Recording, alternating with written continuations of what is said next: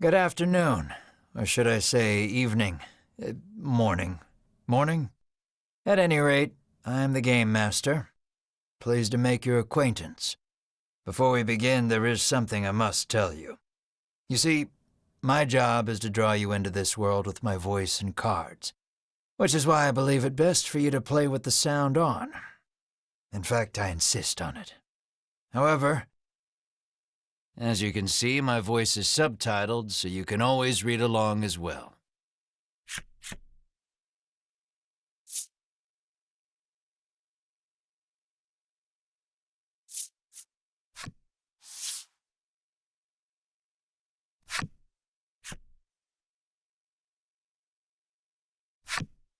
Now then, are you ready?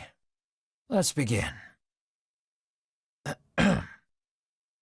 Welcome to Voice of Cards. You are about to take the first steps of your adventure. Through a realm of sword and sorcery you will travel, battling bloodthirsty monsters as you strive to realize your ambitions. I have every faith you will accomplish great things here. I am merely a witness to your exploits. Now then, your departure draws nigh. May your journey be a safe one.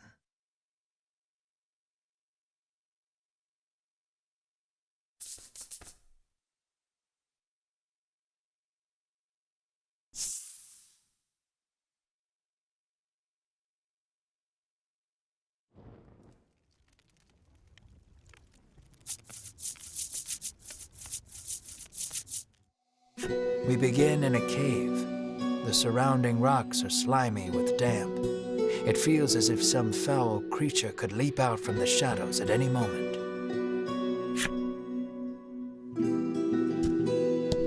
Yet in this horrible place gathers a fellowship of 3 adventurers.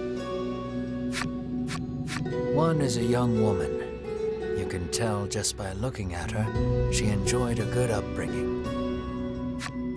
Another is a stoic warrior. He stands at the ready, scanning his surroundings for any sign of threat. Last but not least is the old man.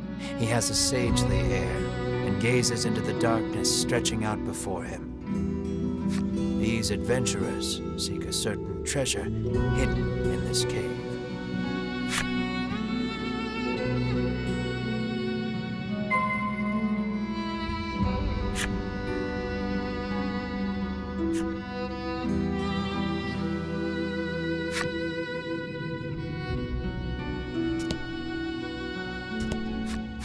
An iron door towers before you. It has rather conspicuous handles.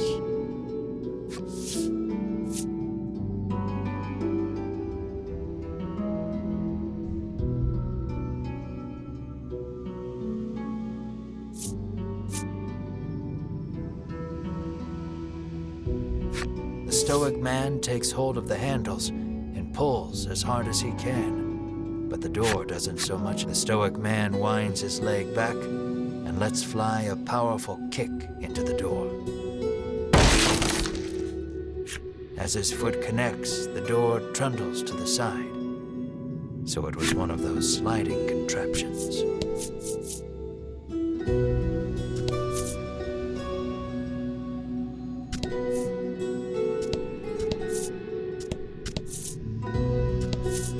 Something leaps out at the fellowship from the darkness.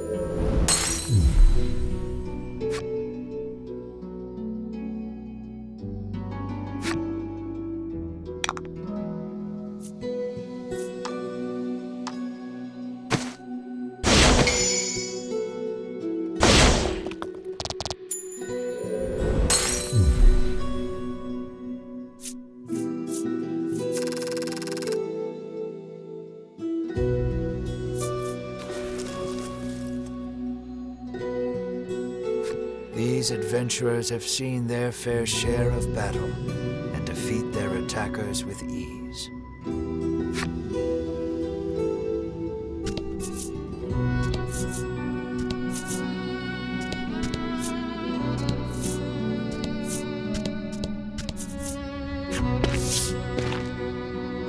As the trio approaches the treasure chest, an awful rumbling resounds deep in the cave.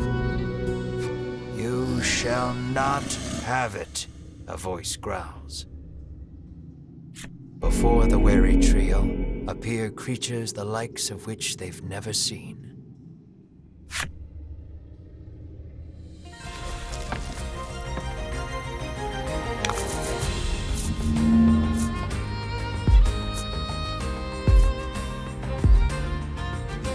And fight.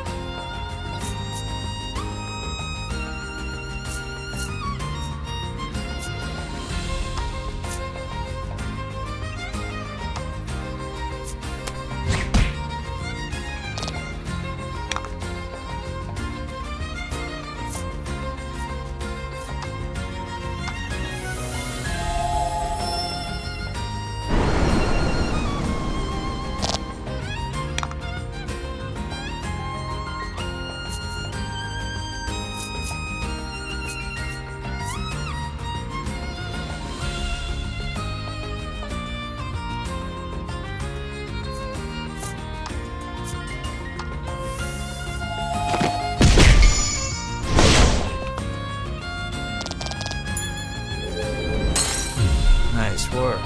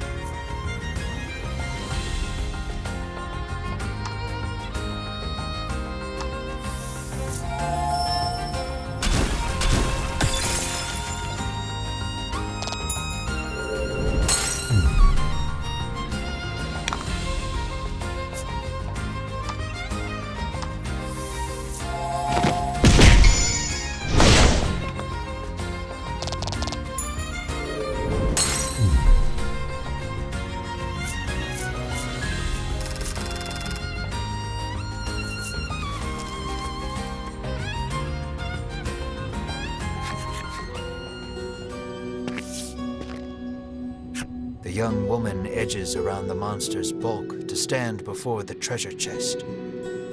There is treasure inside, no doubt about it, but it's locked tight.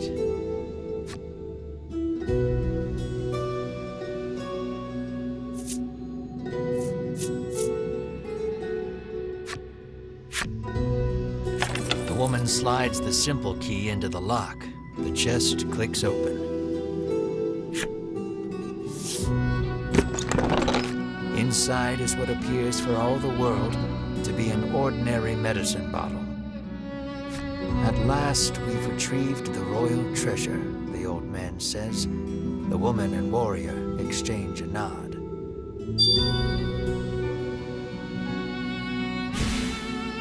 Their quest complete, the triumphant trio put the cave behind them.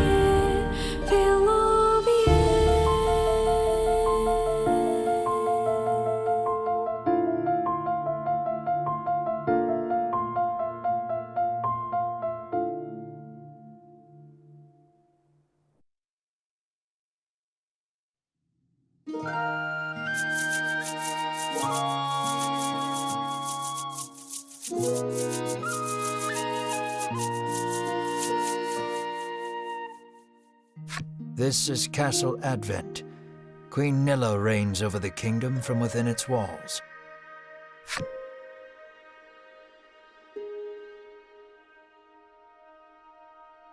In the crowded audience chamber jostle all manner of knights, adventurers, and bounty hunters. The white-robed adventurers stand close to the throne. A palace guard calls over the tumult, "Be silent. Her Royal Majesty graces us with her presence."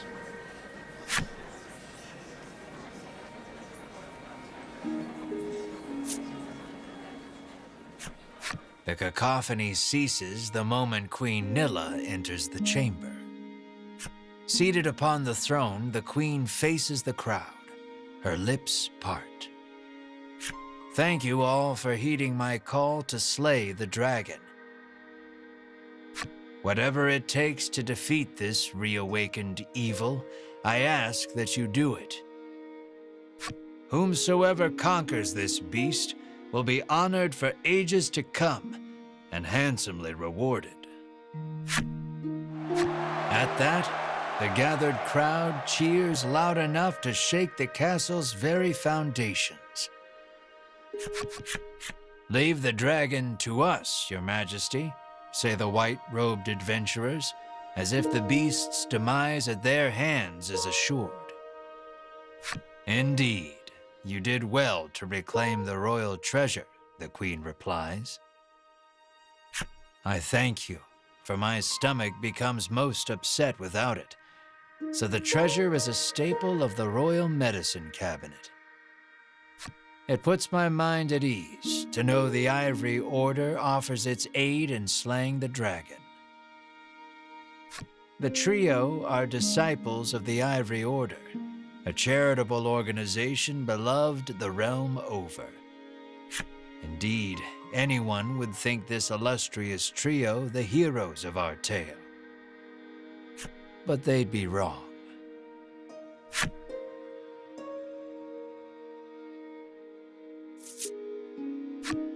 So we just gotta slay the dragon and we'll be drowning in gold."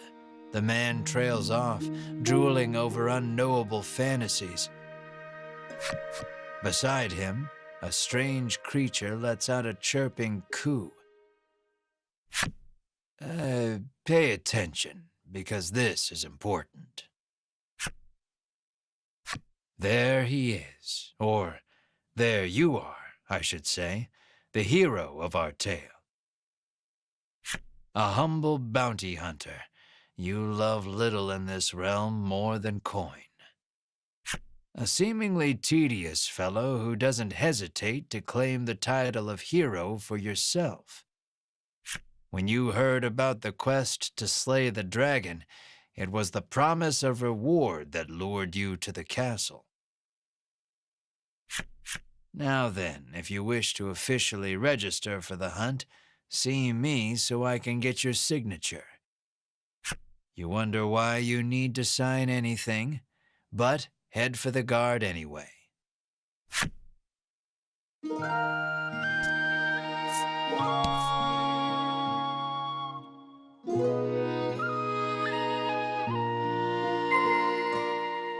Shall we?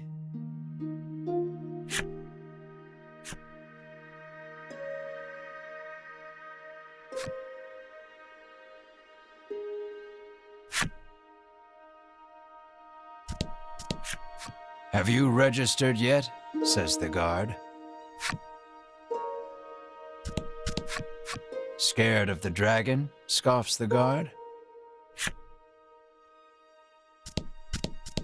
"You haven't yet registered for the quest to slay the dragon. Go see the guard near the Queen."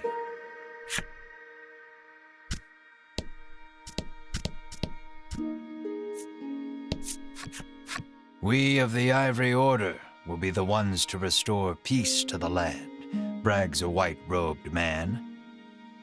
"My colleague made me come along, but he didn't mention we were going on a quest to slay the dragon," she says, trembling.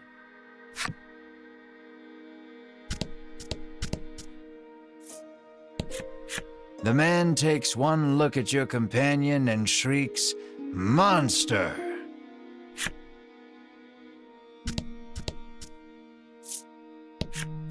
"That reward for slaying the dragon is as good as mine," barks the man.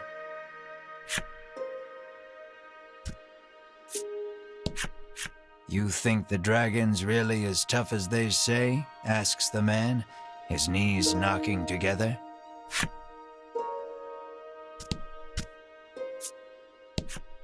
"If the heroes of the Ivory Order are hunting the dragon, he's as good as dead," says the man, relief spreading across his face.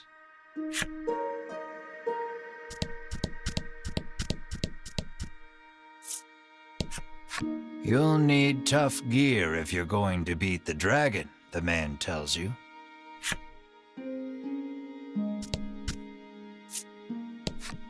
"Keep your ears perked. You never know what you might hear that'll lead you in the right direction," the man says. You think. The Ivory Order trio stands before you. They seem not the most approachable of parties, but...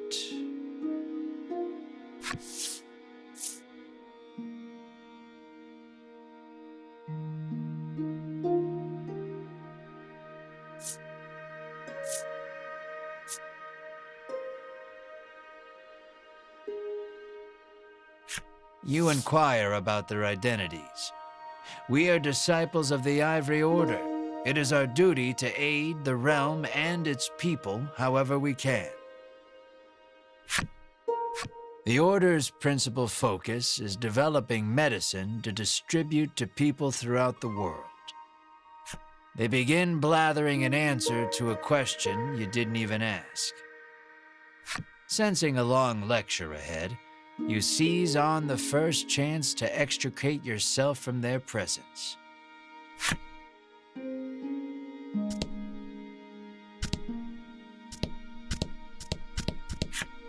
Go talk to the guard on the left to sign your name on the register. You try to speak to Queen Nilla, but a guard blocks your path. Figures a nobody bounty hunter can't just walk up to a queen and start chatting like they're best friends. "Sign here," says the guard, handing you a pen and paper.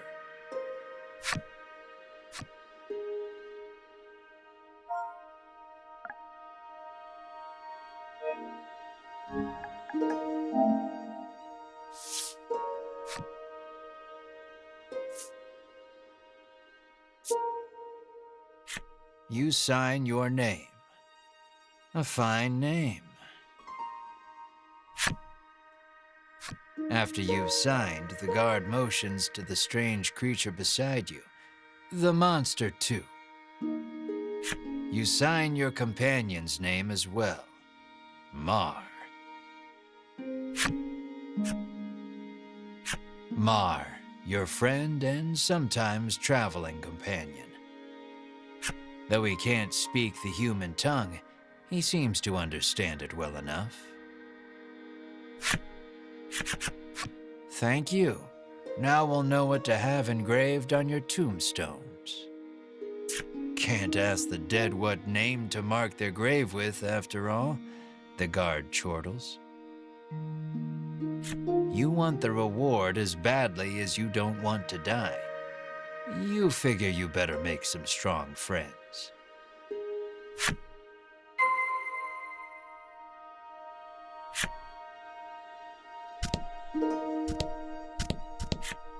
Don't get yourself killed out there, says the guard curtly.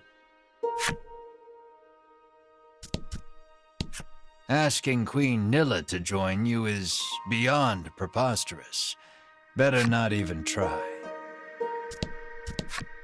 Find some good people to help you fight the beast. You're less likely to die that way, says the guard.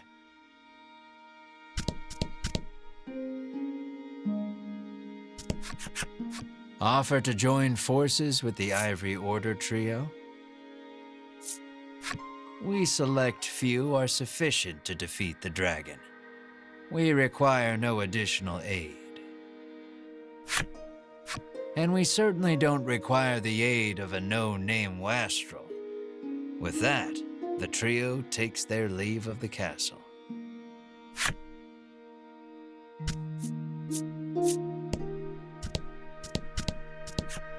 I'll let the Order handle this. Me, I'm heading home.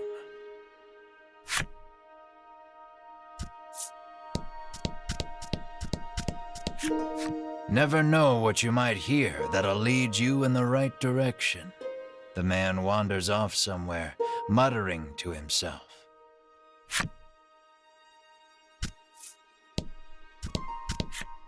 You'll need tough gear, the man says, wandering off.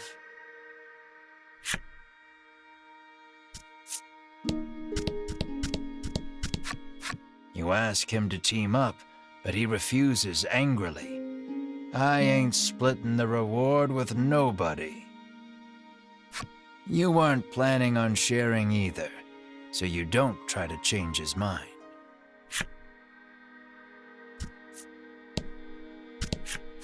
Before you even open your mouth to ask him to team up, he cuts you off. Thanks, but no thanks.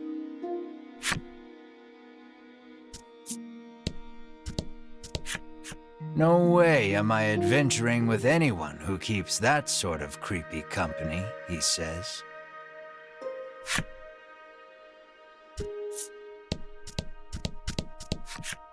Let us depart. We have a realm to save. He grabs his less than enthused colleague by the wrist and drags her off. You catch a glimpse of the terrified look on her face, and then the two disappear out of the audience chamber.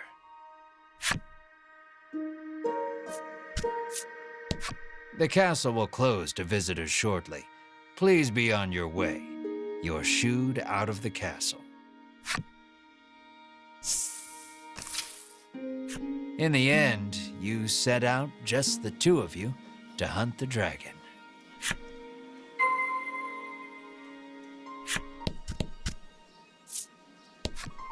The child says you should see Nexton as soon as you leave the castle town.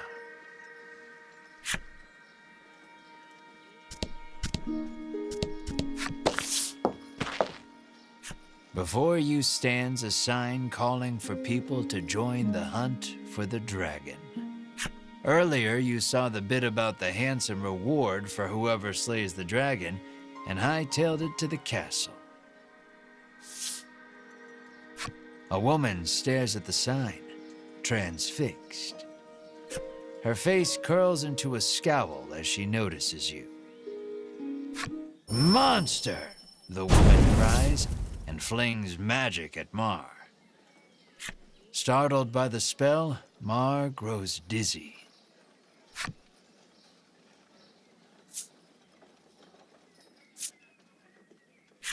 You gather the dizzy Mar in your arms and glare at the woman. This ain't a monster, you growl, as the woman snarls over you. I hate monsters. The two of you bicker for quite a while.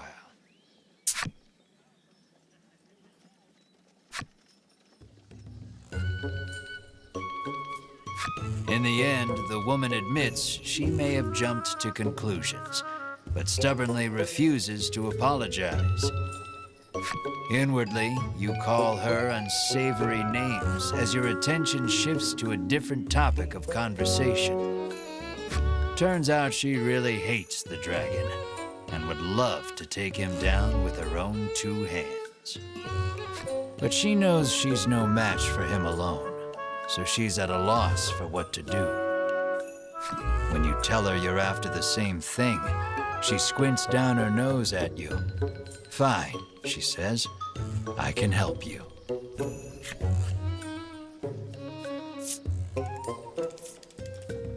She's a little annoying, but you are looking for quest companions. I only want to see the dragon dead.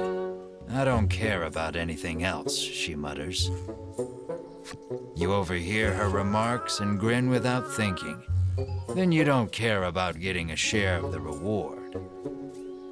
That suits you perfectly. You happily join forces with the black-clad woman. She introduces herself as Melanie. She tells you she is a witch, but says nothing of why she hates monsters or what grudge she bears against the dragon.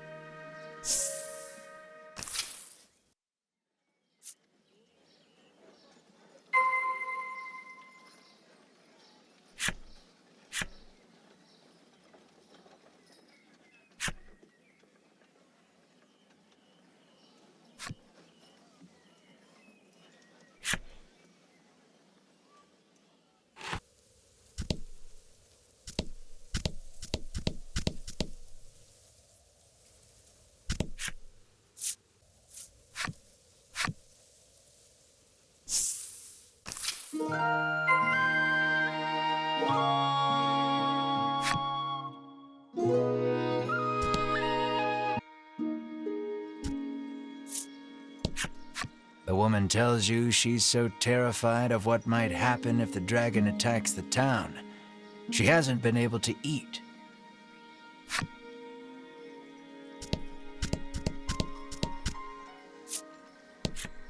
Welcome to Nexton, hails a man.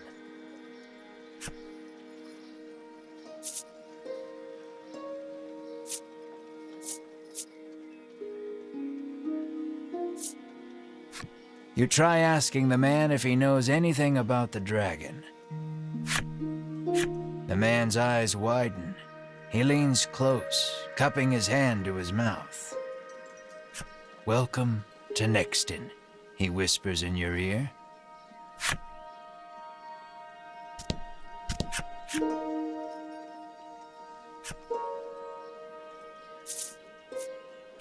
The man doesn't respond to any question except to parrot back his original greeting.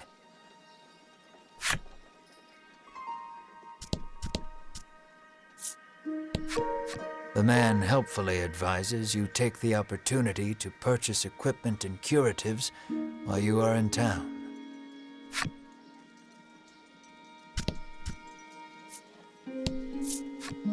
A woman sits hunched over by the side of the road. Upon catching sight of you, she calls out for your aid. She's sprained her ankle and needs you to take her to the nearby apothecary.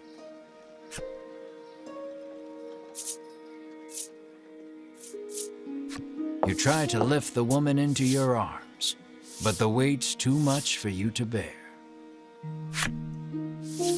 You lay the woman back down where you found her and mutter a quiet farewell before turning to leave.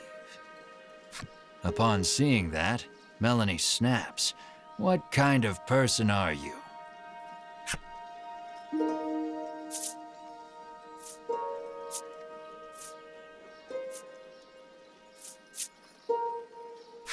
Ain't like it's my fault she's hurt, you whine like a child.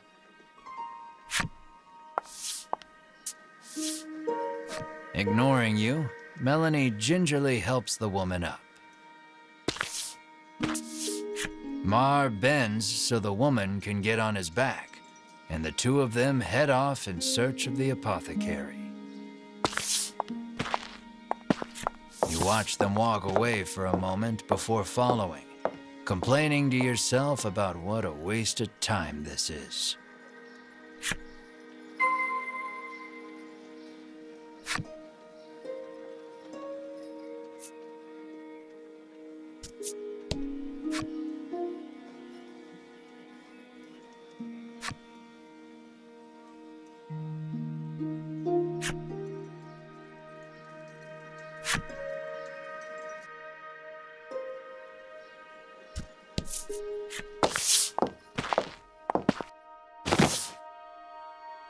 You arrive at the apothecary.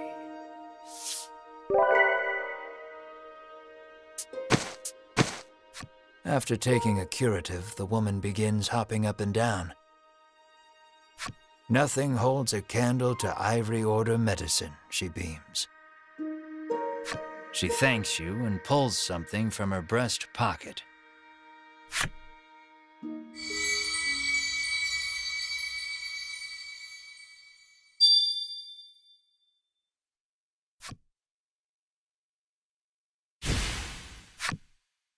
You've helped someone, albeit not quite out of the goodness of your own heart. It might be a good idea to do that again, should you come across anyone else in need of assistance. If you do, I'm sure something good will happen.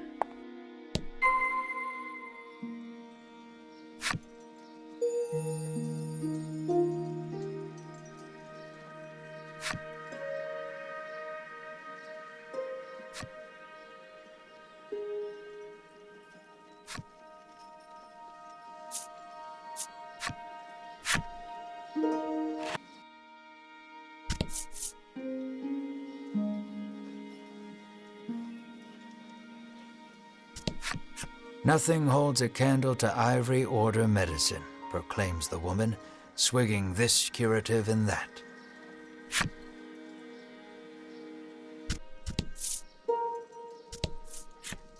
It seems the majority of the world's medicine is made by the Ivory Order. Many people depend on it. That's probably part of the reason the Order has so many ardent supporters.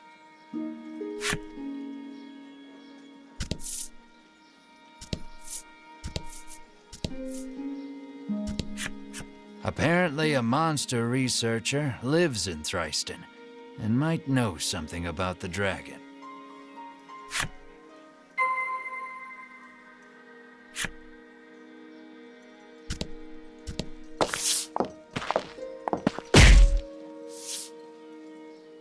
As your eyes roam everywhere but the path you walk, you barrel right into someone.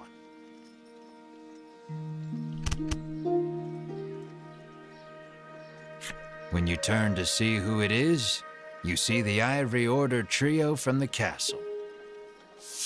Winifred, are you all right? The sagely old man asks the woman, voice full of, I'm fine, the woman called Winifred replies. Thank you, heroine. Berwin, the old man calls, turning to their stoic companion. He jerks forward, as if to defend Hedwin and Winifred. The trio advances on you. How dare you treat disciples of the Ivory Order with such disrespect?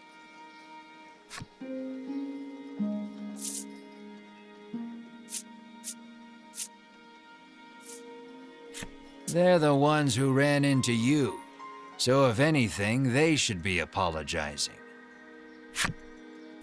We were standing still, says Hedwin, his calm tone belying the anger on his face. Muttering a half-hearted apology, you try to keep walking. But that's when you notice something in your hand. Looks like you accidentally grabbed Winifred's coin purse when you ran into her. Thief, bellows Berwin, drawing his weapon. Guess you've got to fight your way past.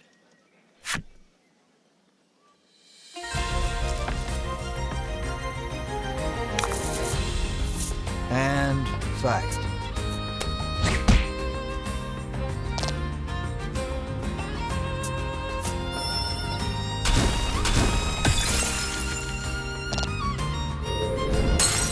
Don't worry, the coffin card is down, but they're still alive.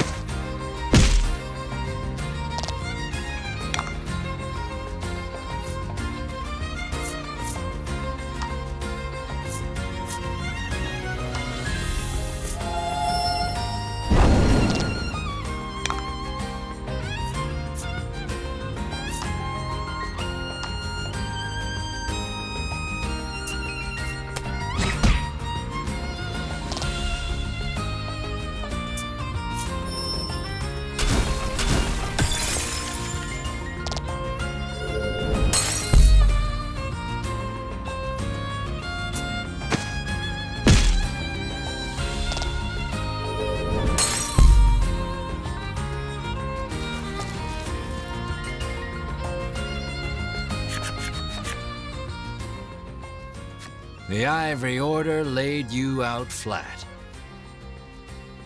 The Ivory Order trio looks at you like they can't believe such a weakling would even try to hunt down the dragon. Taking pity on your ineptitude, the Ivory Order trio uses their magic to heal your wounds. We mustn't tarry any longer. To the monster researcher of Thriston with us, Hedwin urges his companions and the trio depart.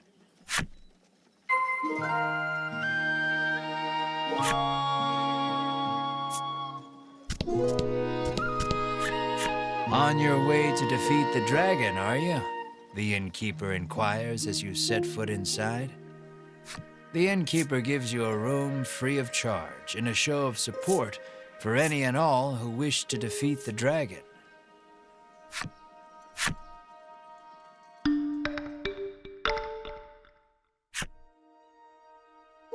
The party leaves the inn feeling rested.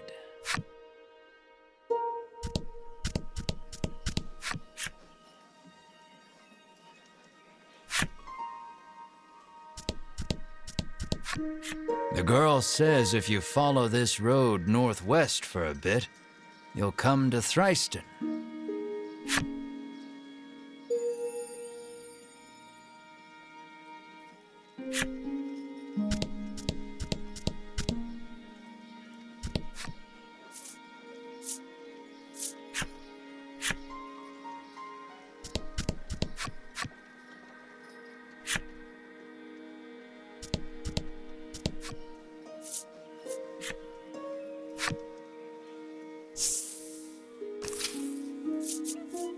Aimless wandering can be fun, but if you want purpose and direction, I'd suggest sticking to the path.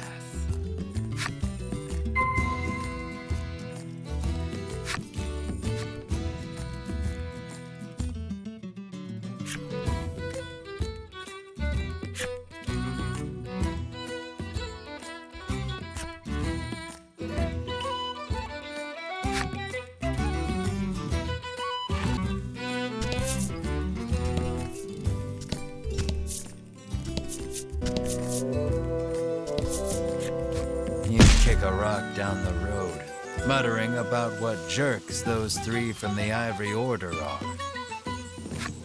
Cut it out, chides Melanie. She warns you your anger will only come back to bite you in the rear. You grumble, but your sulking is cut short when out of the thicket leaps a monster. The rock you kicked must have hit it because it is really mad. Brace yourself for battle.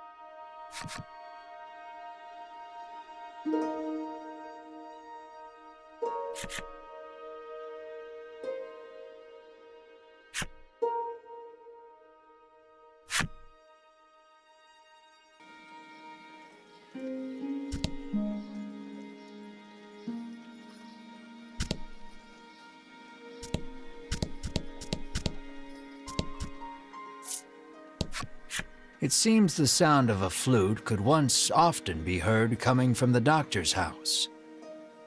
His neighbors complained about the noise, though, and all has been quiet since.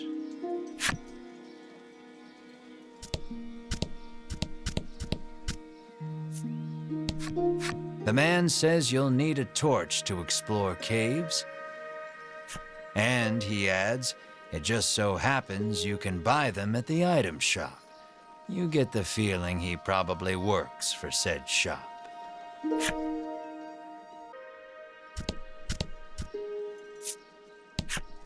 Apparently monsters have been mugging people along this stretch of road lately.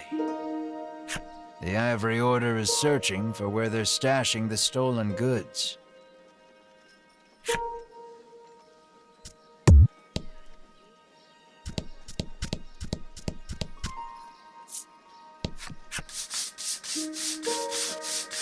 The man scours his skin with a washcloth, trying to rid himself of all odor. Apparently, he blames his natural musk for his unlucky love life.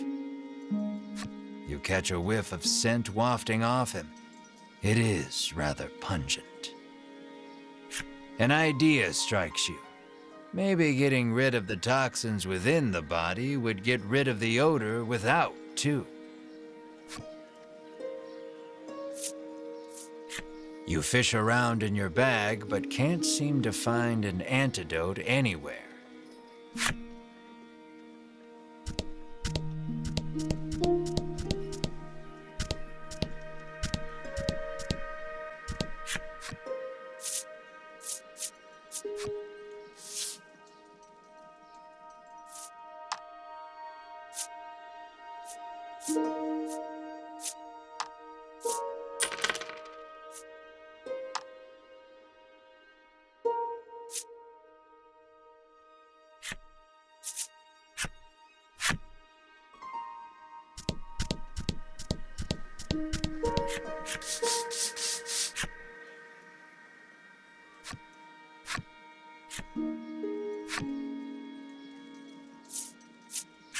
You hand him an antidote and he chugs it down. As soon as he's finished, the odor completely disappears. Overjoyed, the man resolves to tell the person he likes how he feels. From his breast pocket, the man pulls out something to give you in thanks.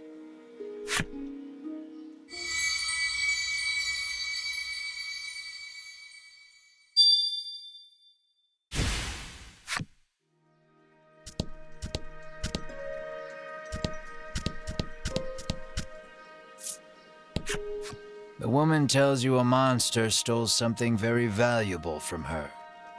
If only someone could get it back for me, she sighs. What did it steal, you ask? Medicine, says the woman, to give my skin a lustrous glow.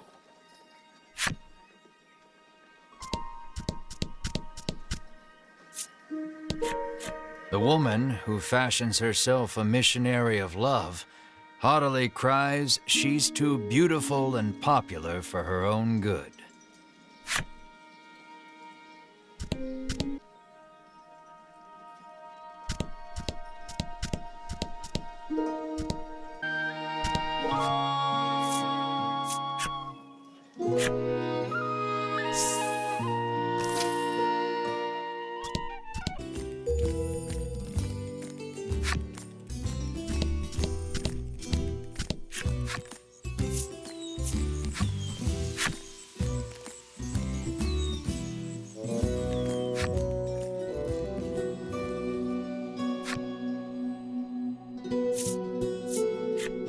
Light the torch.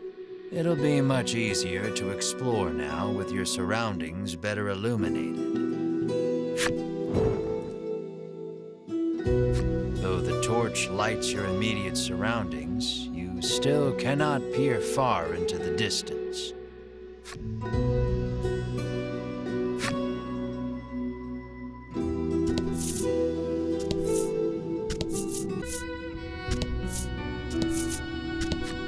The door is shut tight. It seems some strange force keeps it barred. Upon closer examination of the door, you spot a cavity that looks like some sort of sphere should go there.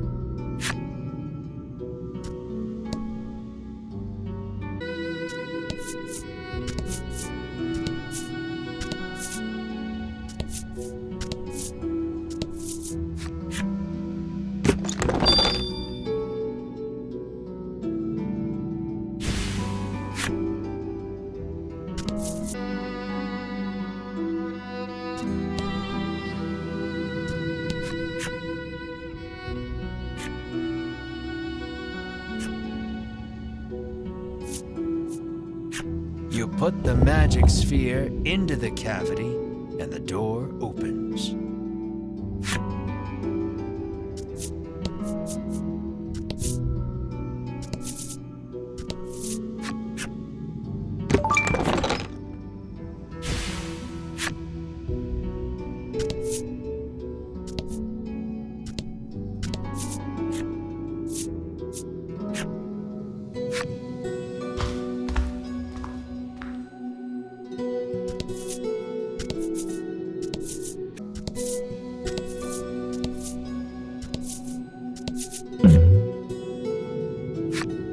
A claret trail leads you deeper into the cave.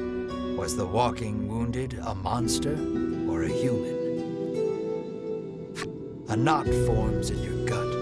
You raise the torch to get a better look at your surroundings. The walls have been gouged and scarred as far as you can see.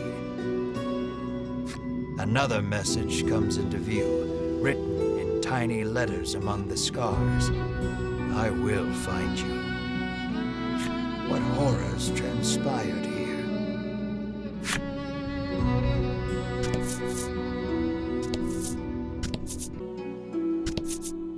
You make to open the chest, but an ominous voice echoes around you. I will not relinquish my hoard. The next instant, something leaps at you out from the darkness.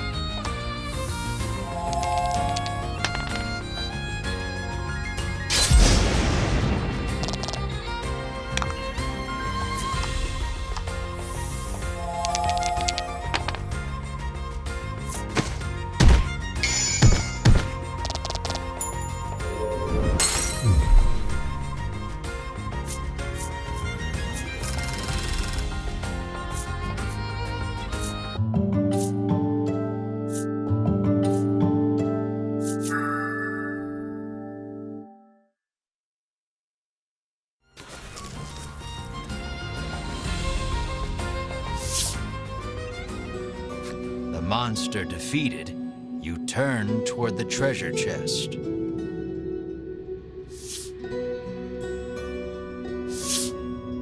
And see those Ivory Order jerks rooting through it. You rush over, but you're too late to stop them. Sweet of you to take care of the monsters for us, trills Winifred, favoring you with a smile. Tucking the spoils from the chest safely into a bag, the Ivory Order trio stroll away whence they came. Knowing you couldn't stop them if you tried, you can do nothing but stand slack-jawed and watch them go. The chest is empty, save for a ragged doll. Nice of them to leave us the trash, you grumble in irritation. For some reason, Melanie picks up the ragged doll.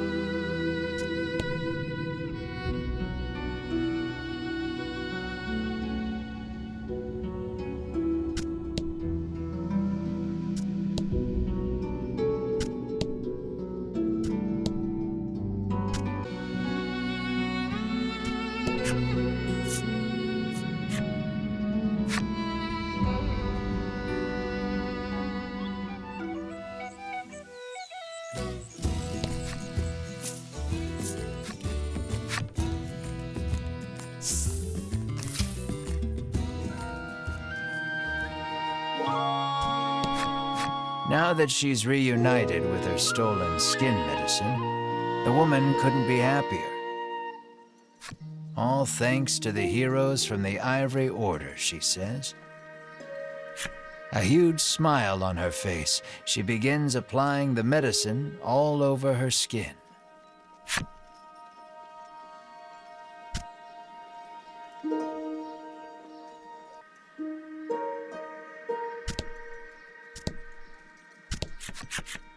Cypri has lived here for many years, conducting research on monsters. When he catches sight of the ragged doll in Melanie's hands, his face slackens in shock, and he reaches out for it. Without breaking his gaze away from the doll, he begins to speak. Cypri tells you he gifted this doll to his young daughter a long time ago. But she fell gravely ill and died. Since then, Cypri has treasured this doll as he treasured his daughter. Then the monsters took it from him. Cypri turns to Melanie, his head bowed deeply in gratitude. So you reclaimed the treasure by complete accident. You step closer to Cypri.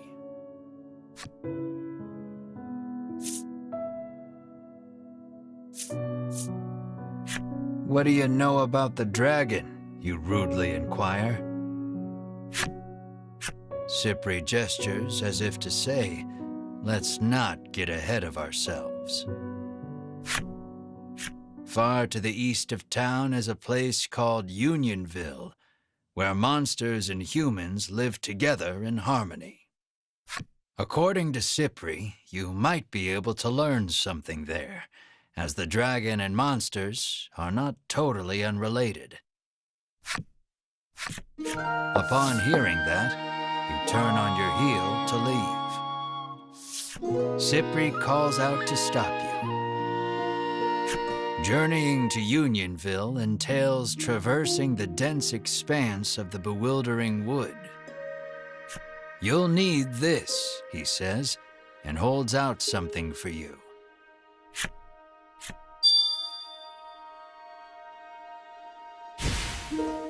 You won't make it through the bewildering wood without it, Cypri says. Your sights set on the distant Unionville, you resolve to navigate through the bewildering wood.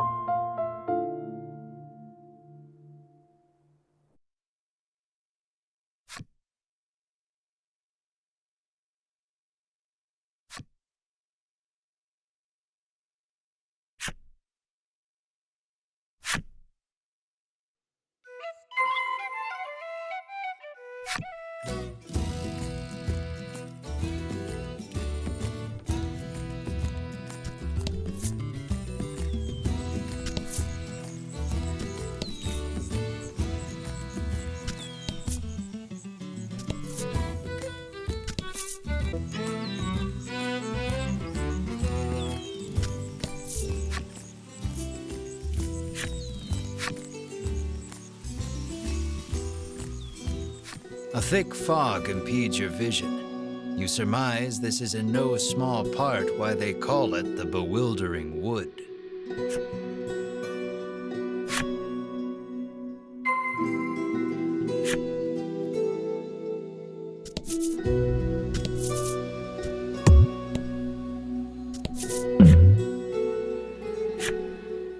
You hear a beautiful melody flowing from the forest depths.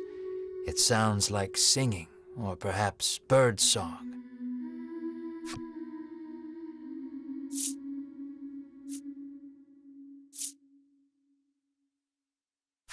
You take a peek inside the grass and immediately find the owner of the voice. It's a harpy. It seems like the harpy hasn't yet noticed you. You pick up a rock and throw it at the monster's feet. Startled, the monster flaps its wings and flies away. You find some coins scattered about where it stood.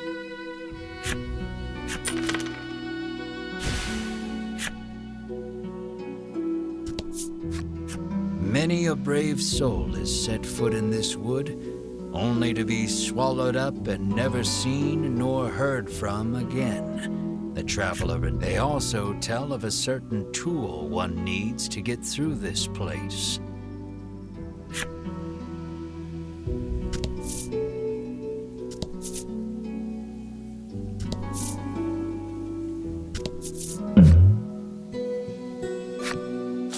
Trees bearing very solid-looking nuts whip to and fro in the force of the gale. This doesn't bode well for you.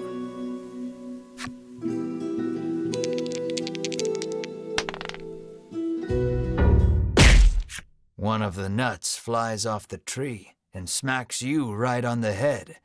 The pain brings tears to your eyes.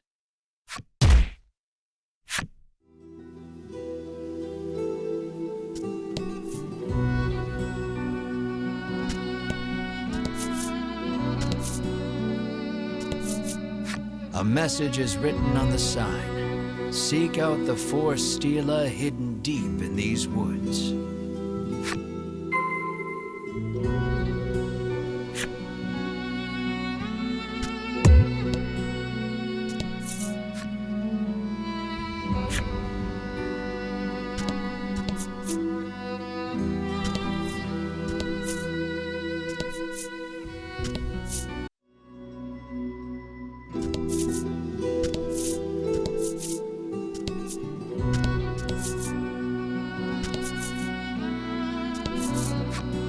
Found the northern stela. It doesn't look particularly special. You resolve to touch it anyhow.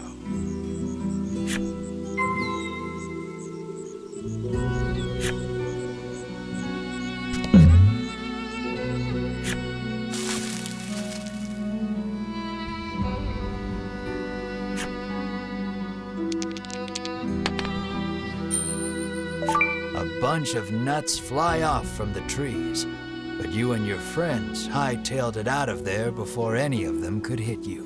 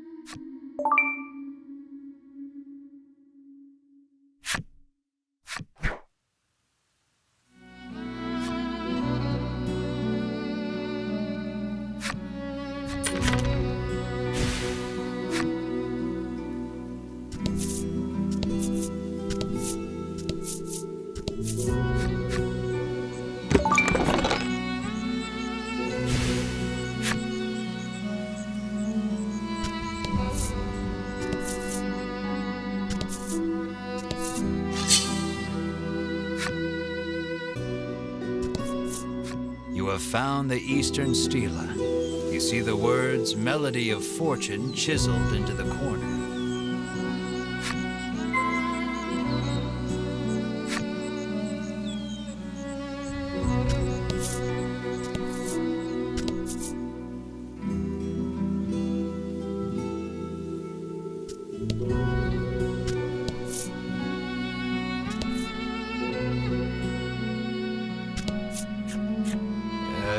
The next Stela is, you hear someone murmuring.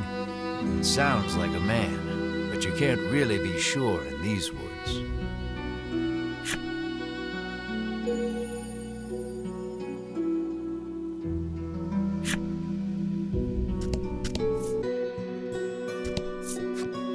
I need to hit the Stela every single time I want to go home. Ah, what a pain, the frowning woman sighs.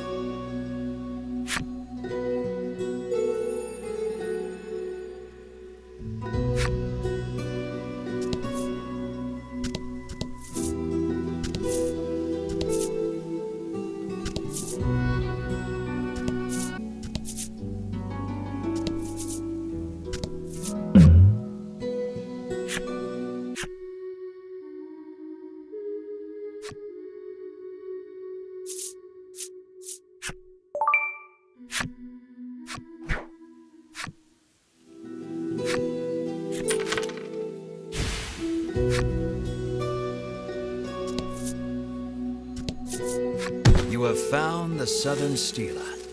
You smack it and hear a sound off to the west. You'd best head that way next.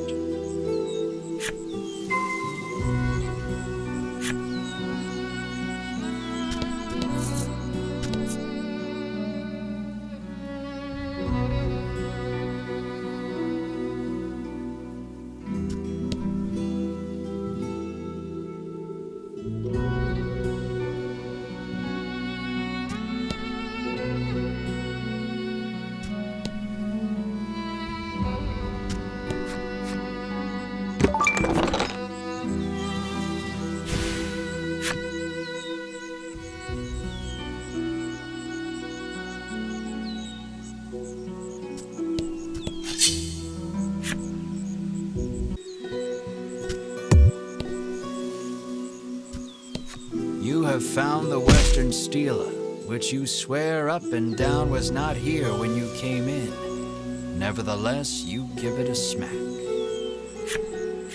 You have found all four of the Stela in the bewildering wood. On a perhaps related note, you hear a sound emanating from the east.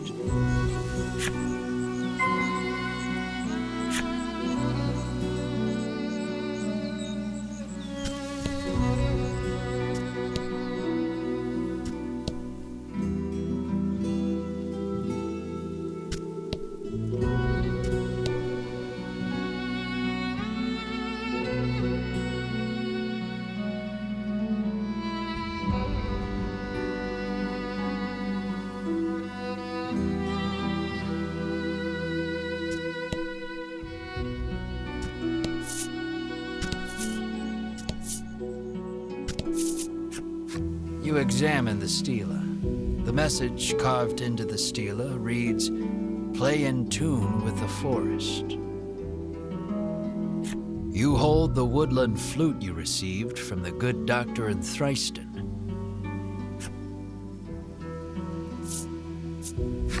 Doot doot doot doodly doot doot doot doo. You blow a handful of pleasant enough notes, you soon become aware of accompanying percussion, which reveals itself to be a series of impeccably timed footfalls racing toward you. A young woman appears before you. "That was absolutely dreadful," she whinges, her jaunty gait betraying her enjoyment. She calls herself Riddis and declares herself a woodlander, resident of the bewildering wood. By sheer coincidence, the flute on which you played those notes was one designed to call the woodland people to your side. Stunned by your good fortune, you ask Ridis to lead you eastward out of the forest. What luck! She agrees far more readily than you ever anticipated. But, she continues, extending her hand, you'll have to hand over the woodland flute first.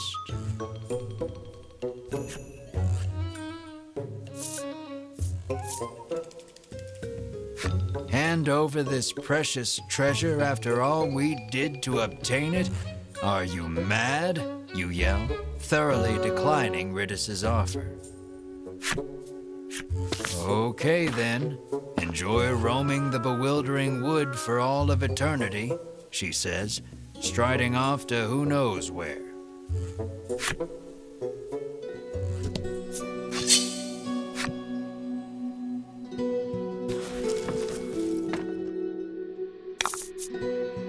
And fight.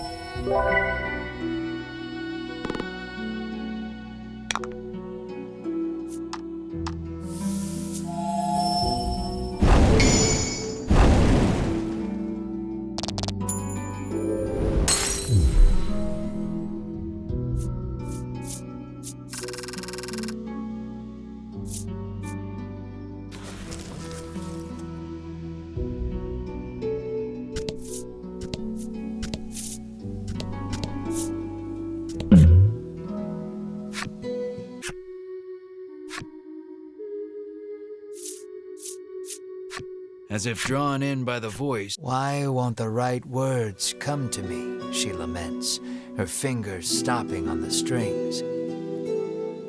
Hearing her sigh, you offer to help her with her song.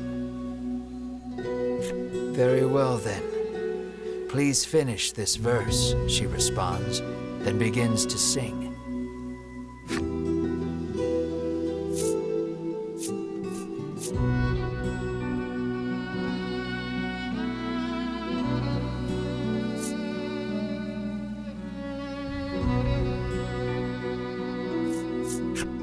Imitate Mars' mule, but the woman just tilts her head to the side in confusion. You pity the poor soul for not comprehending the sheer cuteness of your dear companion. In the end, you gain nothing from the exchange and leave the woman to her song.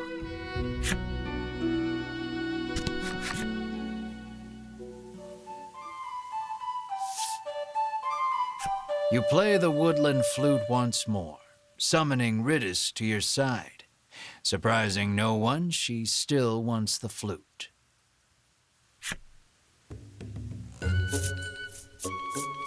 That'll cost you 1,000 gold pieces, you say smugly. Huh. You never... It's always about money with you travelers, she snorts derisively. Her face contorts in disgust.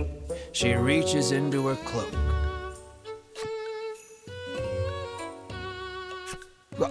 Hey, what about my money? You stammer. Before you can finish your thought, Mars' tongue whips across your hand, snatching the fruit and sliding it into his gullet. Ridis gasps. How could you let him do that? Just one of those fruits sells for 10,000 gold pieces, she shouts. So you can pay me back for the fruit your little friend stole, or you can hand over that flute, she says, pressing her case. I think you've lost this one, Melanie says, snickering. You look down at Mar, who seems quite pleased with himself. I suppose I have, you sigh in resignation. You begrudgingly hand the woodland flute to Riddis. Riddis plucks the woodland flute out of your hands with glee and begins playing it as she skips away.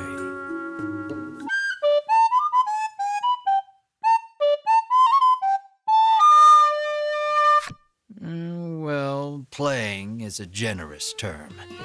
It sounds as though she may as well be murdering the poor thing. Riddis makes it clear that the fastest way out of the woods is through woodland, where she lives.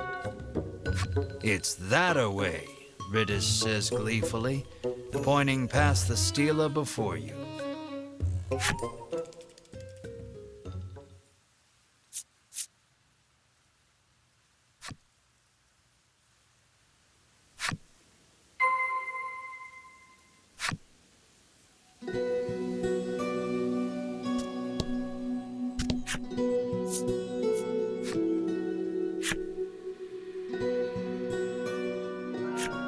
Welcome to Woodland, Riddis says, gesturing out over the village. Now, if you'll excuse me, I'm quite busy for the rest of the day, so you'll have to wait till tomorrow to leave the forest, she says, and makes her way home.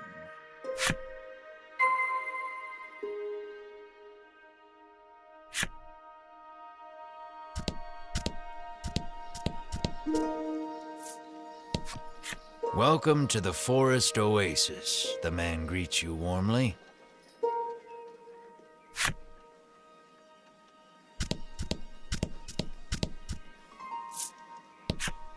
You happen upon a man greedily guzzling well water.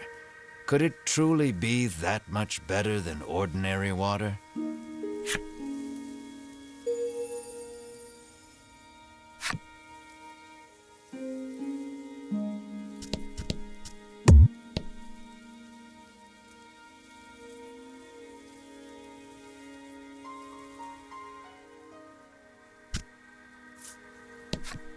You learn that Riddis's family is mired in debt and living hand to mouth.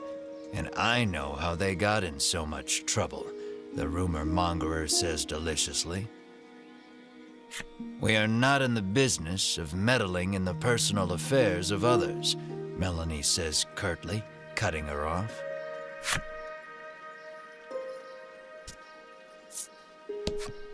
Apparently, she's heard rumors of the dragon destroying another town somewhere. Our village would burn down so easily, she mutters, perhaps a bit more afraid of the symptom than the cause.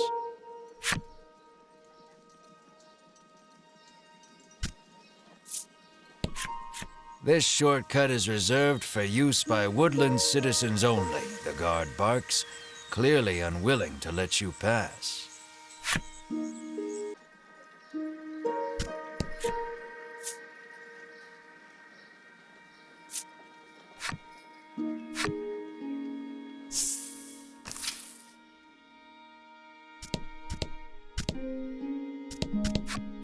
Riddis pores over a book while practicing on the woodland flute. She remains dreadful at it. The instant you begin speaking, she nearly leaps out of her skin and hides the book. She somehow hadn't noticed you. I thought you were the debt collectors. You can't sneak up on me like that, she stammers, struggling to regain her composure.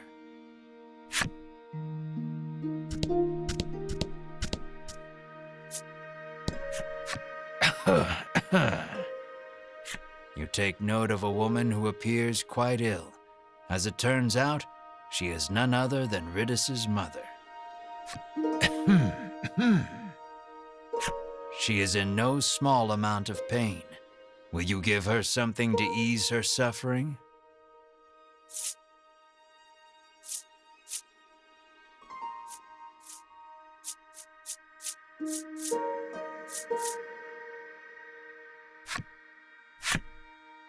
The item you've proffered has no effect on her illness. But I appreciate the thought all the same, she said. Ridis's mother hands you mysterious card 3 as a token of her gratitude.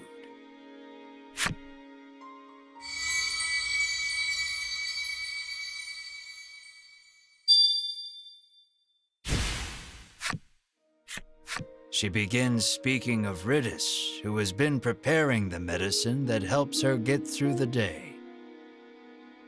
She blames her illness, and therefore herself, for making Ridis's life so difficult. The more she talks, the more her face drops.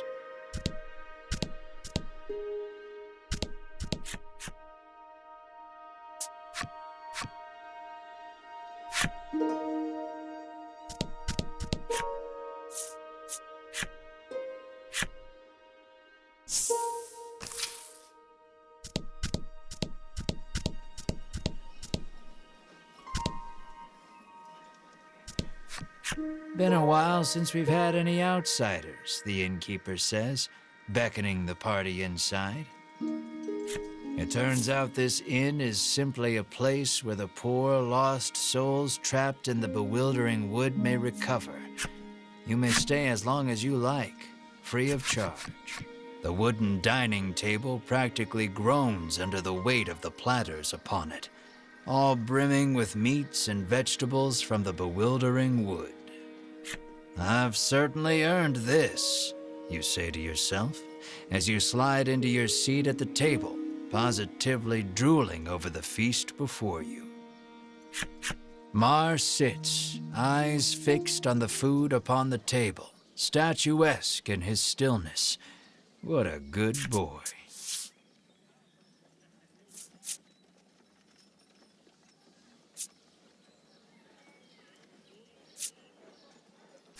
Mar clears the entire table in a matter of seconds, even emptying the water barrel in a single gulp. He lets out a self-satisfied burp that sends a small jet of just-drank water arcing out onto the floor.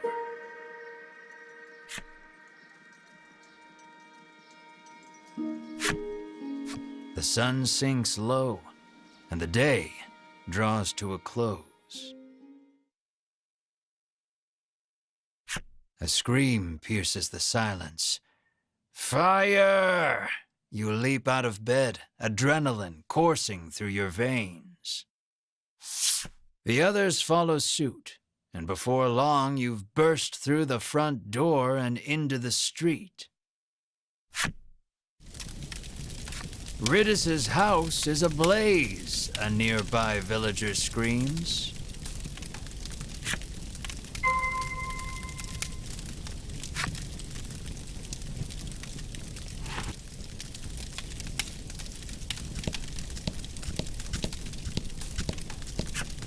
My mother is still inside, Ridis shrieks, darting past you to fetch water from the well south of the village.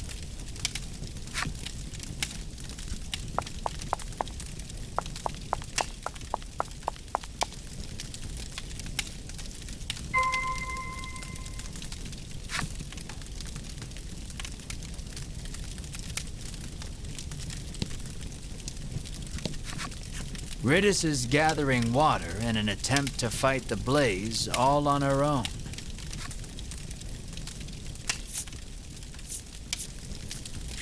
Mar's eyes light up. He scrambles over the edge of the well and sucks the well dry in an instant. He pokes at his swollen belly and gestures toward Ridis's house, as if to say, "Get me back there. Quick."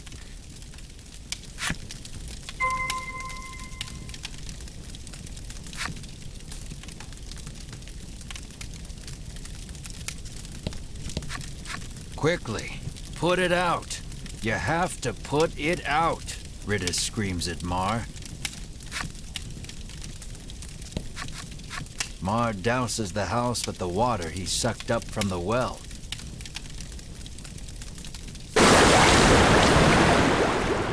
The fire is reduced to mere embers, and all is well. Or so you think. Something darts out from behind the house and attacks.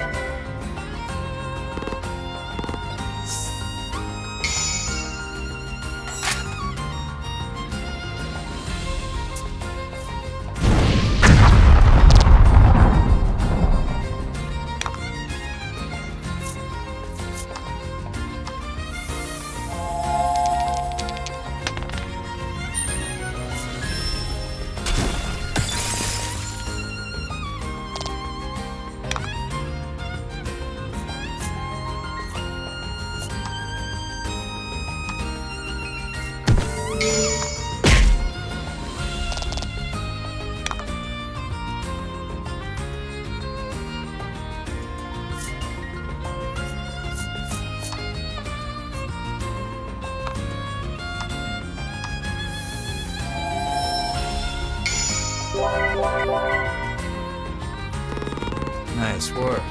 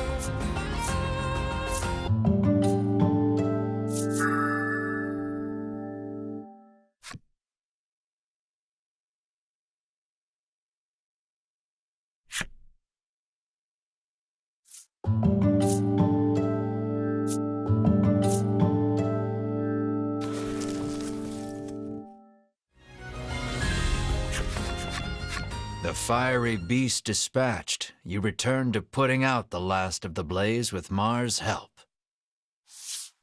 Ridus's mother, now safe, tells you the creature came out of nowhere and set the house aflame. What would bring a creature of fire to a place like this, you wonder?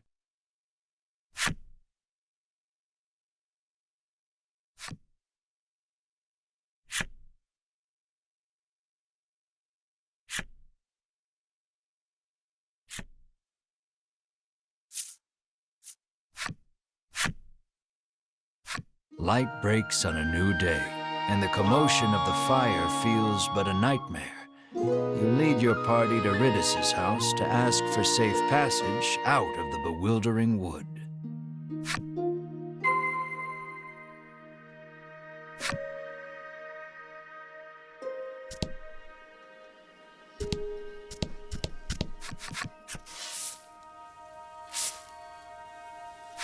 You follow the curious sounds to their source, our resident well water lover, digging at the dry well with his bare hands. He digs and digs, but no water is forthcoming. What's worse, he has injured his hand in the process. Melanie beseeches you to help the poor man. But well digging was forbidden by our ancestors long ago. You've heard the legends, you protest. How is that the best lie you can come up with? She snaps back, appalled. The man turns towards you both, oblivious to the squabble playing out before him. Do you have any salve that might ease my pain, he asks. You hand the man some salve. The instant he applies it to his hands, he resumes his furious digging, this time punctuated with shouts of "I feel incredible." Not long after that, water erupts from the ground with a force unlike any you've seen. He sidles up to the jet of water and begins drinking from it as one would from a fountain. He is once again in his element. The man hands you mysterious card 4 to show his appreciation for the salve.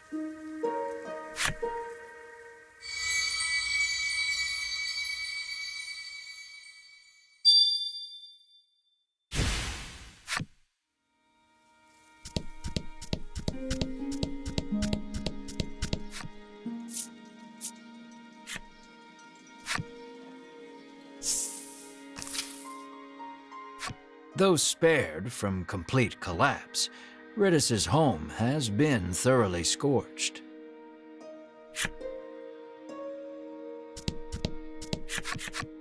Ridis sits alone in one of its rooms, the air thick with the smell of char. There shouldn't be any fire creatures for miles, she grumbles. She says the monster appeared while she was playing the woodland flute last night. As to why any monsters, let alone fire monsters, appeared, well, despite the circumstances, you ask Ridis to lead you out of the bewildering wood as promised. I did promise that, didn't I? She says wearily, rising from her seat. The poor girl is clearly still in shock. Why do you want to venture out beyond the bewildering wood anyway? She inquires, as she gathers this and that in preparation to leave.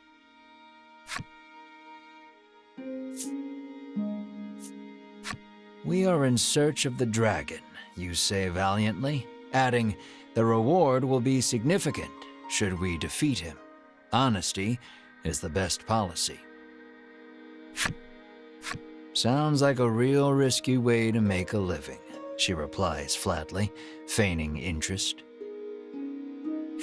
A group of Ivory Order people came through here just the other day, she explains. You connect the dots with malice. Those three, you seethe. At last, Ridis is ready to depart for the edge of the bewildering wood.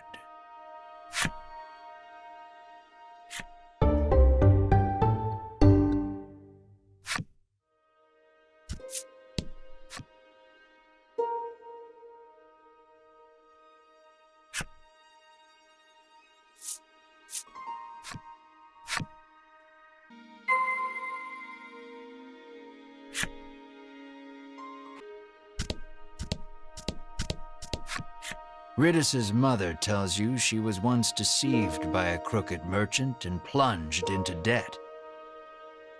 Ridis has been working to repay the debt ever since her mother took ill.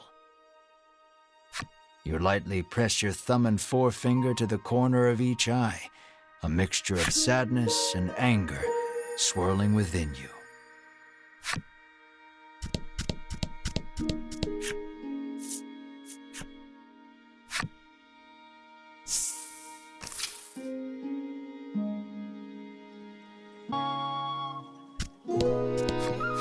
This road takes you to the east side of the bewildering wood.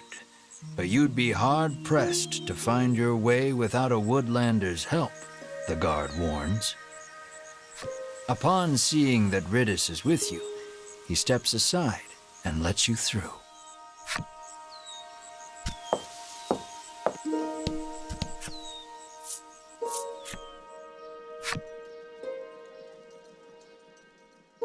The eastern portion of the woods certainly does not want for thick, soupy fog.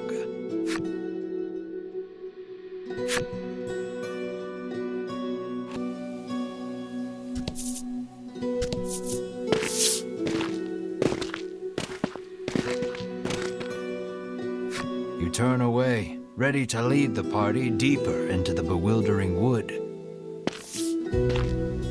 Wait just a moment, you lot, calls the voice of an older man from somewhere behind you. Ridis appears to be familiar with him. She calls him Mr. O. Here you are, young lady, he says, handing her a slip of paper.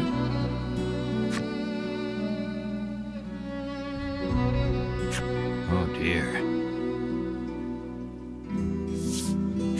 Further, Mr. O explains, Ridis did not have a fire insurance policy at the time of the conflagration, and so she shall have to pay in full. I'll thank you kindly to pay by the end of the month. Bye now, Mr. O says, receding from view as he returns to the forest. Hee. Ridis lets out a bemused chuckle, her demeanor remarkably calm for what has just transpired. She pulls the woodland flute from her cloak and begins softly playing.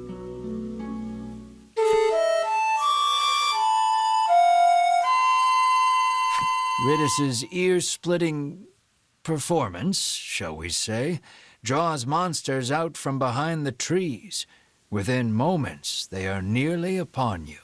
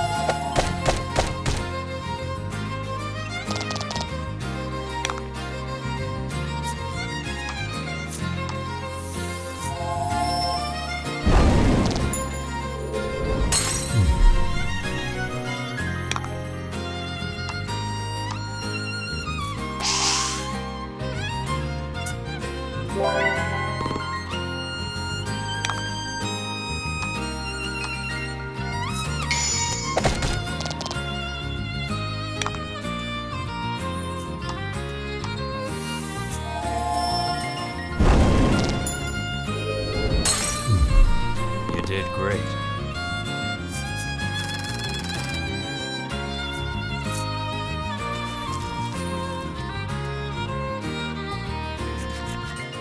That's odd. I must have made a mistake, Ridis says, burying her face in her old book once more.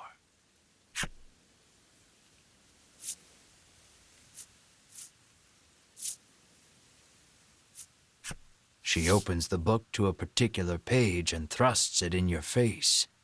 You can't tell anyone in the village I let you see this, okay? It's a page of sheet music with a note scrawled beside it that reads, "Play this lucky tune to reverse your financial fortunes and make money woes a thing of the past."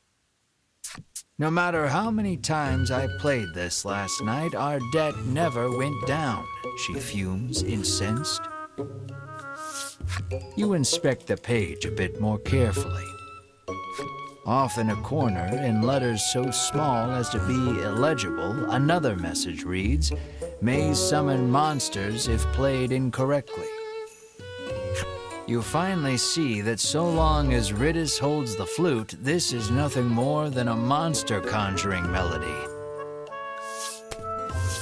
You snatch the woodland flute from her hands. You have lost your flute-playing privileges, you inform her. But I'll never escape from this mountain of debt without it, she cries, clearly still believing in the melody of fortune. Melanie quietly opines that while Riddis is many things, bright is not one of them.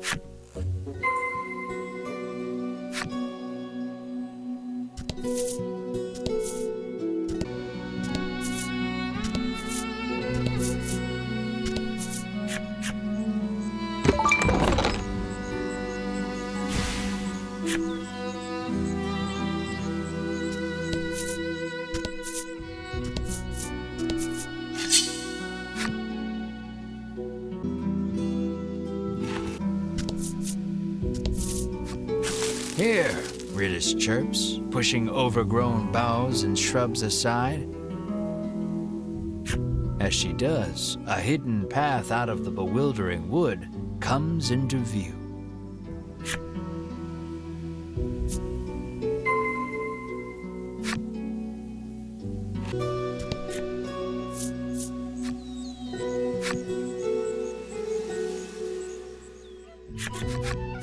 At last, you are free of the bewildering wood. Praise the power of the woodlanders, you squeal in admiration of Riddis. She giggles bashfully. You've certainly kept your promise, you say. Thank you for showing us the way. I was hoping I could join you on your quest to defeat the dragon, Riddis suddenly blurts out.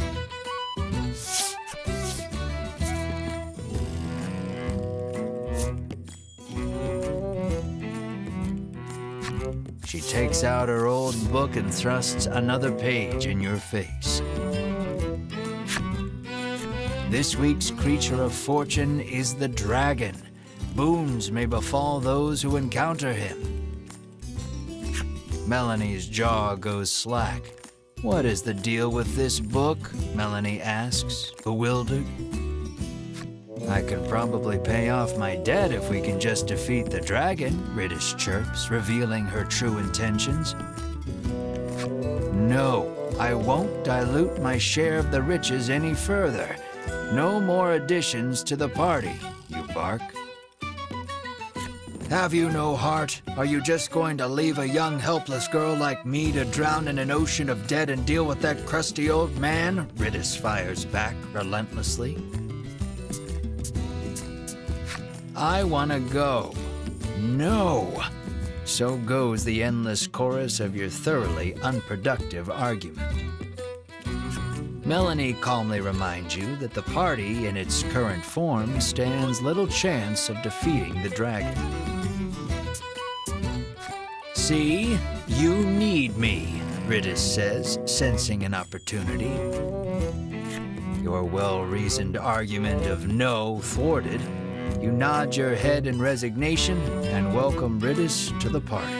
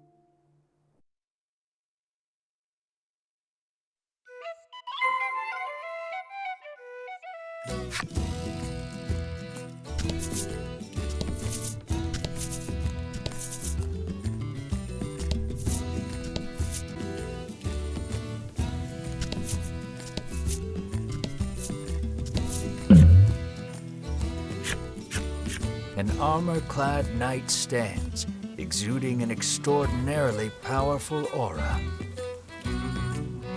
The knight faces you and asks, "Might you be challengers?" But after sizing you up for a long moment, his shoulders slump and he mutters, "No, you are not yet ready." "Grow strong, young ones," he says, then returns to standing in silence. It appears he awaits a stalwart warrior to challenge him.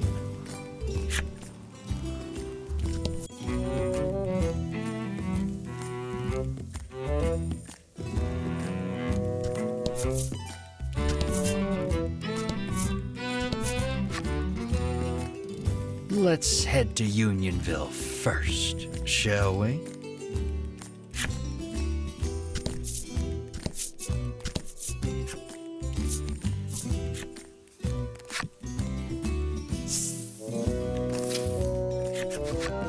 You see something approaching from up ahead.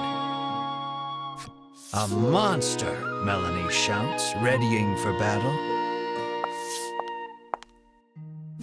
"Mr. Flobby, get back here. It's dangerous out there," a young girl chides, taking the creature back to the village. It seems you've finally arrived at Unionville, a village where humans and monsters live together in peace. "What a weird place," remarks Ridis lightheartedly. "I like it." "We aren't staying a moment longer than necessary," says an unsettled Melanie, her distaste for monsters plain on her face.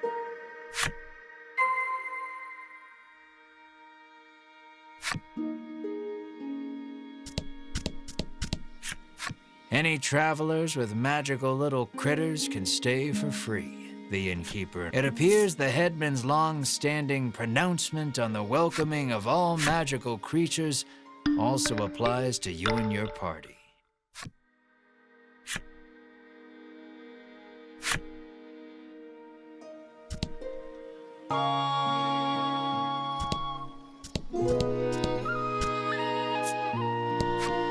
"Wow, a new friend, and so big, too," the furball exclaims in glee as it rushes over to Mar. Mar stares off into the distance as the furball snuggles up to his leg. For some reason, Ridis joins in on the cuddling.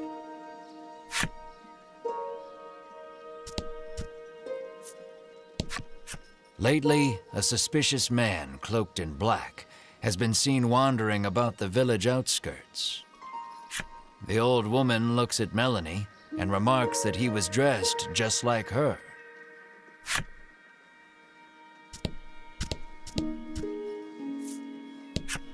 The little orc child is engrossed in a fairy tale. The title reads, "The Legend of the Dragon."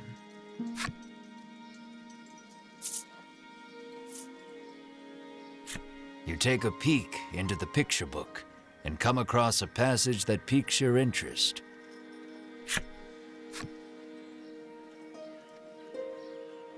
To where, you wonder, then recall that this is merely a fairy tale.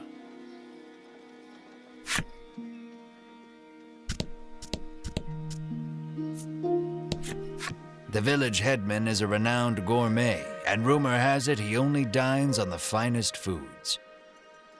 The man says he wishes he too could have such a lavish meal just once in his life, his deep desire for delicacies only growing with time.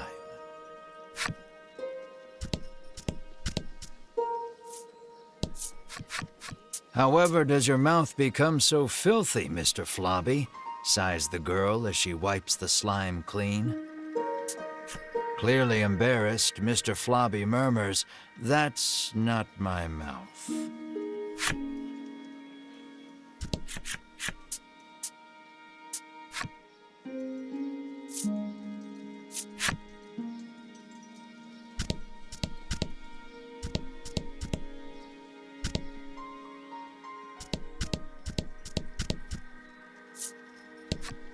The woman frowns deeply, claiming the cakes she bought for her beloved furball have all been eaten by someone else.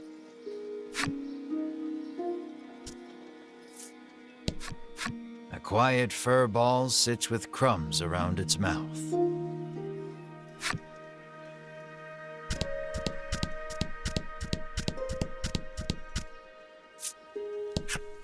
A young boy wanders up to your group in wide-eyed wonder.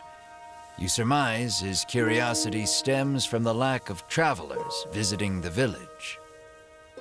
You realize you are right when he assails you with questions about your origins and adventures. The Inquisition leaves you exhausted.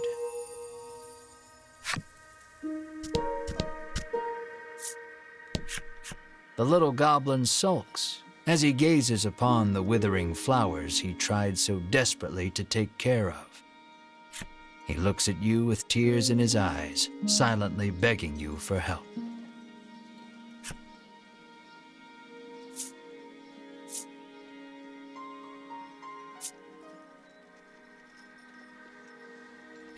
They must be thirsty, you think to yourself.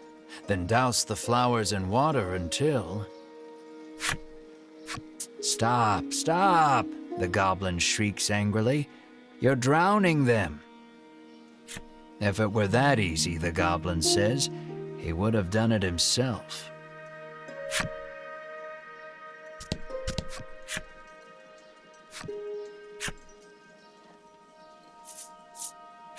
You pour the salve onto the flowers, and they stand up tall. The goblin cries out in happiness and thanks you for your help. He then holds something out to you.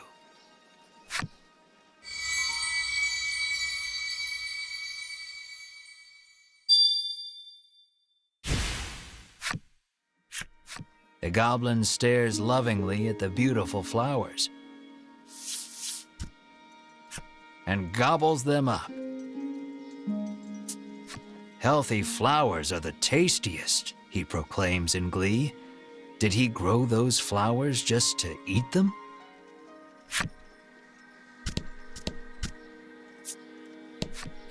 You ask the old man if he knows anything about the dragon.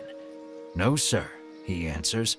All I know is that it brings more trouble to this already troubled world. But our headman is a wise and worldly man. He might know something, he remarks, pointing at a house not far away.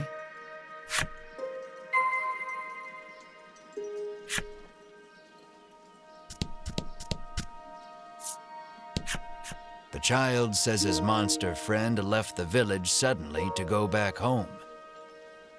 He claims the headman told him that he could go home when he grew up too. The little orc child pouts, but I don't know where my home is.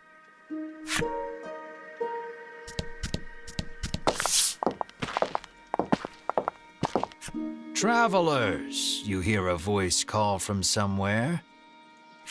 Down here, at thy feet, you look down to see a small clump of fur by your boots. The clump of fur speaks. I am Lappy, and I should like to journey forth with thee. Lappy the furball looks at you with amiable expectations.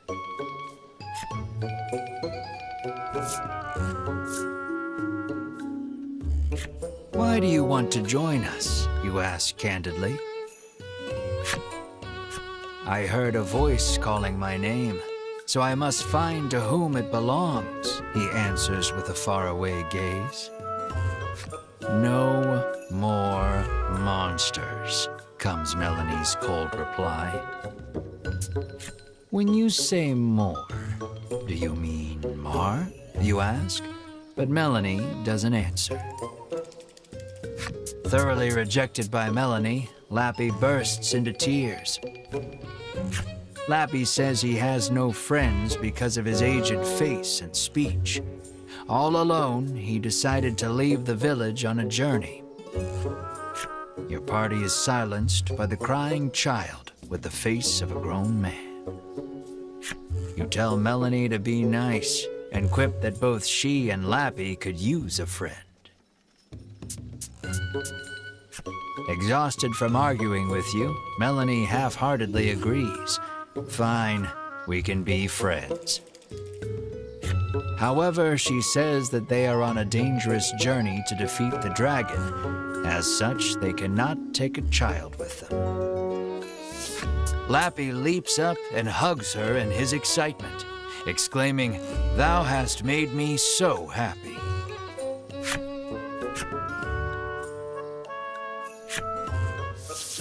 Till next time, Melanie says, peeling Lappy off of her and placing him on the ground. Though she thought all monsters to be evil, Melanie feels that the ones here are different. Finally, a friend.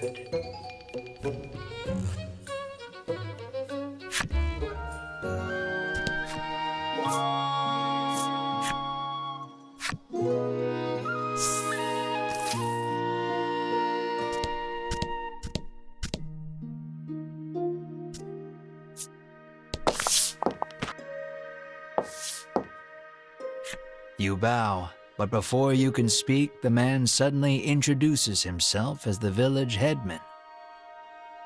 He laughs, then shamelessly praises his own village as being wondrous and peaceful. "And who are you?" he asks. After explaining that you are on a quest to defeat the dragon, the headman invites you to rest your feet a bit in his village. He says that he had heard rumors of the dragon when he traveled the world. "You must be tired from your journey. Have a seat. I will have my chef prepare a feast," the headman says, then claps his hands twice to summon a stewardess.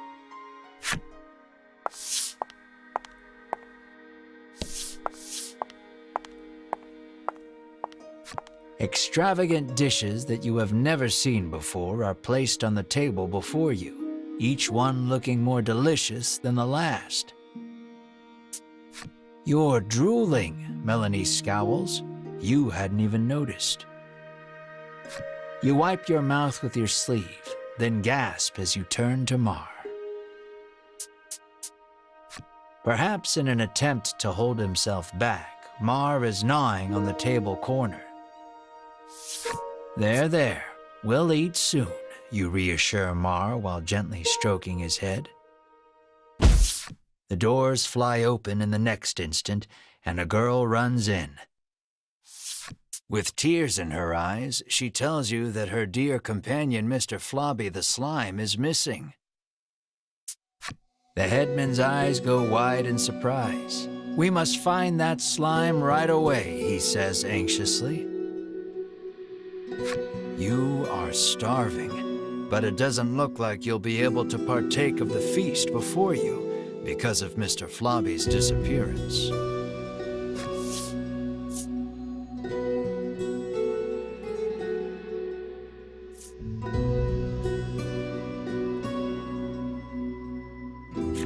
"We will find your slime, and then we feast," you add quietly.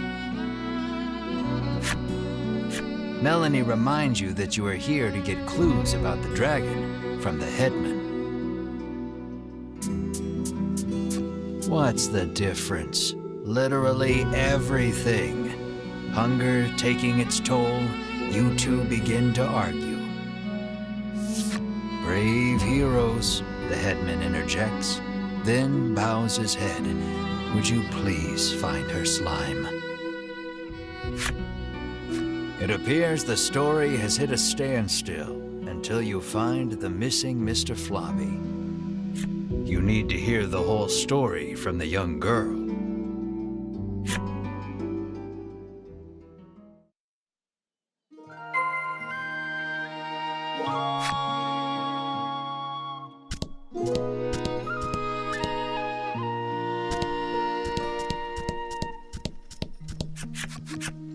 The girl sobs, wailing about the missing Mr. Flobby. Melanie places her hand atop the girl's head and promises that your party will find her companion. The girl then hands something to Melanie. It looks like the muddy handkerchief she used to wipe Mr. Flobby. She asks Melanie to wipe Mr. Flobby with it after you find him.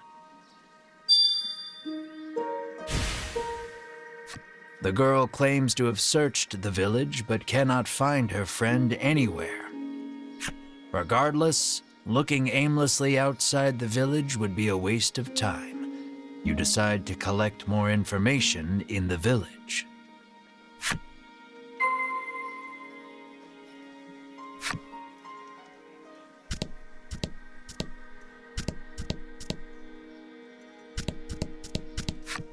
She says she saw a suspicious man in black with a slime outside the village not long ago.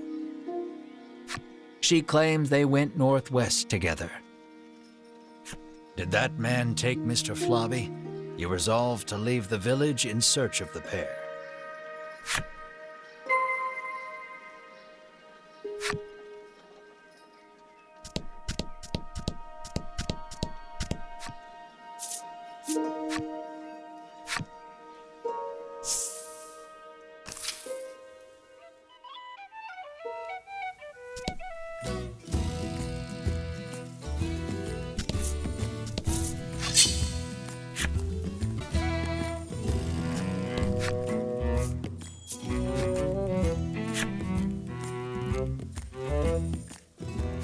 Though a torch is not strictly necessary, it would certainly help you find your way through the dimly lit shrine.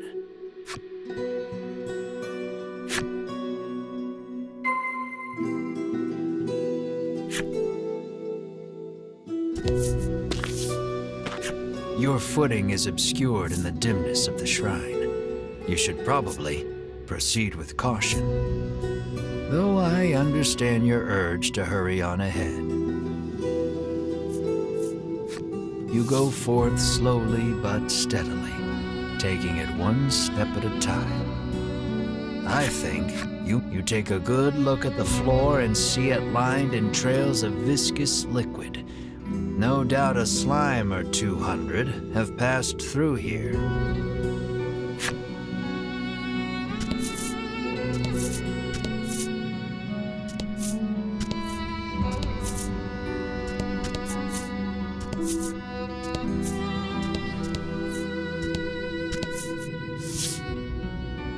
It looks like poor Mr. Flobby is being held captive by the mystery man. Hand over that slime, you shout to the man in the dark. You speak as if I kidnapped him, he remarks, curtly turning to face you. When your eyes finally adjust to the surrounding darkness, you realize the man's clothes look eerily similar to Melanie's. Melanie's mouth falls open in surprise. It seems the man has noticed Melanie as well. It looks like the two know each other.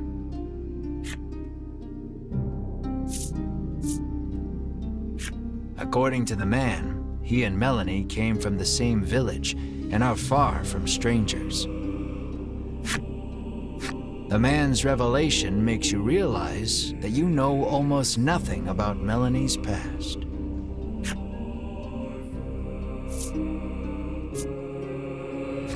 You ask Melanie about her hometown, but she holds her tongue. Then the man speaks. With forbidden magic, our clan has ensured the dragon, he begins, when Melanie cuts in. She rattles on about the man, telling you that he is Vince, a lunatic obsessed with the dragon. Vince resentfully claims that he is searching for the noble dragon to protect it. You ran away from home with your tail between your legs, he ridicules. Enraged, Melanie lunges at Vince. You have so many questions, but realize that the most pressing matter is getting Mr. Flobby back. So you ready for battle? Careful, he won't go down easy.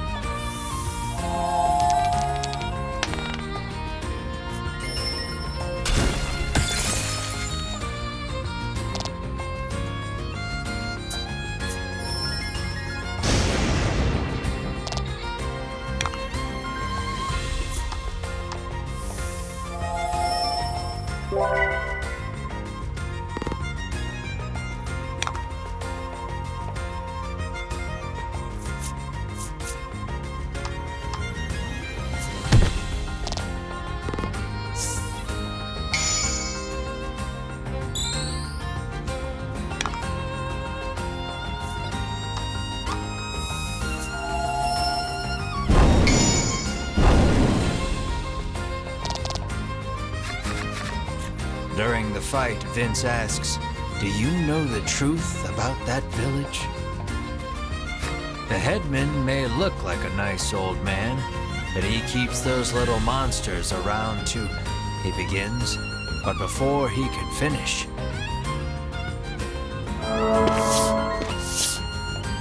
Winifred, Hedwin, and Berwin of the Ivory Order appear. The three brush you aside, fixing their attention on Vince. "So you are the one who disturbs the peace," they exclaim, then charge at him. The Ivory Order and that false justice they serve are the true evil here, he retaliates, fighting back.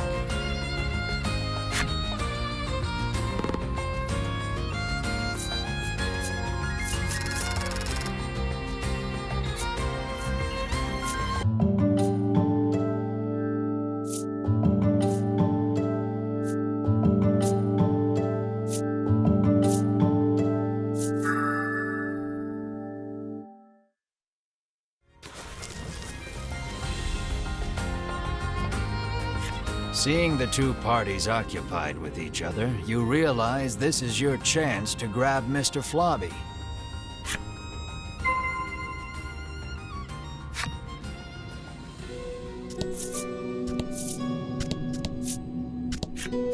Perhaps wary of humans, Mr. Flobby dashes out when you draw near.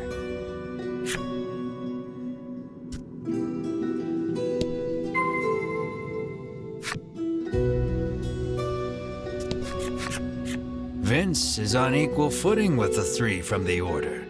You realize then that he wasn't fighting in earnest against you earlier. Engrossed in their battle, the combatants pay you no mind.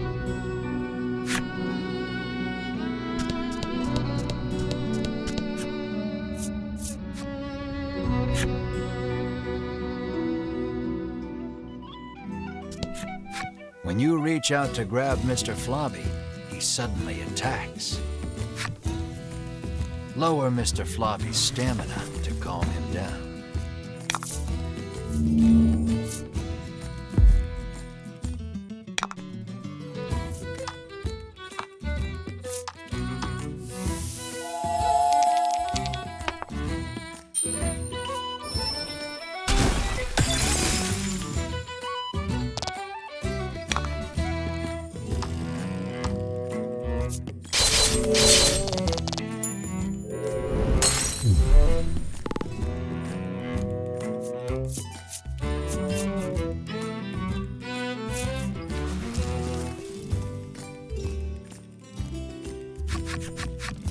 Exhausted from the fight, the raging Mr. Flobby finally stops attacking. But it seems he hasn't yet come to his senses. He glares warily at your party. Find something to help return Mr. Flobby to normal.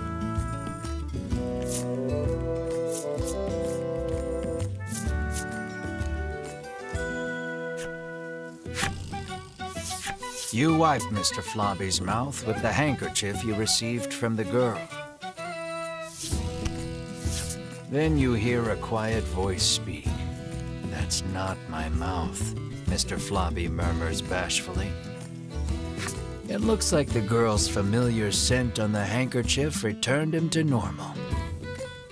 Having regained his senses, Mr. Floppy heads back to the village. You place the increasingly sticky handkerchief in your bag.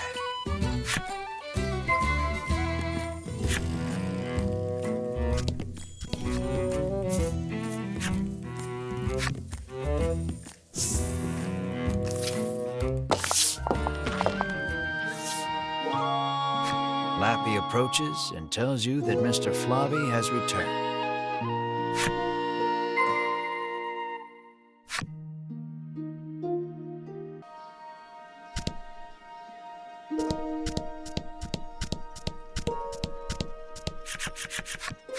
The girl is ecstatic that Mr. Floppy is finally back home. I'm happy for you, Melanie says with a smile as she returns the handkerchief. The girl bows her head and thanks you deeply. Mr. Floppy looks as slimy as ever. You just hope it's a happy slime. The headman wants us to bring Mr. Floppy to him. Would you mind, you ask? Of course not, but bring him back soon, she answers with a bright smile.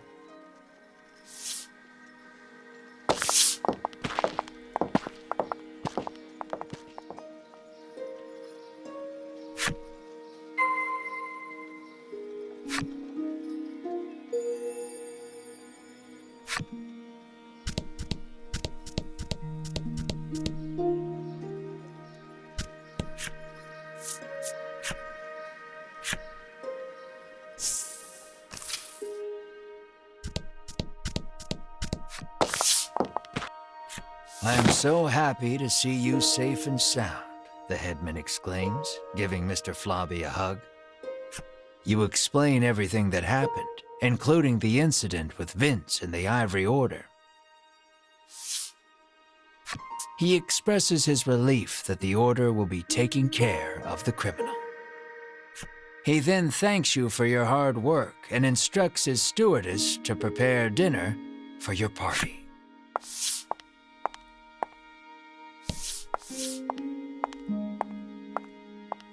You can feel your collective mouths watering at the sight of the lavish meal before you.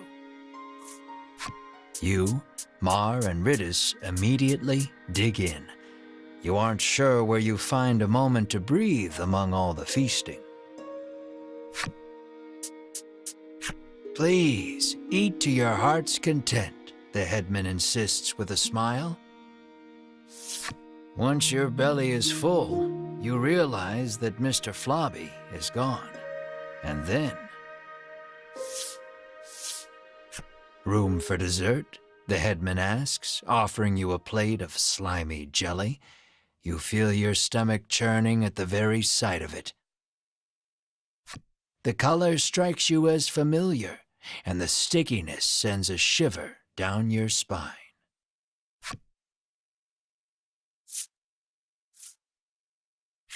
Is this Mr. Floppy? You ask the headman, your voice trembling in disbelief. The headman looks at you with a plain expression, one that holds no malice. Is that a problem? He questions back. This dish is a masterpiece, he remarks with a light-hearted chuckle as he gazes at the jelly. And I have you brave heroes to thank for it. Had you not brought that slime back, we would not be able to enjoy this exquisite dessert.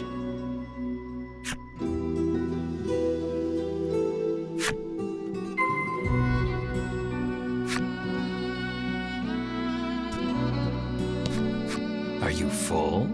He asks, seemingly concerned at your silence. It would be a shame to let something so splendid go to waste.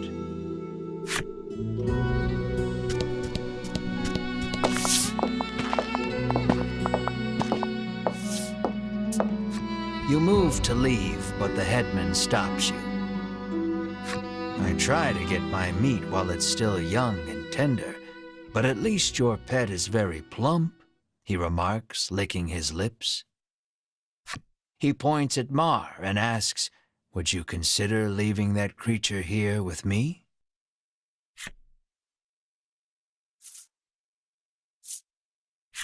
Never, you refuse flatly, not bothering to hide your discomfort. Think about it, he entreats, and then you grab the headman by his lapels, hands trembling in fury.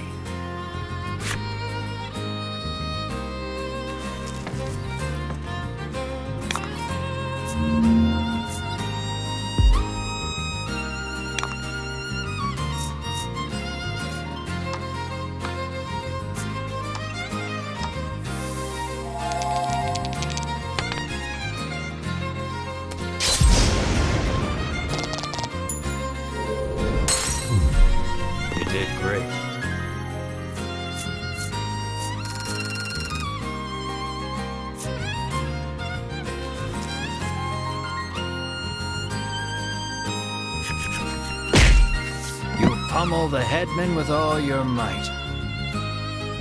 Curled up on the ground, the headman groans in pain, but insists that monsters were meant to be eaten.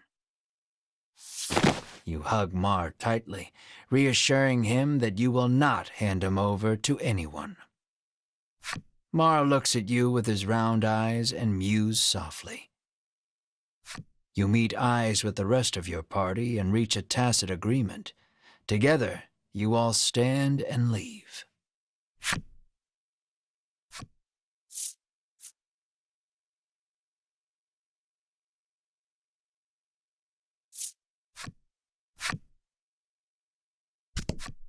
His consciousness fading, the headman asks, "What did I do?"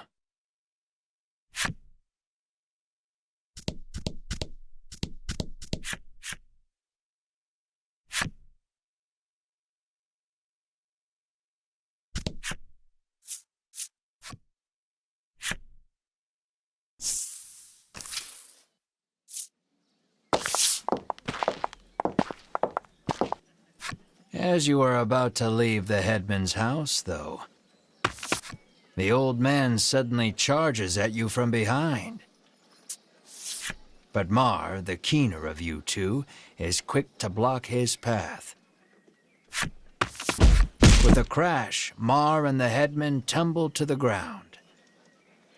From the headman's hand falls a small blade. It clatters to the ground, covered in blood.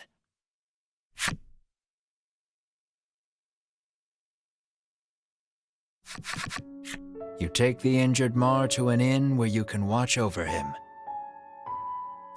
You gaze at the unconscious Mar with concern.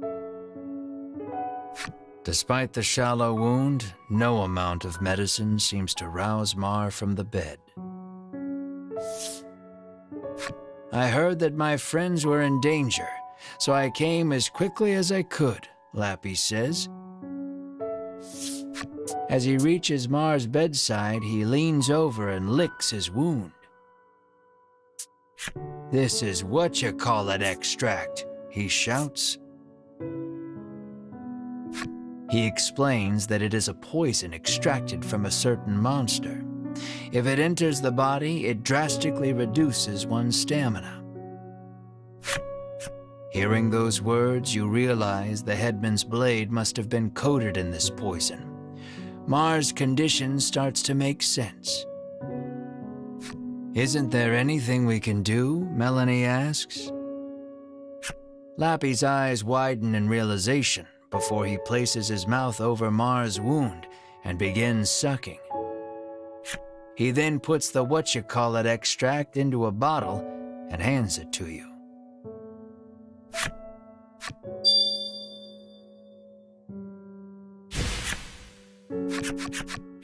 Lappy says that if you follow the road south of the village, you will reach Shoreland. He tells you to give the extract to the famous nutritionist there.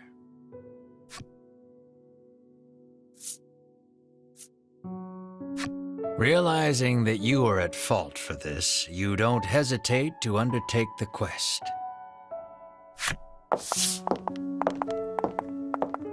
But this is strange. The extract comes from a monster, so it should have no effect on one, Lappy remarks with a curious tilt of his head.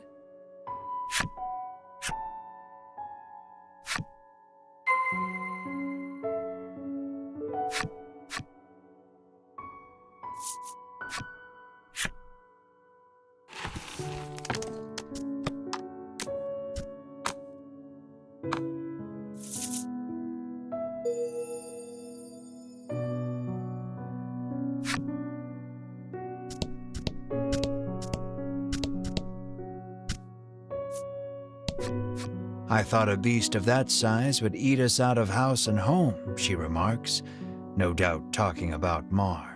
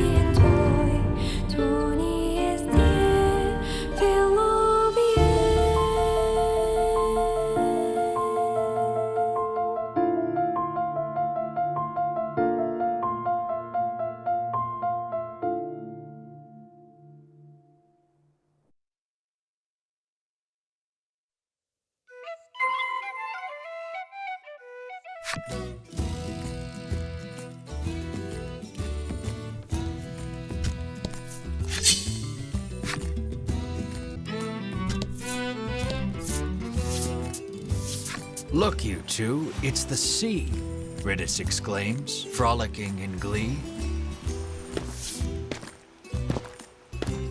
You, on the other hand, trudge along as far as you can from the coast, ignoring the hair sticking to your forehead.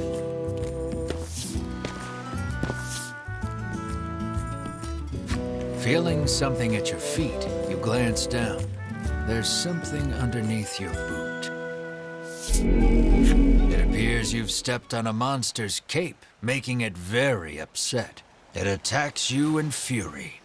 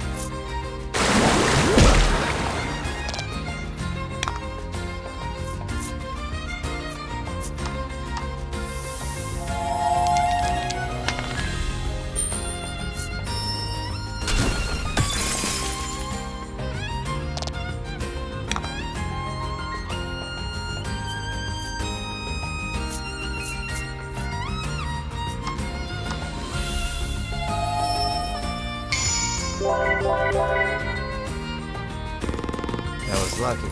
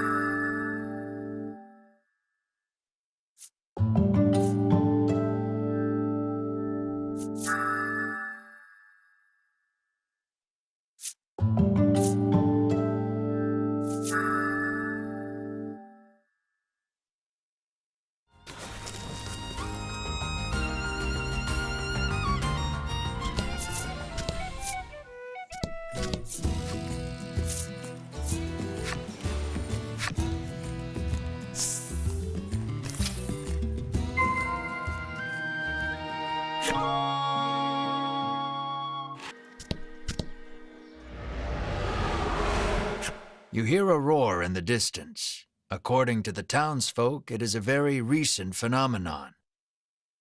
Rumor in the village has it that it might be the dragon.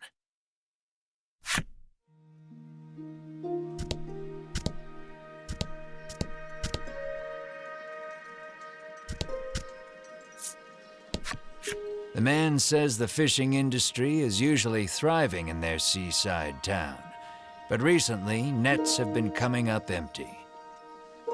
He mentions that even the fishing harbor to the northwest has been suffering from poor hauls of late.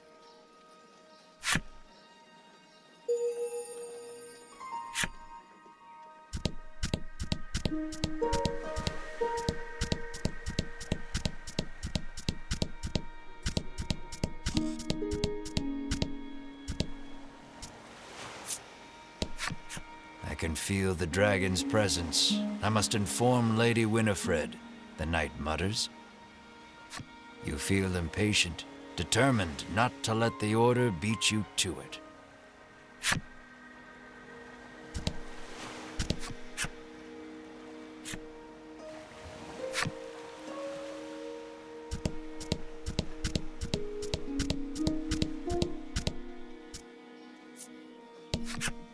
A troubled woman tells you that there has been a rise in thefts lately. She speculates the recession to be the cause. She claims that even the cold medicine she always has on hand has disappeared. She narrows her eyes at the crowd, suspecting there is a thief among them, and offers a reward for the return of the medicine. Your ears perk up at the word reward, and you immediately agree to help expose the dirty thief.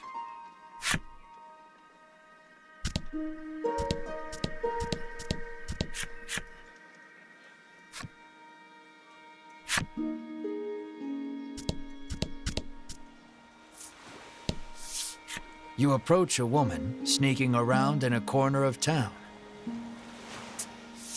Hearing your voice, she turns in surprise.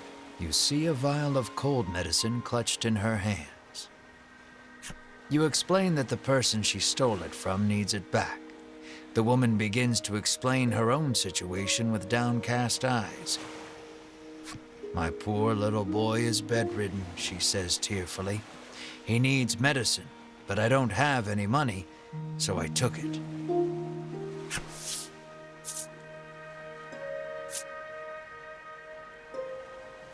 Hearing her tale, you are overcome by sympathy and decide to look the other way. She thanks you and hands you something, apologizing for not having more.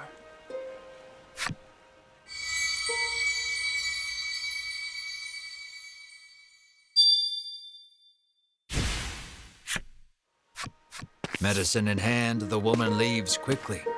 Now then, what to tell the other lady?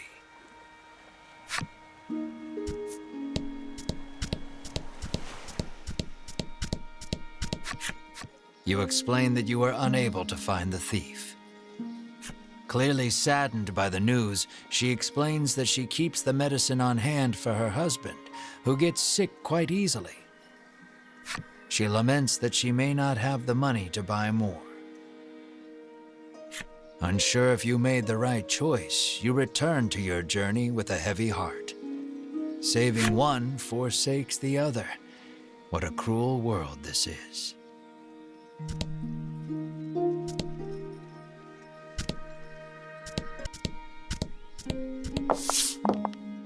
The sign on the door reads, "The Great Nutritionist Oreo." You open the door without knocking. "Is anyone home?" you call.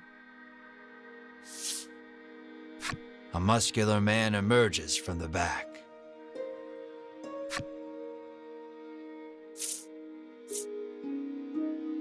You politely ask if he is the nutritionist. "Indeed, I am the nutritionist Oreo," he answers.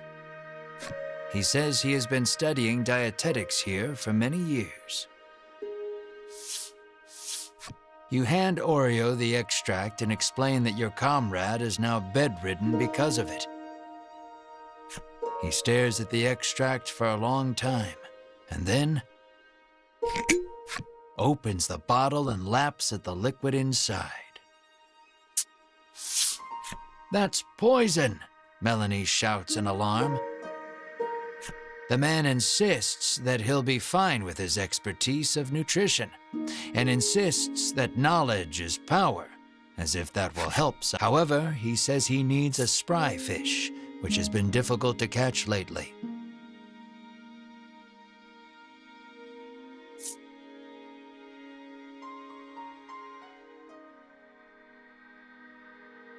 He needs a special fish to make the necessary supplement.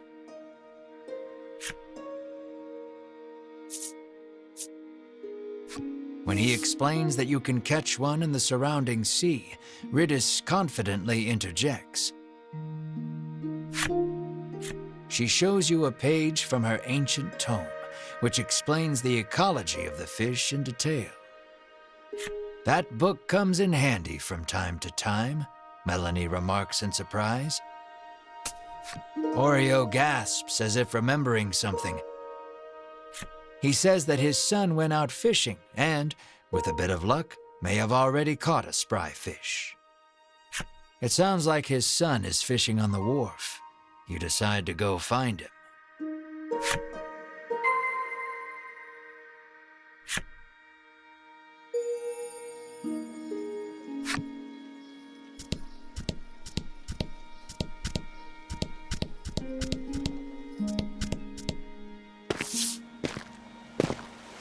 You see a young man with his line in the water and call out to him.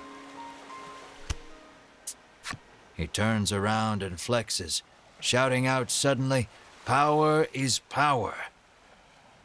You stare, enchanted by his bulging musculature. There is no doubt in your mind that this is Oreo's son. He asks if you have business with him.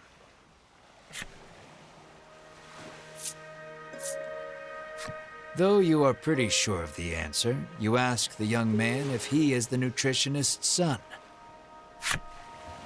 "That I am," he answers. He introduces himself as Bruno and says he is learning to be a nutritionist like his father. You introduce yourself, expressing to him that you are a hero on a journey and require a spry fish to save your ill comrade. His eyes begin to sparkle the moment you utter the word hero, and he becomes engrossed in your tale. More or less grasping the situation, he regrets to inform you that he has not caught any spry fish yet. He says that a monster has settled near their town, and its thundering roars have scared most of the fish away. You know Oreo needs a spry fish to make that supplement. Hearing the despair in your voice, Bruno speaks, his words like an ember in the dark. He tells you that there is a harbor near town where fishermen gather. Perhaps you can find the fish you seek there.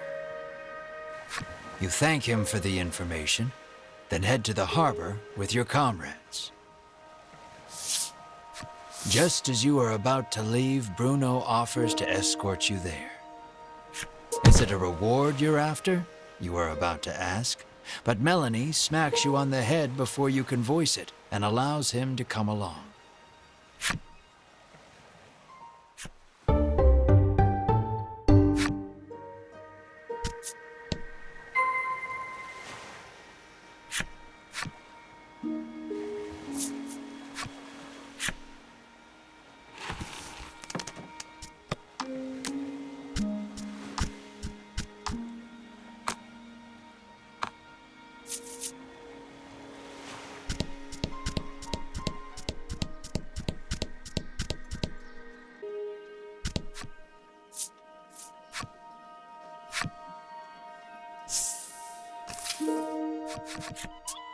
Bruno looks ecstatic that he was allowed to join your party. When you ask him why, he tells you that his dream is to be an adventurer and has thus been training every day. But his father, famed in the world of nutrition, forced him into following in his footsteps. One desires strength, the other knowledge. Unable to see eye to eye, the two fight nearly every day. What will you ask Bruno? You ask Bruno about his sword arm, saying you are something of a swordsman yourself. Bruno replies that he specializes in hand-to-hand combat, then flexes his bulging biceps as proof. Apparently, he only carries around a sword to look like an adventurer.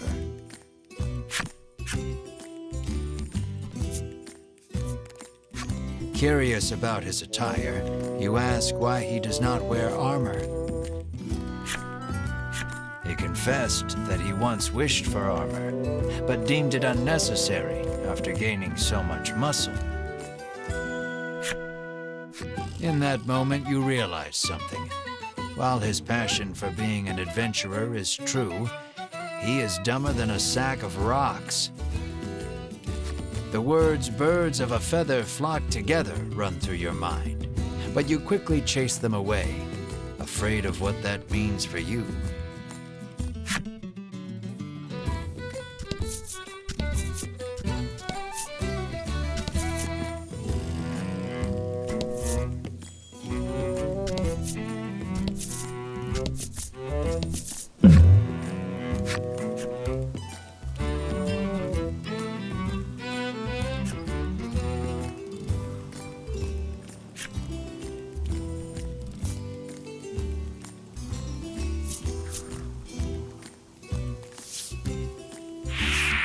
You pretend you never saw the sign and drop the armor into the hole. "Hey!"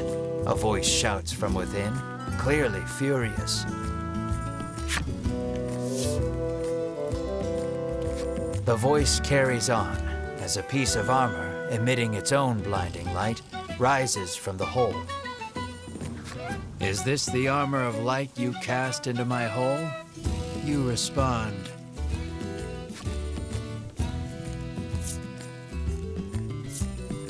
"It is," you intone, slack-jawed, utterly transfixed by the gleaming armor before you. "You lie. However, I shall part with this armor for a price," the voice bargains.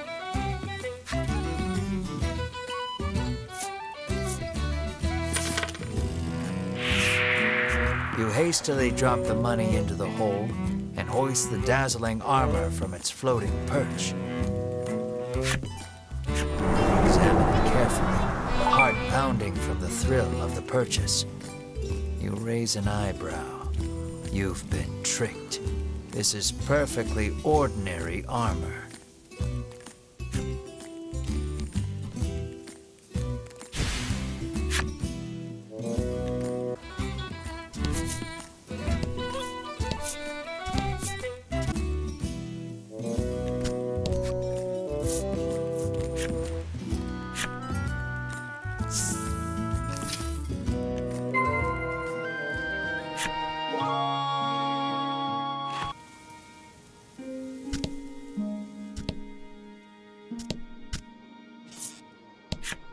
He has been fishing for several days, having decided not to return home empty-handed. He hopes his wife and child back in Shoreland are well.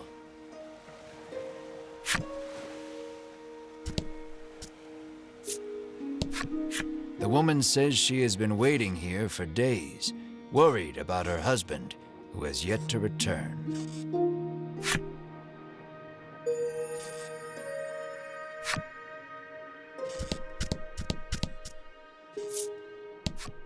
Lately, a monstrous roar has been disturbing the seas and scaring away all the fish. He sighs, lamenting that his catches have been poor as a result.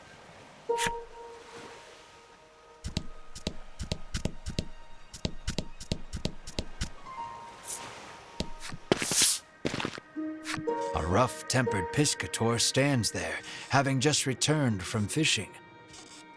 Mars' fate rests upon this man's haul.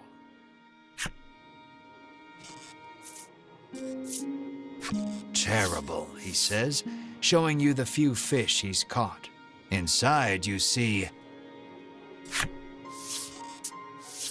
a spry fish, Bruno shouts. You ask him if you can have the spry fish, but he says he won't give it up for free.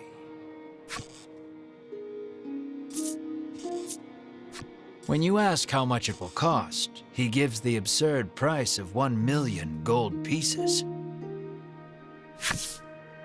You're heartless, Ridis pouts. The man is enraged by the rude response. Just then, Bruno prances forth and shouts, "Stop right there!" Your fisherman muscles are simply sublime, he exclaims. He challenges the man to a competition of muscles with the spry fish as the prize. The piscator seems interested and agrees on one condition. If you lose, you must become my servant. This one's all yours, Melanie says, patting you on the shoulder. Then let the carnival of might and muscles begin, Bruno roars, completely fired up. Your puny body is no match for mine, the piscator shouts back, throwing a punch.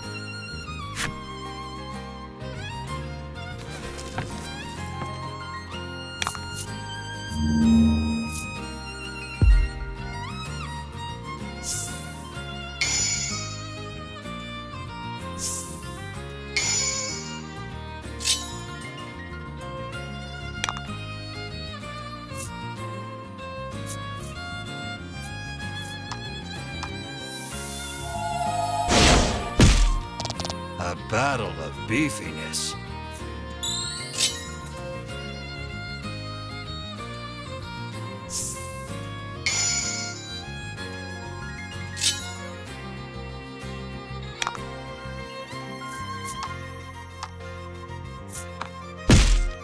It feels like watching a bodybuilder competition.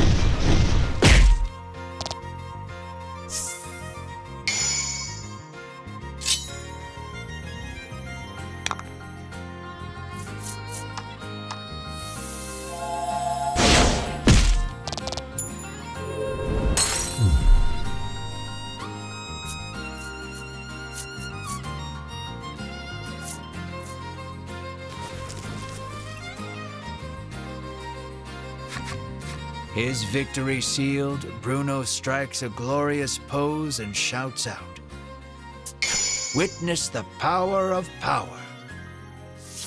Defeated, the piscator hands over the spry fish to Bruno. Bruno extends a hand to the piscator, who has fallen to his knees. With a serene smile, he takes the offered hand. An unspoken friendship begins to form between the two. Or at least, you hope that's what the prolonged silence between them means.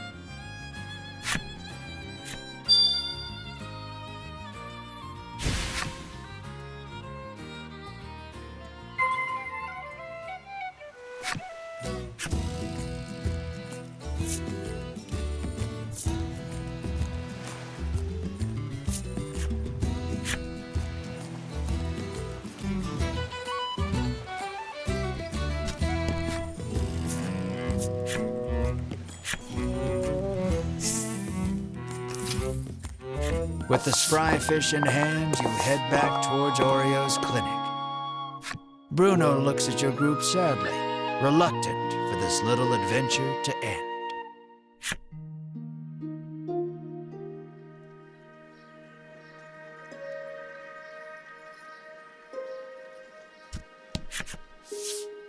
You hand the fish to Oreo and ask him to make you the supplement.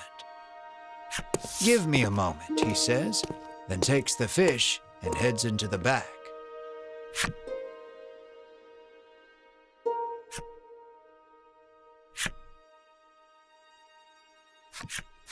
"It's ready," he says, emerging from his room and handing you a bottle.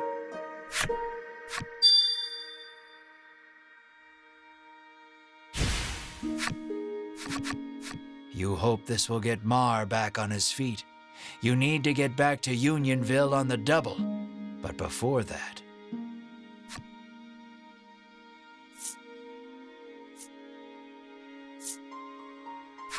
You face Bruno and say, "Take care," then run off. But Bruno stops you and says he wants to journey with you just a little longer. But Oreo is quick to douse the flames of his desire. "You will stay here and study," he commands. "Then you leave me no choice," Bruno's expression reads as he raises both hands behind his head and squats at hyperspeed. "I want to show this power to the world," Bruno proclaims to his father. "You have much to learn, my son," Oreo retorts as he starts sidestepping at breakneck speed. Only the sound of their labored breathing and bodies moving resonates through the otherwise silent room. You can only look on in stunned silence at the enigmatic display.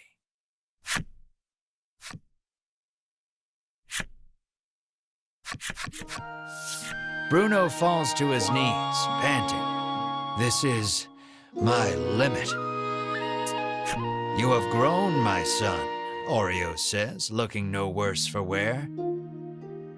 "So are you coming with us or not?" Melanie interjects, ever the blunt one.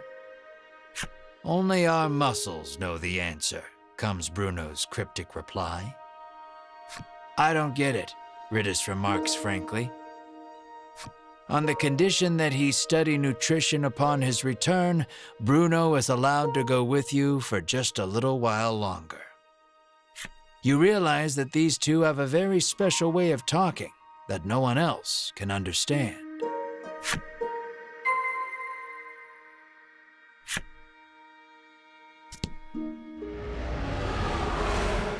Hearing yet another roar in the distance, you realize you need to get the supplement to Mar so you can investigate the sound together.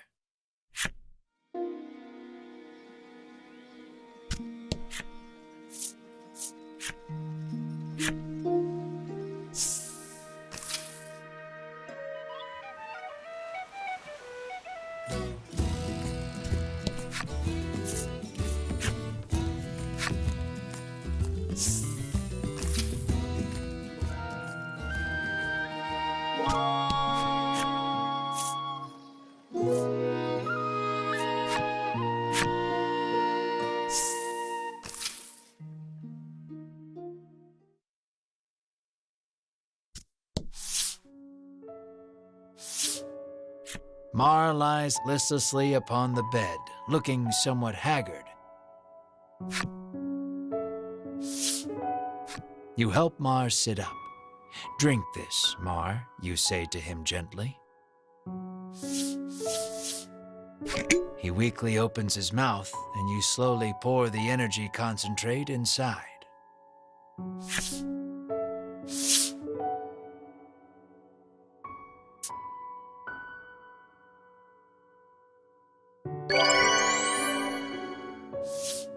Mar abruptly bolts up and turns his head toward you with a puzzled look.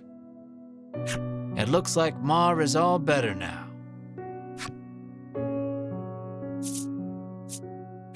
You give Mar a tight hug.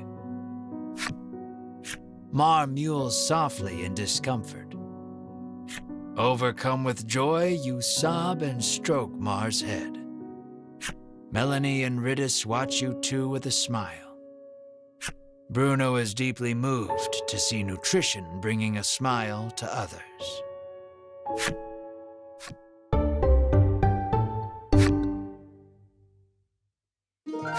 With this, you can finally put the happenings of that strange village behind you. You decide to take Bruno back to Shoreland, then continue your search for the dragon.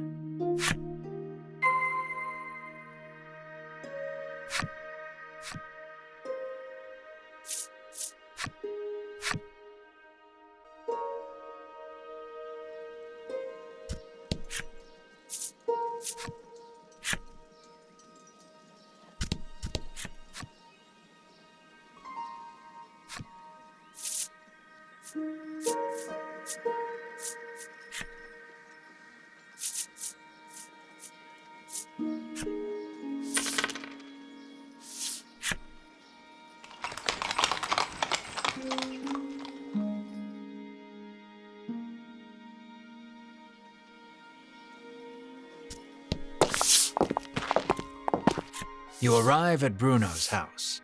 Though he seems to want to adventure a little more, he reluctantly enters his house.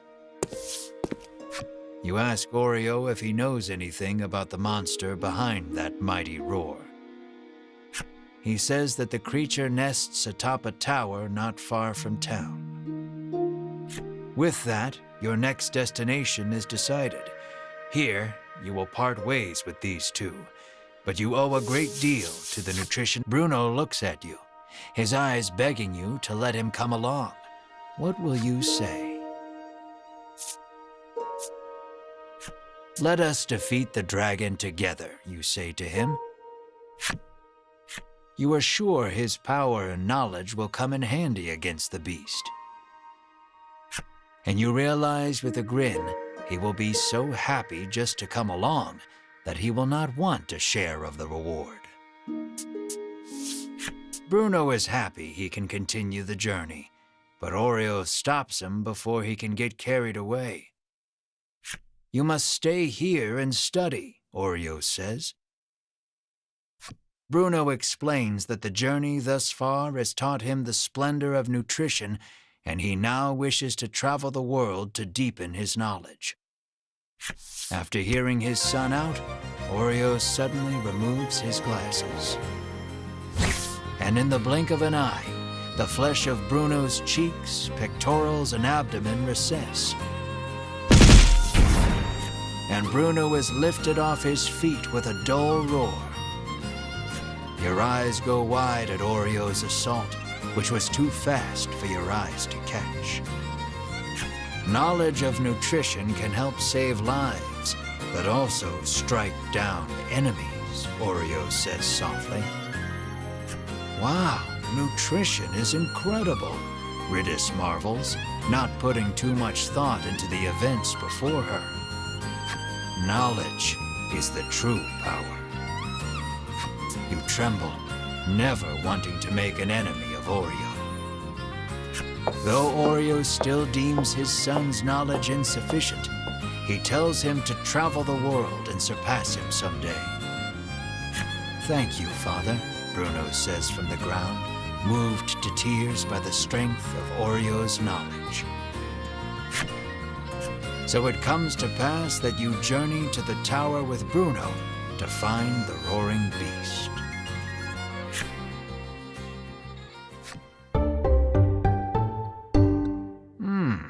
Yet another colorful character.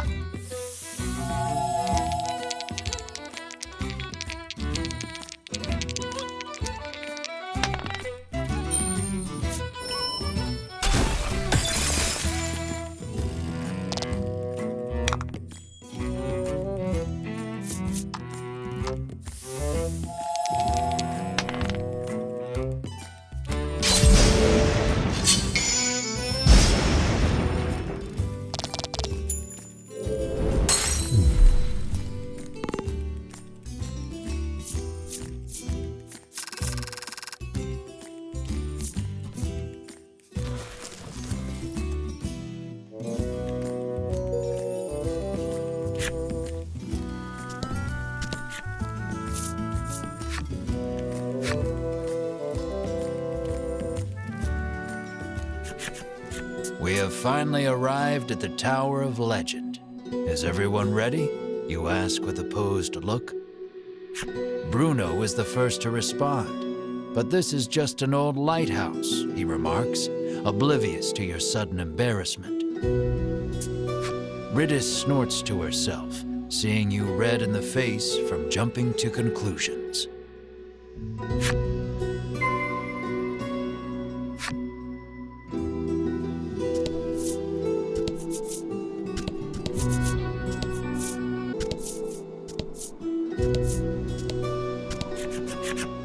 It appears this sturdy door has a magic seal on it. Unfortunately, it is out of her realm of expertise. Riddis rolls up her sleeves and shouts, "Open Sesame!" You all watch in silence as the door stays shut. You snort to yourself, seeing Riddis red in the face.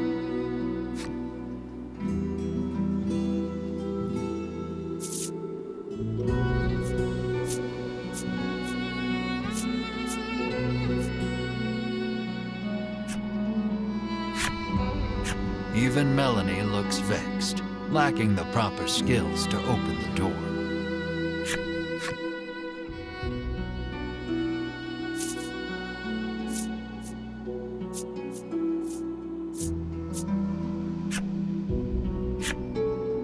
You tried to fight magic with magic, only to have it repelled by the seal.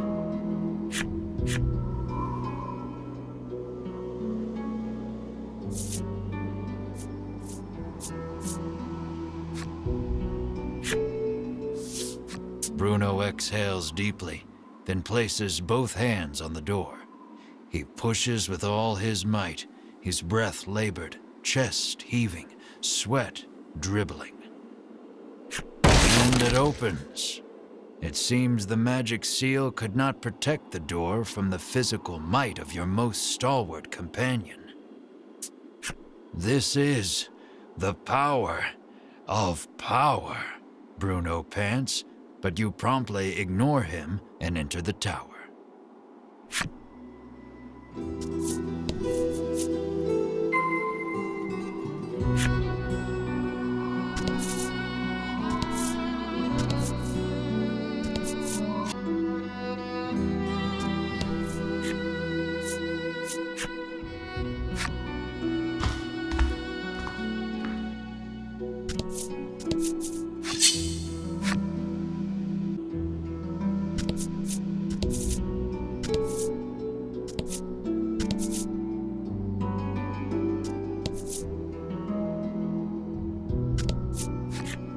Foolish humans.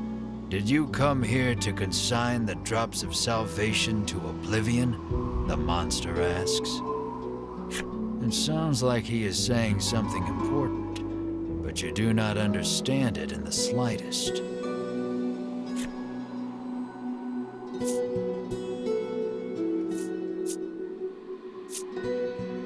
Melanie is so absorbed in thinking about the creature's words, she cannot hear you calling her.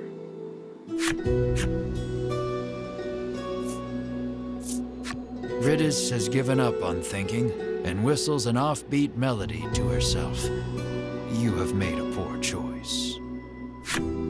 While everyone is distracted, the monster attacks.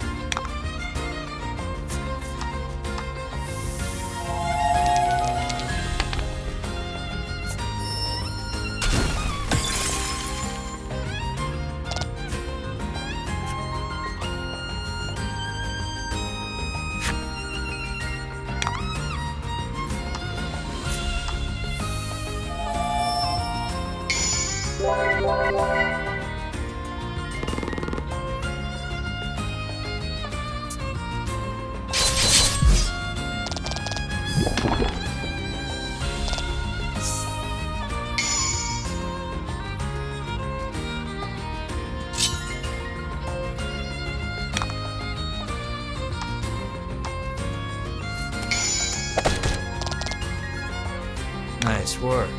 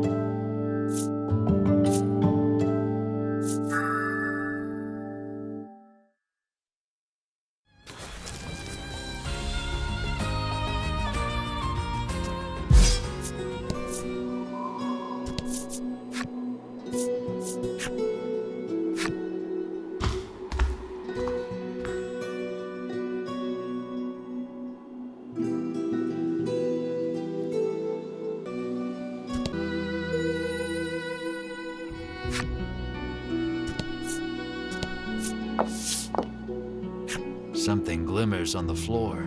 Melanie suggests it might be money. You are instantly upon the shining object, picking it up. Melanie asks why you have such a fixation with money. We were poor, so you begin. Then remember being serious isn't in your character. Leaving your past a mystery, you quickly throw aside the shiny piece of glass and move on.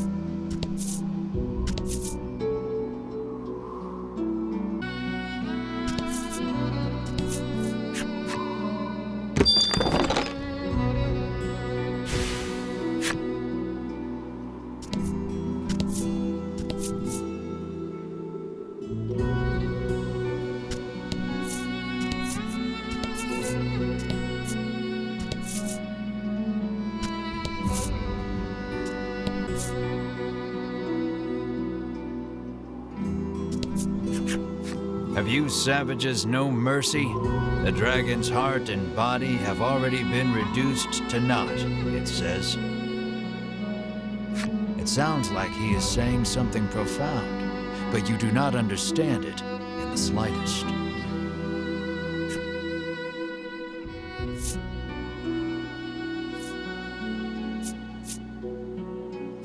Melanie considers the words, but cannot seem to concentrate, with the oppressive heat radiating from Bruno's sweltering pose.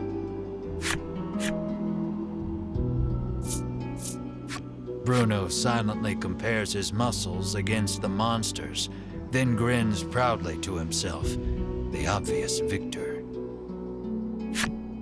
You feel your eye twitch, realizing that your comrades may be the death of you. While everyone is distracted, the monster attacks.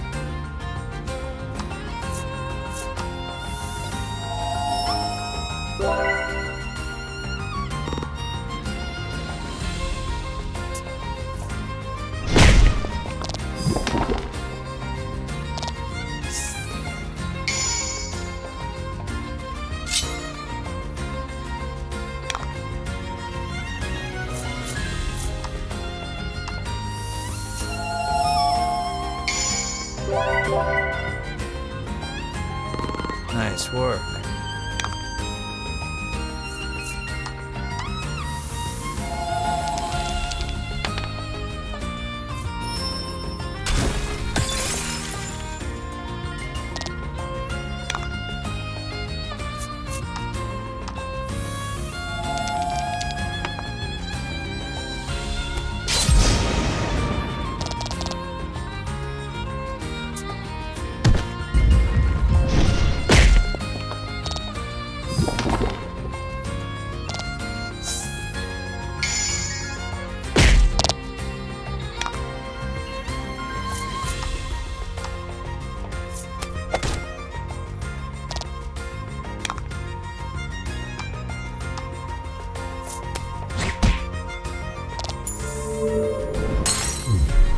You did great.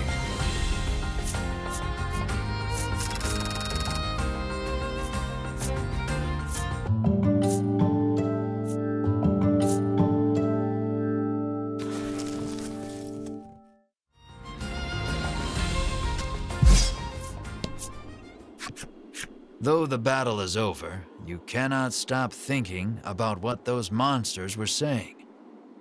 Come on, we have to defeat that dragon, Melanie says assuredly. Why are you so obsessed with defeating the dragon? You ask her. She explains that her mother was killed by the dragon. She did not say any more, but her hatred for the beast was clear in her eyes.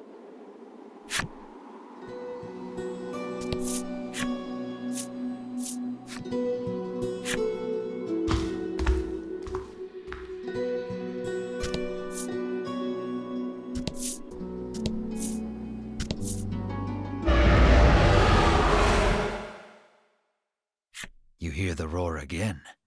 It seems to be coming from the upper levels.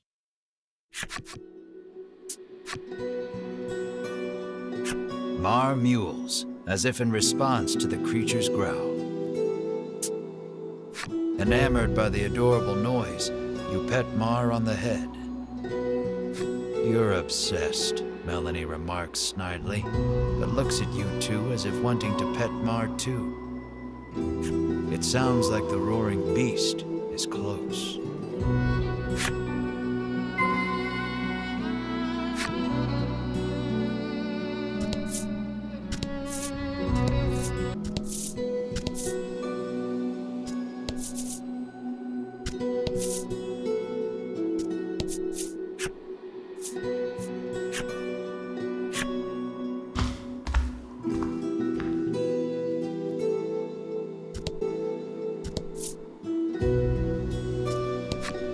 The door before you is shut quite tightly. It appears to have a keyhole. The magical key may be of use here.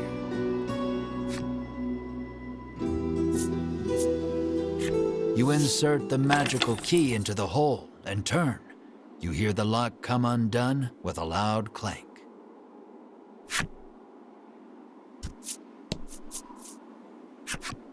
The dragon may be just ahead.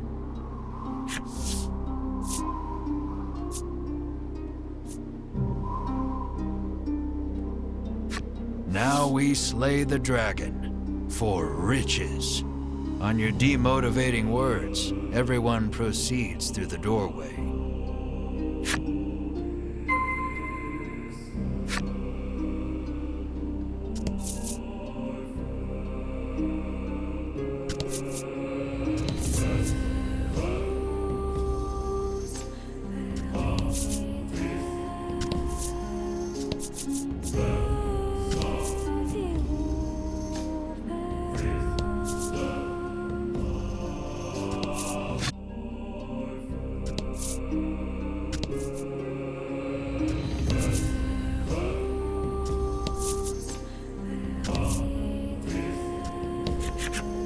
You have finally arrived. Before you stands the dragon you have been searching for. More assassins, the dragon sighs weakly. Whether or not the beast is weak, you care not. You muster up your courage and shout, "Prepare yourself, you big lizard."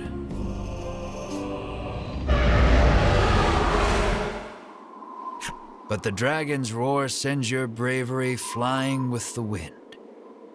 Your legs tremble in fear. But no matter how scared you are, the dragon will not wait.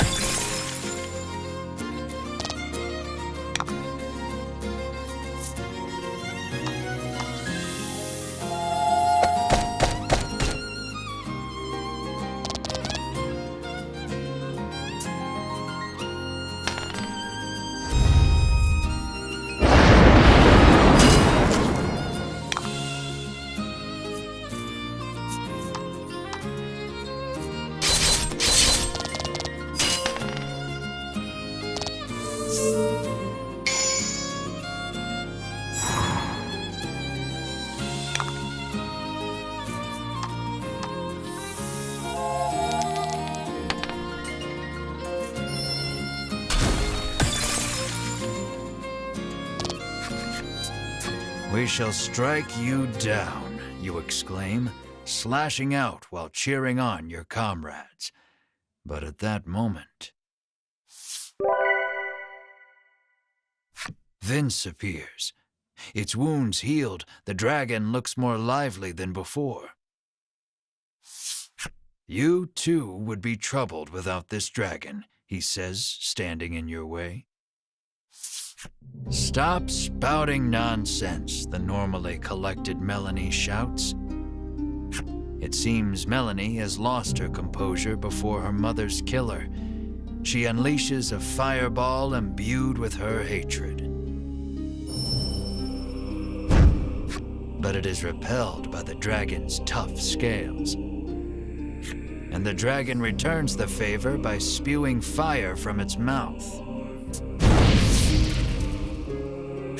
You seem to stand no chance against the revitalized dragon.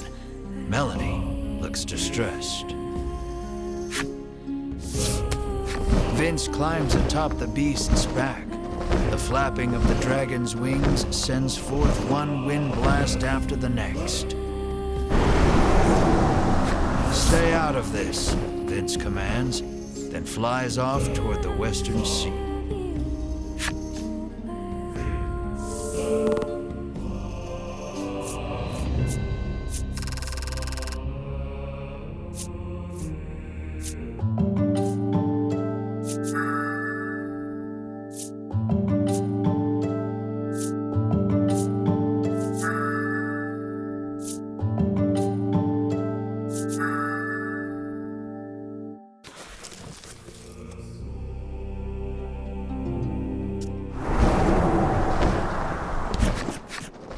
You worry for Melanie, who has been burnt badly by the dragon's fire. I can't get up, she whispers weakly. Drink this, Bruno instructs, offering her a small bottle. It will help you regain your strength. Bruno claims he drinks it every day. It is a recipe from his father, that of a custom supplement.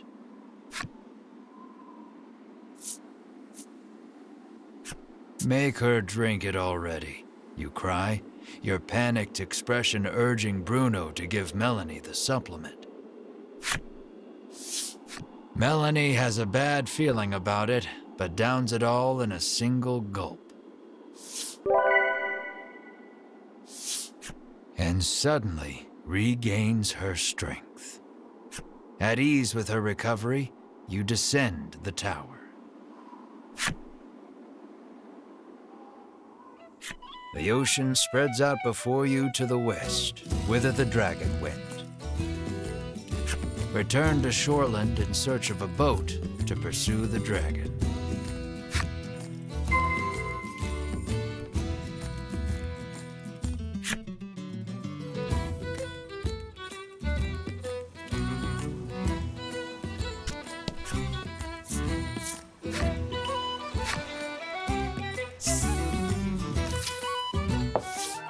When you return, Oreo approaches. It seems like something has happened to the town. He says a raging wind blew through and destroyed the town. You surmise the flapping of the dragon's wings is to blame. You explain that you need a boat to go after the dragon, and Oreo's look turns grim. Sensing there may be a problem, you quickly make your way to the wharf.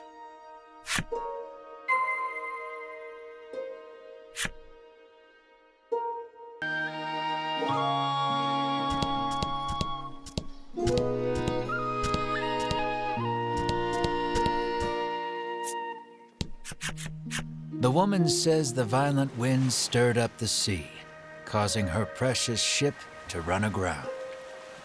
But if you can return her vessel to the water, she will gladly give you a ride. Your brows furrow, knowing that there is no way you could move a ship. Beside you, Bruno stretches, warming up his body.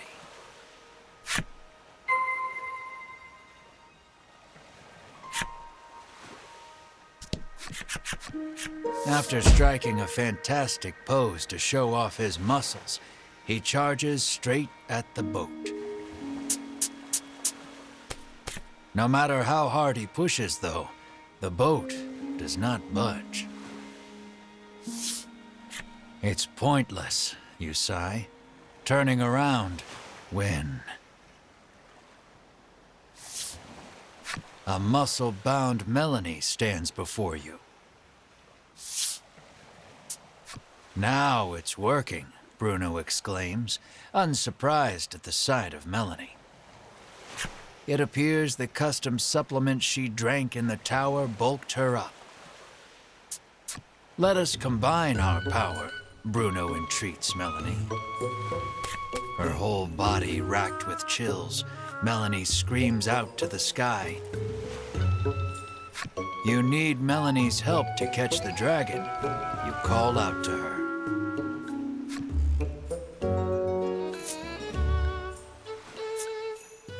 Hoping to distract her from her shame, you shout out complete nonsense. But in the next instant, you receive a violent punch to the face and are sent flying. You hear your bones creak in a way you've never heard before. But afterward, the two muscle-bound forms work together and return the boat to sea. I will never be a beautiful bride like this, Melanie mutters sadly. You're wrong, Bruno exclaims. Those muscles are the most beautiful thing a bride could ever have. At any rate, you leave the port town and follow the dragon.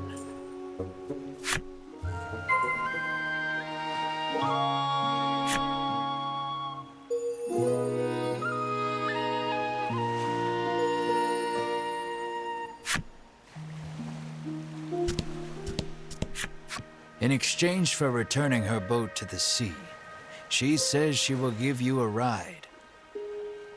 Her gaze settles on Melanie. You, my lady, are no ordinary woman, she remarks in awe.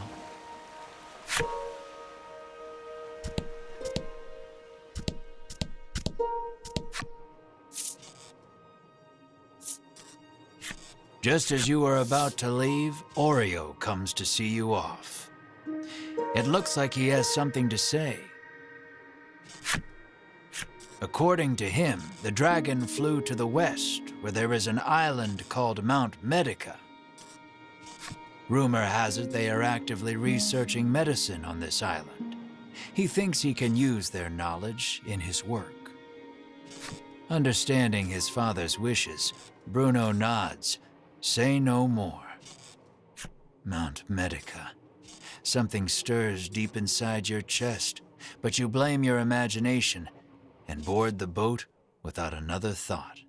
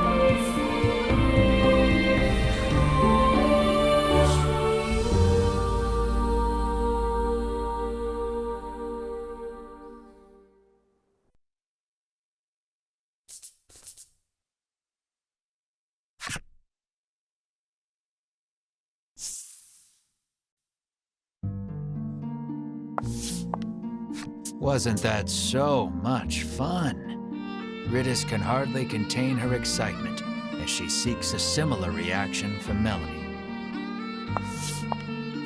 Sure, Melanie croaks, her face a sickly shade of green. The custom supplement has worn off completely. Ritis turns to you and carries on, oblivious. Wasn't that just the greatest?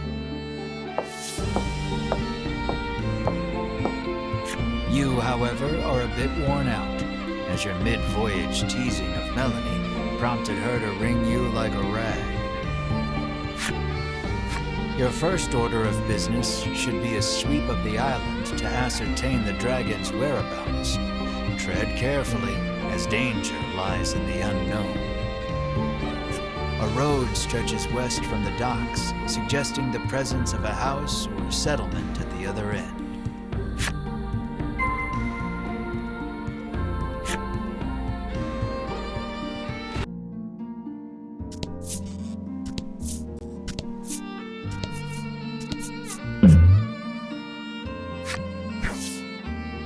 Something flies in front of you. Your friends are startled back, but your hand shoots out before you can think to stop it. You manage to catch whatever it is. When you open your hand, you see what you've snagged.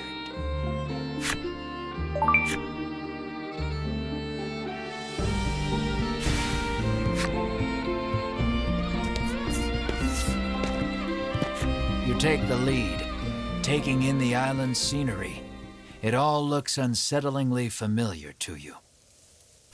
A white-hot streak of pain shoots through your head, feeling as though your skull will split in two. You grab your head as if holding it together and drop to your knees. The searing pain erases any hope of recalling the memory that felt primed to return to you. Beads of sweat are pouring off you now as you struggle to keep your head in one piece.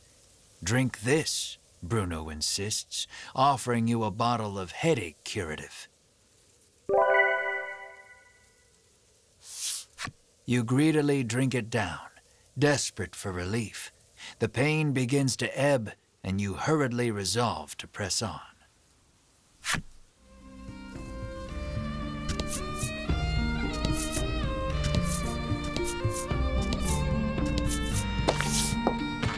After a time, you happen upon a village. This place, you mutter unconsciously. Perhaps he is as anxious as you are about this place. You two okay? Melanie asks. You open your mouth to reply. Only to notice the ambush a moment too late. Repel the monster attack.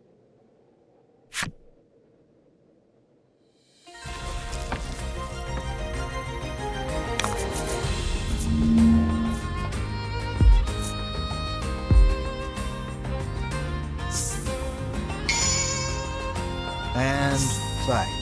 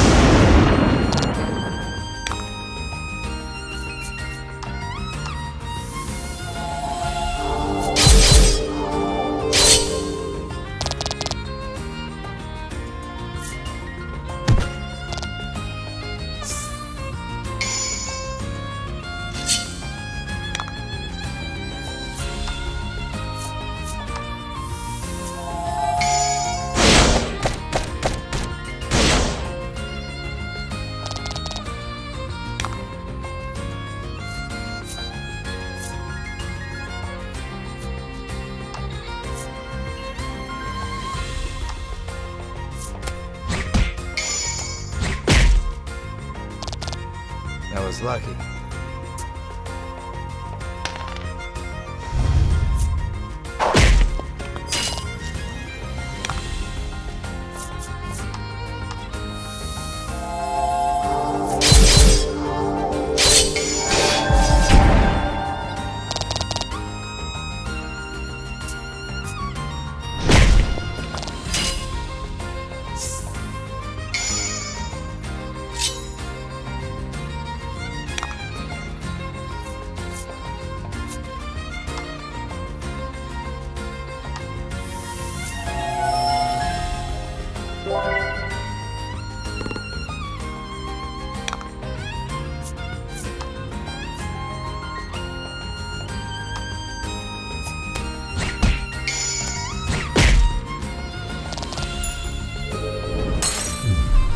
Fortune favors the bold.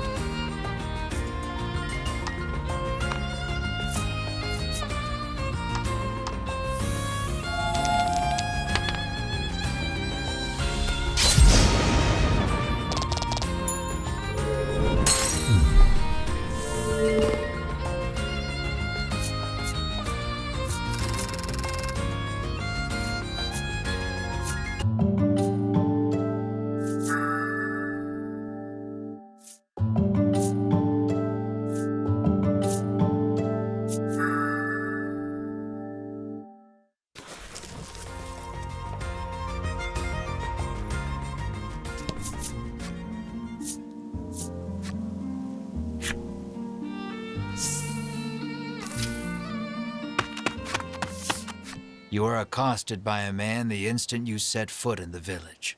"Medicine, please," he begs. His eyes are glazed over, and his general demeanor unsettling. Should he really have medicine? You give him a glimpse of the medicine. "Nothing in this life is free," you sneer. Your callousness is swiftly punished as the medicine slips from your grasp and clatters to the ground. The man runs off to who knows where, making noises that can only be described as inhuman. You and the party resolve to continue exploring the village, despite the unsettling encounter that just occurred. Something is askew in this village. It would be best to proceed with caution until you can determine what is happening.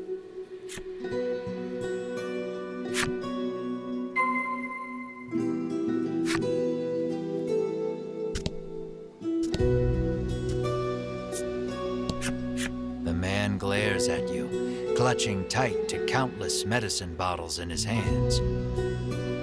He insists that they all belong to him and refuses to share them with anyone.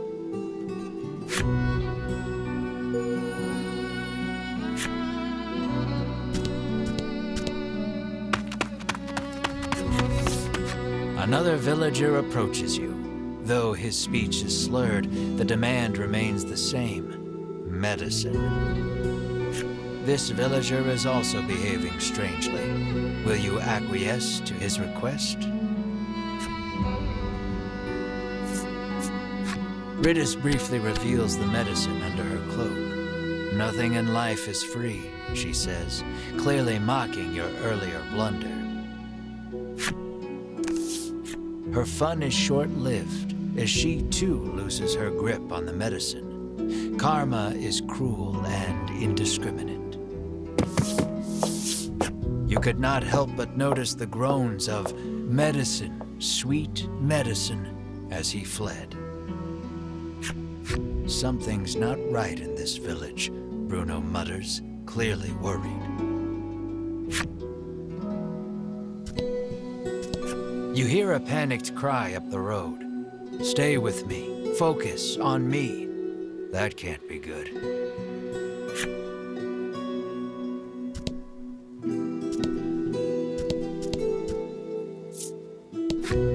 The old man sighs, saying he lost both his son and grandson to the medicine. Not wanting to be the only one left behind, he lifts the bottle in his hand to his lips and gulps it down.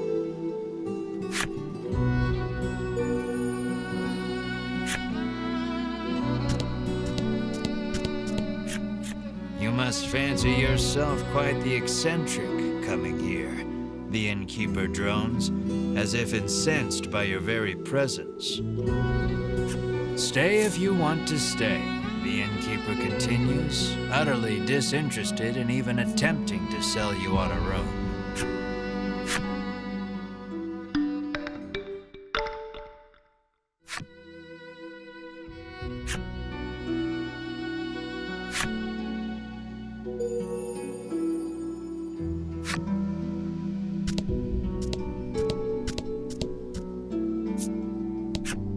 You hail the villager, only to receive a blunt, "Go bother the village headman with your chatter," in return. The villager turns to face the wall once more and smacks his head against it repeatedly. His forehead is soon covered in blood.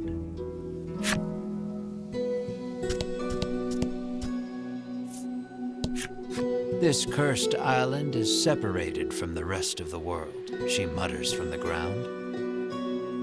"I heard that outsiders call this place Mount Medica," she remarks, then throws the empty bottle in her hand to the roadside.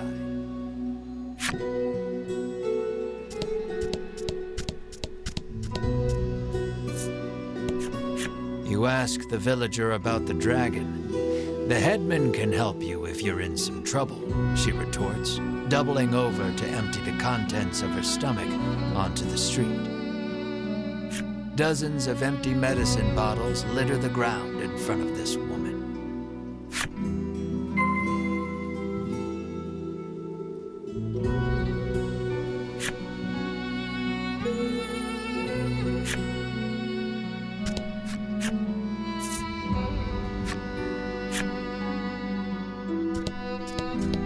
There isn't a soul about. The house is surely abandoned.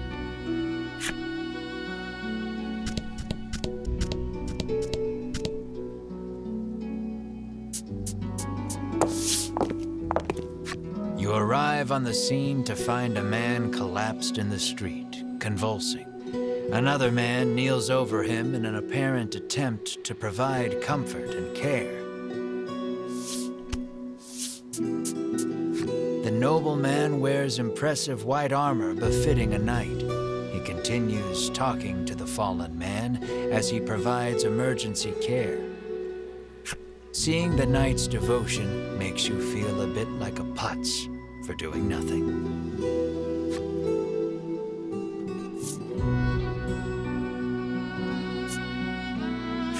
You ask Bruno to provide some of his custom supplement. He furrows his brow and solemnly shakes his head. The villager is now clawing at his own face with his fingernails, crying out for medicine. Blood, as black as tar, begins oozing out of his eyes, ears, and mouth. It proceeds to leak from every orifice imaginable. The convulsions subside. Within moments, the villager lies still. A horrific thought makes itself known. This is the first time you have witnessed the death of a fellow man. Even in a world where medicines and elixirs can cure most any ailment, none are safe from death's icy grip. And as well you know, that which is dead can never return. Your mind goes blank. You drop to your knees in shock. Melanie clamps her hand to her mouth, stifling a scream. Ridis shakes uncontrollably. The knight hangs his head. Bruno nervously asks, "What are you doing here?" The knight's name is Sherwin. He identifies himself as a member of the Ivory Order. His travels brought him to this village where he has been caring for the ailing residents. His face contorts in disgust. If not for these foul drugs, they would be healed. He spits and takes his leave. Bruno gazes upon the villager's corpse with a look of apparent realization.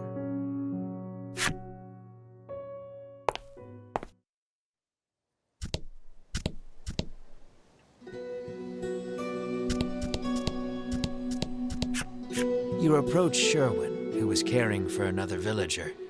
Is every day like this? You inquire. According to the knight, an elderly man living just outside the village is typically the one who looks after its residents. You'd be best served asking him all your questions, Sherwin says as he returns to his patient.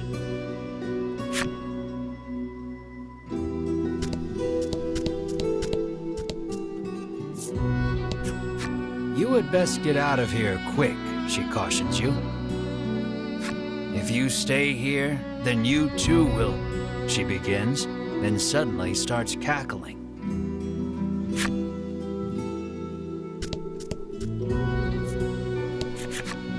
A man approaches you as you wander through the village. Spare a bit of medicine, he asks genially. He sets about convincing you that your kindness will be returned tenfold if you just give him a little from your pack. His silver tongue would put even the best salesman to shame. You reach for a bottle of medicine, completely taken in by his pitch. Bruno stills your hand. I wouldn't do that if I were you. Why do you want it so badly, you ask, affording him another opening. He gladly takes it. He first came in contact with it as a child. His parents paid him no mind.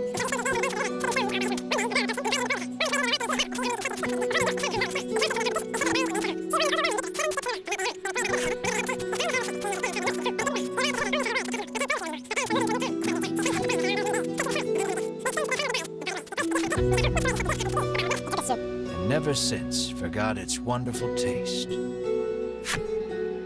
You are fully invested in this story, and desperate to give the man some small comfort in this cruel, cruel world. You're primed and ready to hand it over.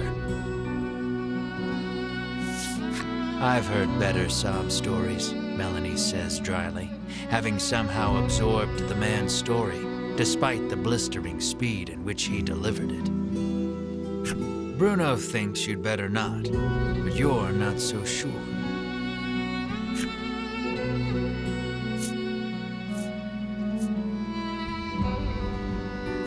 You heed Bruno's warning and return the medicine to your pack. The man's shoulders droop and he shuffles off out of sight.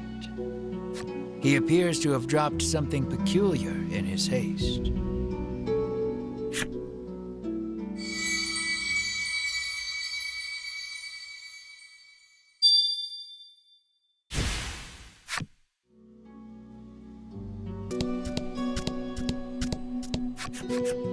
You knock lightly on the door. An elderly man opens it, beaming at you. He announces himself as Selfor and beckons you inside. Might he be the headman you've heard so much about? Ask me anything you like, he offers. Selfor receives your party, for whatever reason, rather graciously. He could well be a font of knowledge. What will you ask him?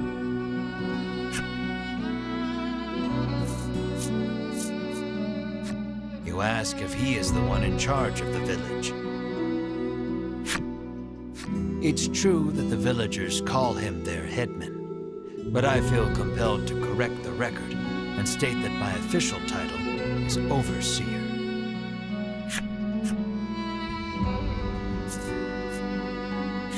You make mention of the village's eccentricities. Selfor informs you that the island indeed suffers from an extreme shortage of medicine.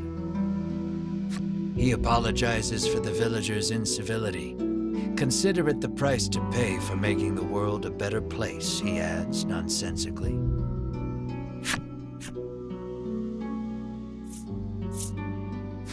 You ask if he has seen the dragon. Why, yes, he says. He returned to this island just the other day. Oh, but don't worry, he continues. He hasn't caused us too much trouble. Needless to say, this does not comport with your understanding of the dragon. You notice Melanie lift an eyebrow at his use of the word returned. At any rate, the dragon's presence on the island is confirmed. You quietly celebrate the first credible lead you've yet received. Your questions satisfactorily answered, you thank Selfor and turn to leave. He asks you to stop. We have yet to discuss the terms of your living here, he declares.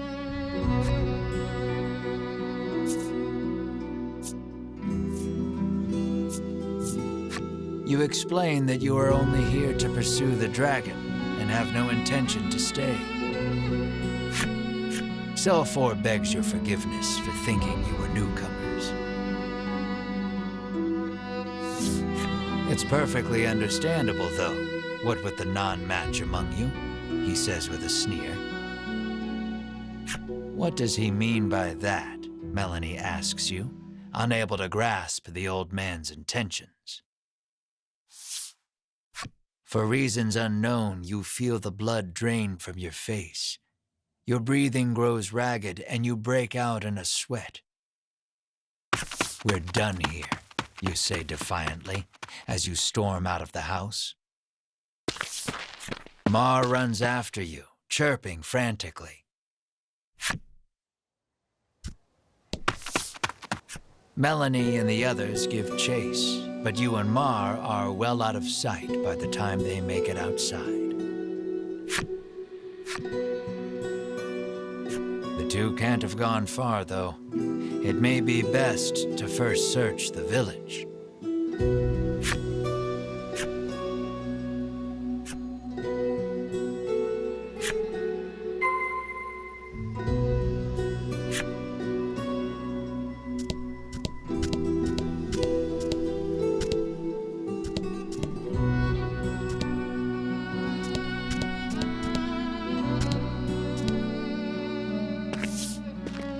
Melanie and company find you standing in front of a house.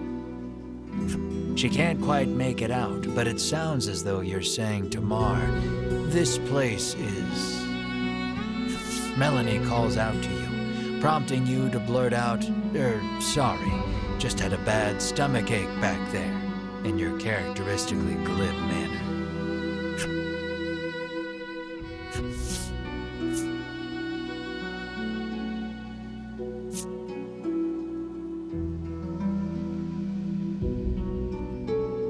She surveys you both and sees two haggard travelers unwilling to admit they're in need. Are you sure you're all right, she asks, concerned. Fine, absolutely fine, you tell her, perhaps too eagerly. So you were worried about me, you shoot back. No, I wasn't, she replies, her face reddening.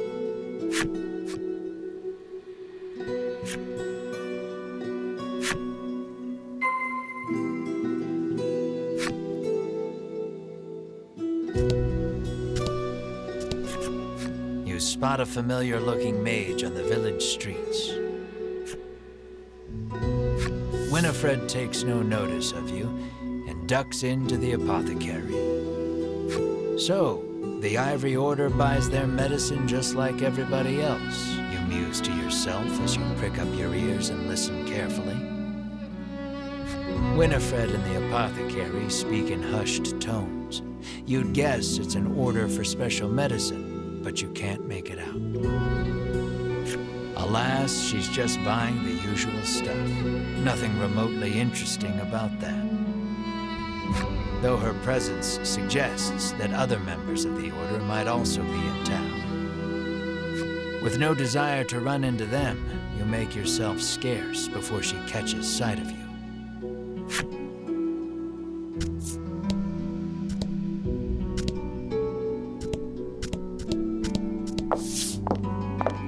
You spy the very people you were hoping to avoid, gathered near the village gate.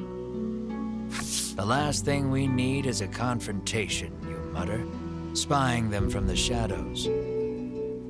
Why are we always hiding? Melanie hisses under her breath. Two members of the Order are speaking with Sherwin. Given how deferential they appear to be acting toward him, you hazard a guess that he's their superior. Have you determined the dragon's location? Sherwin asks. Hedwin launches into his report. The dragon appears to be occupying the volcano. I suggest we move to capture him immediately, he counsels. Now who should appear but Winifred, fresh from her shopping excursion. Preparations for our journey into the volcano are complete, she reports, handing Sherwin a bottle of something. Splendid. Sherwin walks off and out of sight, the other three following close behind.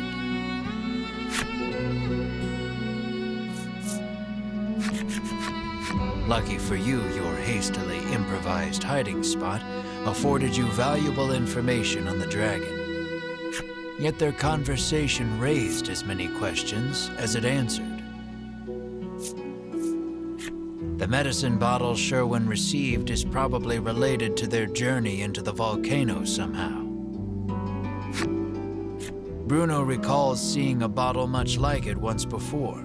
He says it contains flash freeze, which can chill most anything. Maybe that's what Winifred bought at the apothecary, Bruno continues.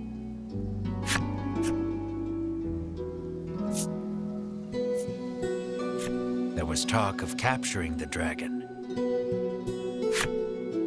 Melanie picked up on the incongruity as well. The Queen ordered the dragon killed, she reminds you.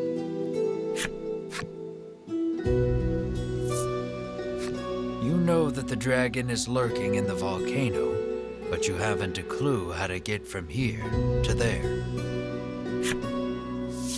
Isn't it that mountain with all the smoke pouring out of it? Ridis asks, pointing westward. Why, yes, that sure does look rather like a volcano. You narrow your eyes. You three have no right being this helpful, you think? Mar pinches your cheeks without warning. You yelp in pain, which at the very least crosses dreaming off the list of explanations. Returning to the matter at hand, it's clear what must be done. You'll have to get your hands on some flash freeze if you hope to enter the volcano.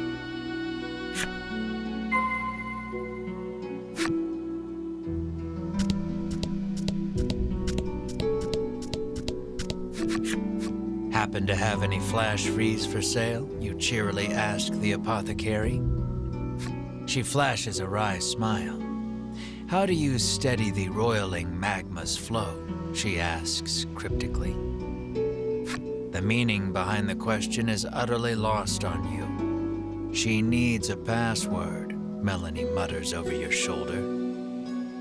The answer, then, would be the password. So, how do you steady the roiling magma's flow?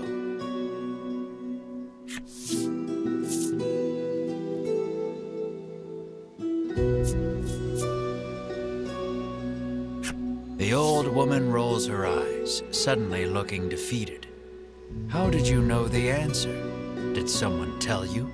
She mutters bitterly.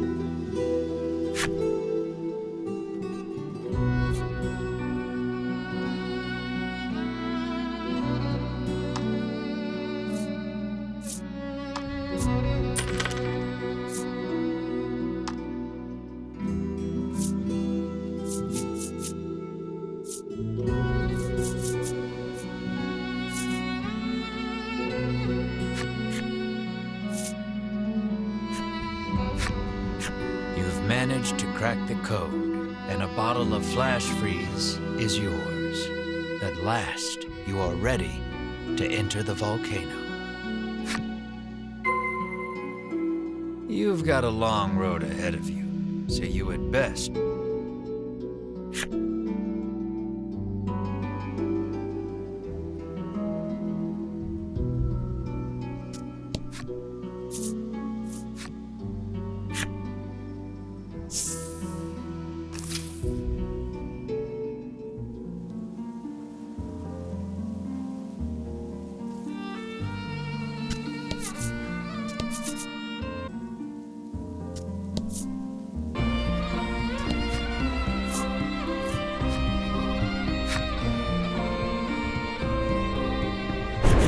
The heat of the volcano engulfs you the moment you set foot inside.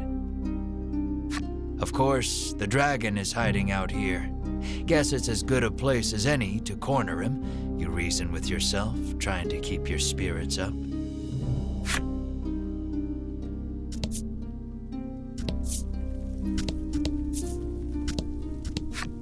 Crossing this river of lava won't be easy.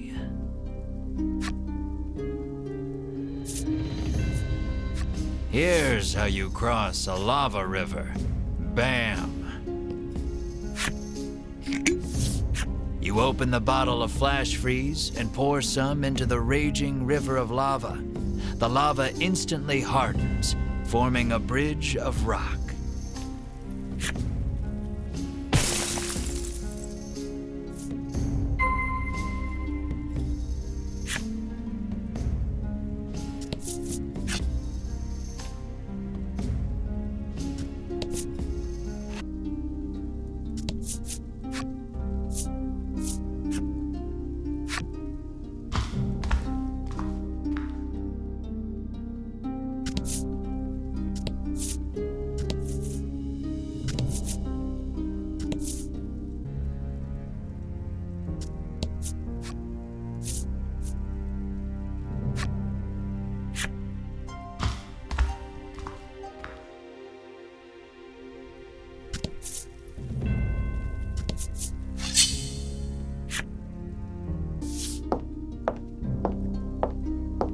You can't help but chant, "It's hot, so hot," every couple of steps, as if conjuring a spell.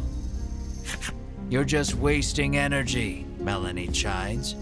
Perhaps you could stand to learn a thing or two from her rational approach. Bruno seizes on the moment. Yeah, this isn't even worth whining over, he says, flexing at you. It is way too hot for this, Melanie screams, forgetting her own advice.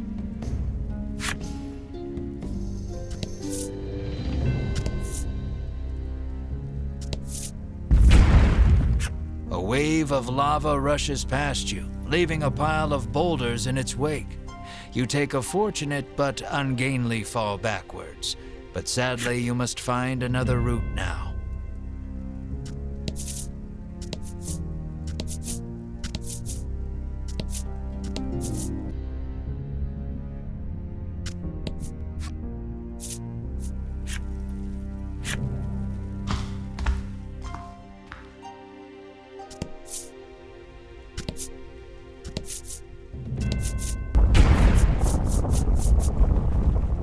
The rocks give way to a rush of lava. You just barely manage not to fall in.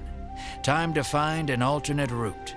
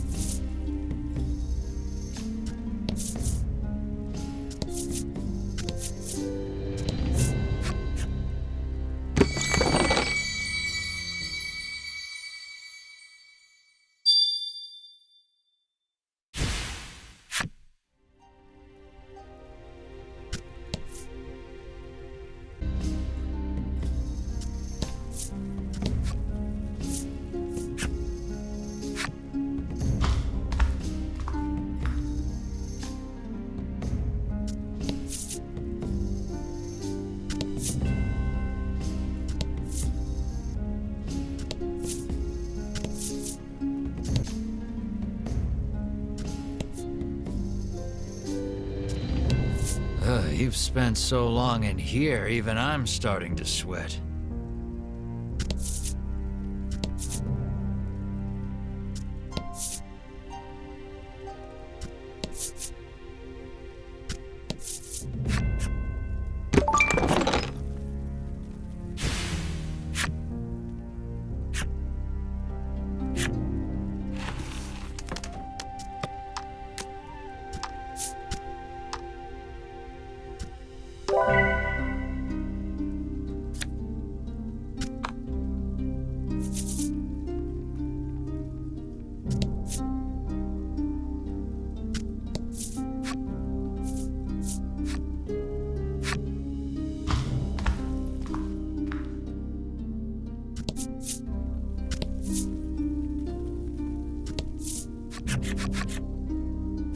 A clump of familiar white outfits comes into view. You've caught up with the Ivory Order at last. We shall be the ones to fell the dragon, you proclaim loudly to no one. At your persistence, Winifred requests, please do not interfere with the dragon's capture, clearly annoyed. As you all suspected, they have no intention of following the Queen's orders to slay the dragon. What will you do with him once he is yours? Melanie asks forcefully.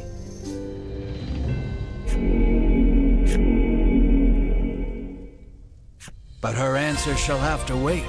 The lava bubbles and swirls as monsters leap out onto the rock before you. It would seem the only way out is through. In a flash, Sherwin's blade cleaves one in two. Clearly, he has earned his rank within the Order. Keep moving, he bellows, leading his companions deeper into the volcano. The remaining monster turns toward you, eager to avenge its fallen friend. There shall be no avoiding this battle.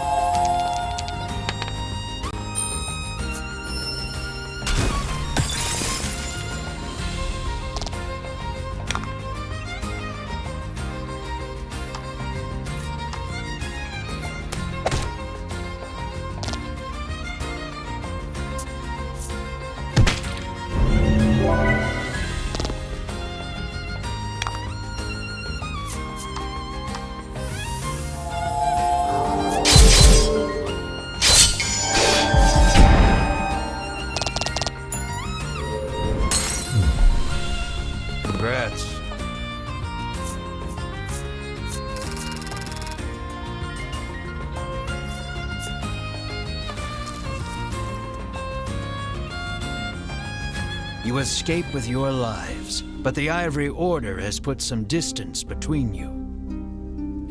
All your efforts will be for naught if they reach the dragon before you do. You hurry the party onward.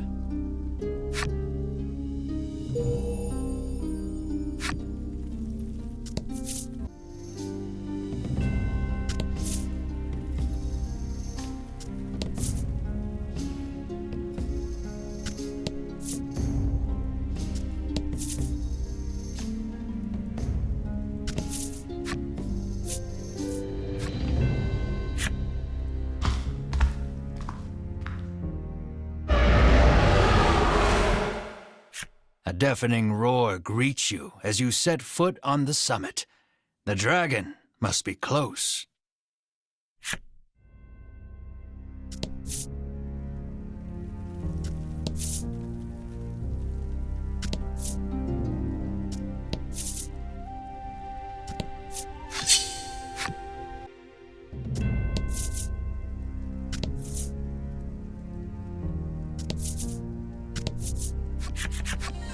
You reach the caldera only to find the dragon and the Ivory Order members locked in battle.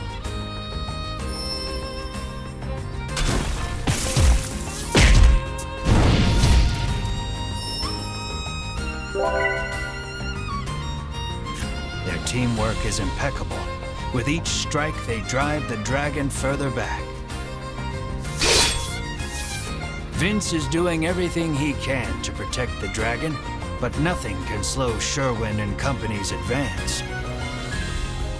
The Ivory Order approaches the dragon, quite sure of their victory. They shall have their quarry at this rate.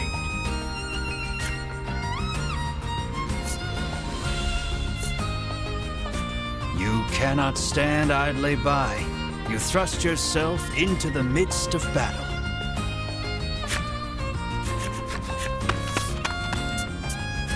We'll be the ones to collect the bounty on the dragon's head, you yell.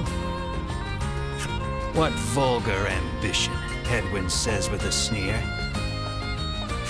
Hedwyn and Winifred each keep one eye on you as they begin incanting a spell to hold the dragon in place.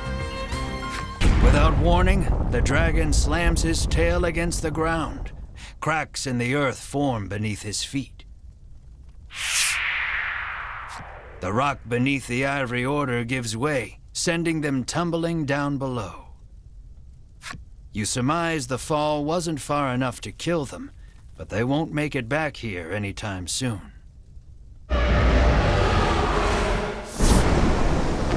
The dragon spreads his wings and flies towards the caldera. This may be your only chance to slay him without the Ivory Order interfering.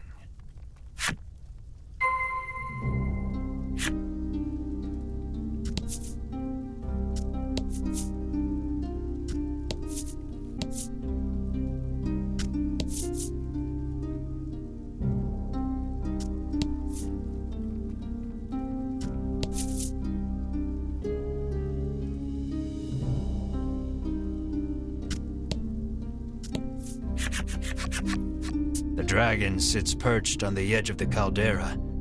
You eye him warily, shouting, "There's nowhere left to run." He lets loose an intimidating roar, but you and your party stand tall, unbowed. Victory is within reach. You have never felt more ready to slay a creature in your life. You draw your sword and charge, blade raised and ready to strike. In an instant, his bodyguard appears before you. You can see the bloodlust inside him as he stares you all down. He looks upon you and sees only greed. "Fools," he shouts. "You shall not be stopped.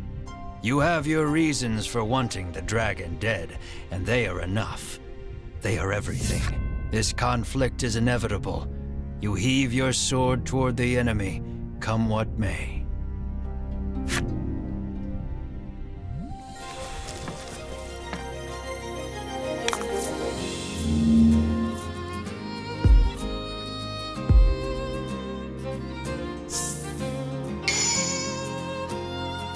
You can do this.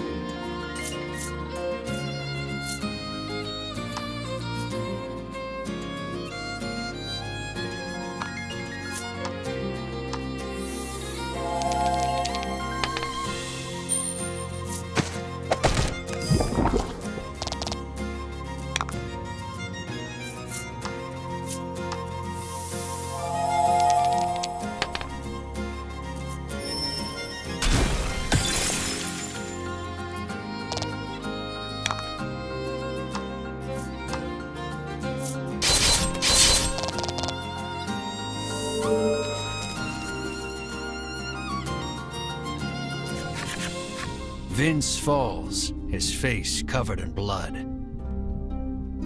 Why would you give your life to protect the dragon? Melanie asks sharply. Asks the one who has forsaken her own. What would you know of loyalty? Vince roars, consumed with rage.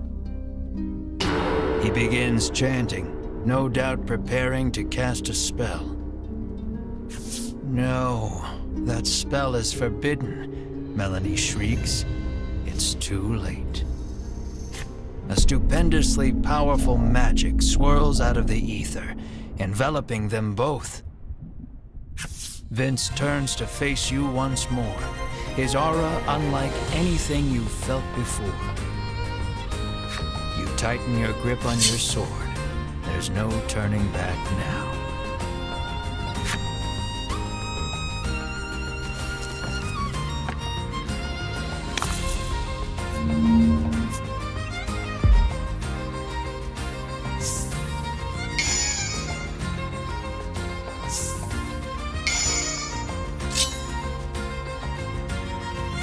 Vince adopts a sweeping stance between you and the dragon. You'll have to deal with him first if you hope to attack your quarry.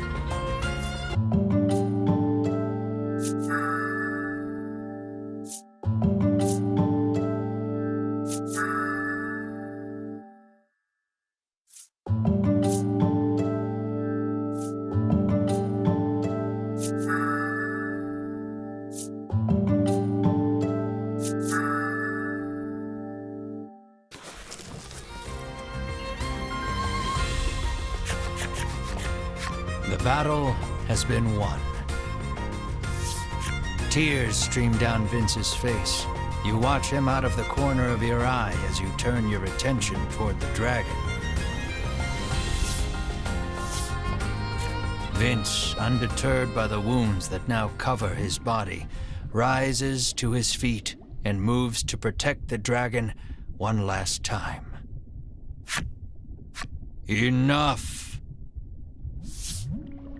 The dragon speaks. He declares that he wishes to see further harm befall none. Then you ought not to have brought harm upon us, you shout, listing off the horrors you have heard on your journey. Vince, filled with righteous indignation, denounces each and every one as a lie. The dragon admits that your prowess in battle and willingness to pursue him the world over have earned you the right to hear the truth about this world. The dragon claims he shares a special bond with the medicine that helps people the world over.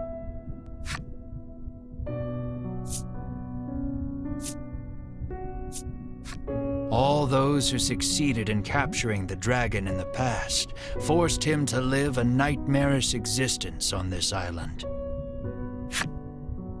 They would stab him with several hundred spears. They would slice his scales off with their swords. Every day a fresh horror would visit him in the heart of the island, and every day he would cry out in pain. They then gathered up the dragon tear he shed and used it to produce their medicine.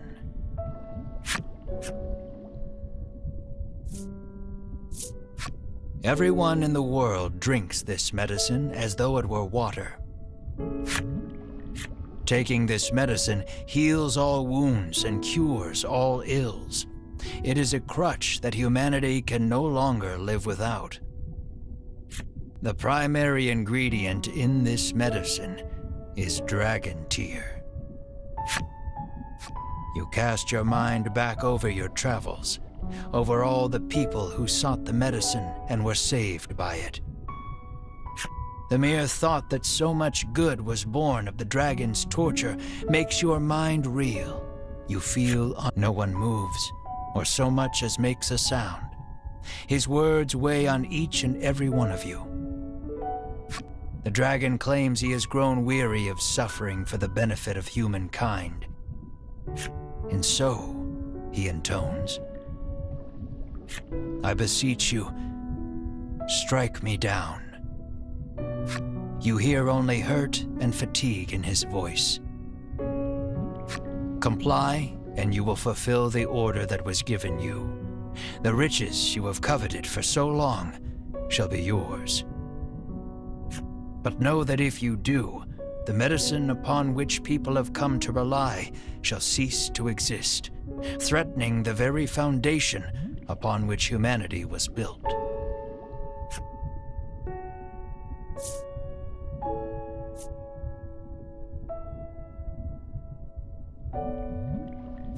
Now, knowing the tragic reality, you cannot kill this creature.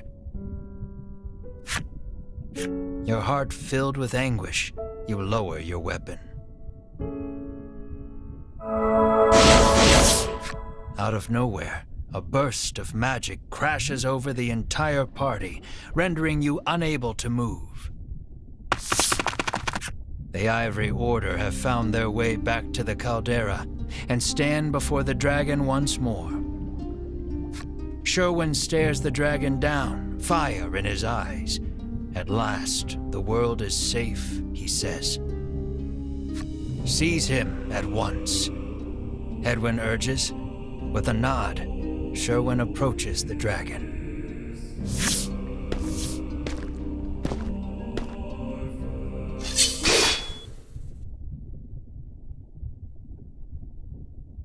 In one motion, Sherwin unsheathes his sword and cleaves the dragon in two.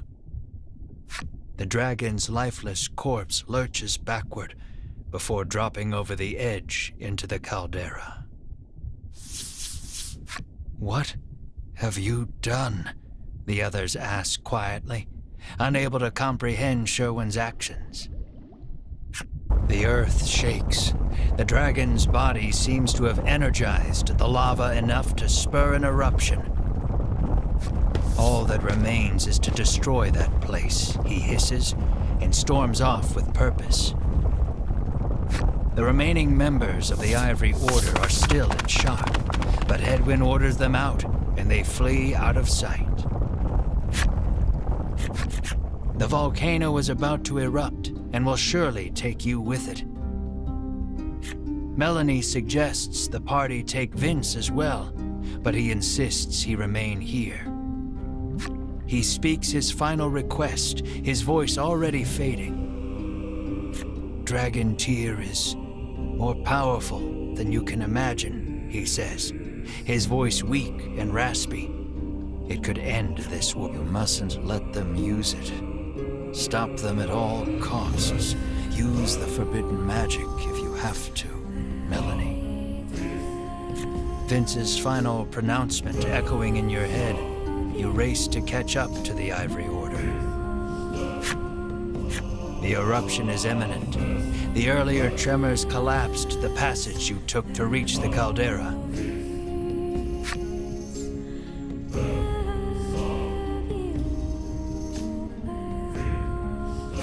Follow the other passage out and escape before it's too late.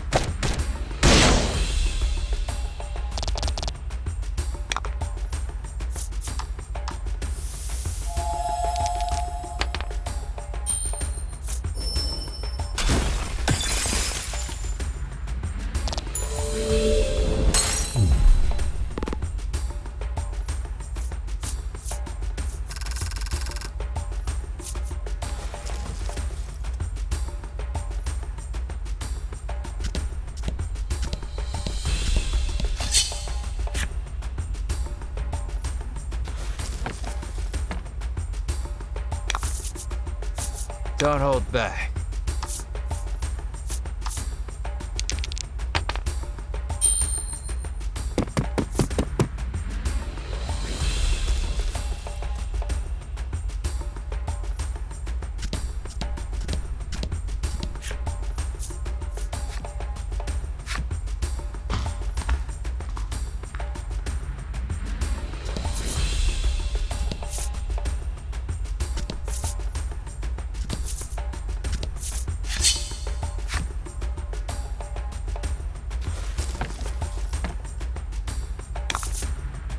Let's do this.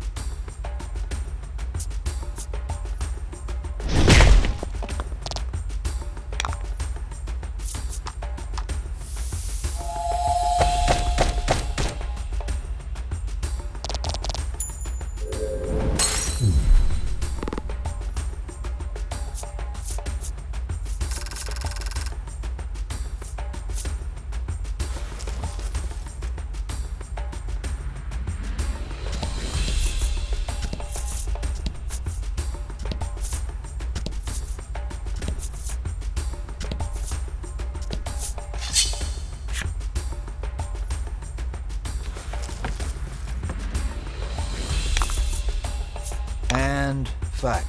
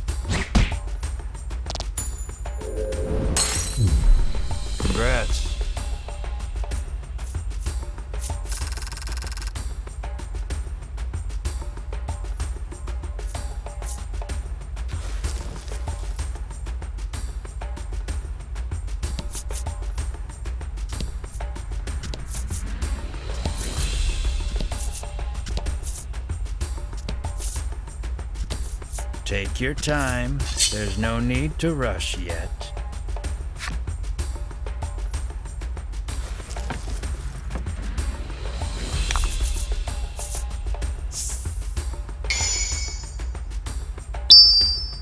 Let's do this.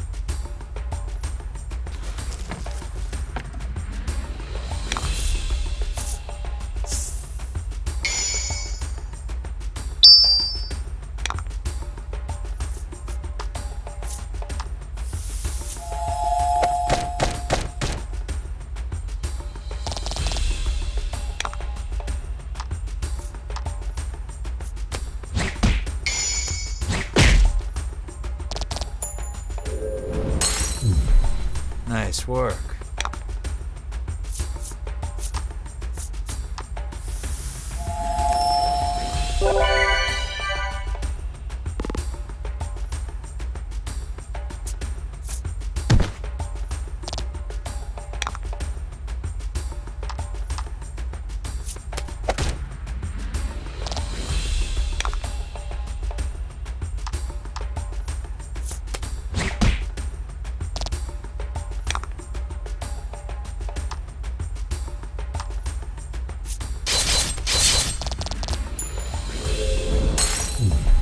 Good work.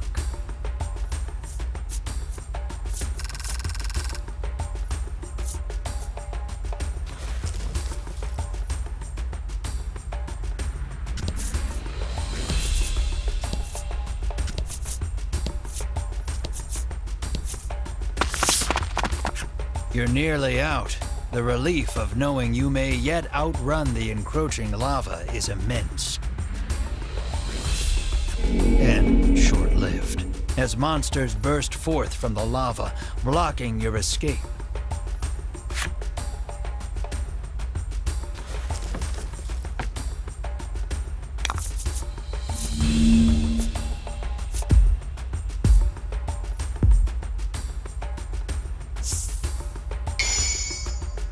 Let's do this.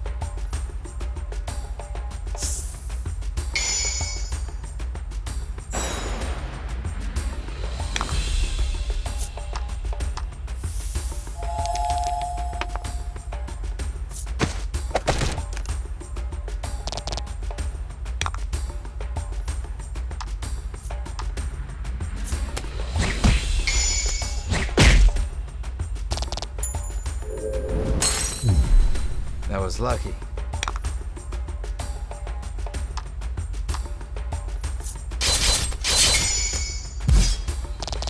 Fortune favors the bold.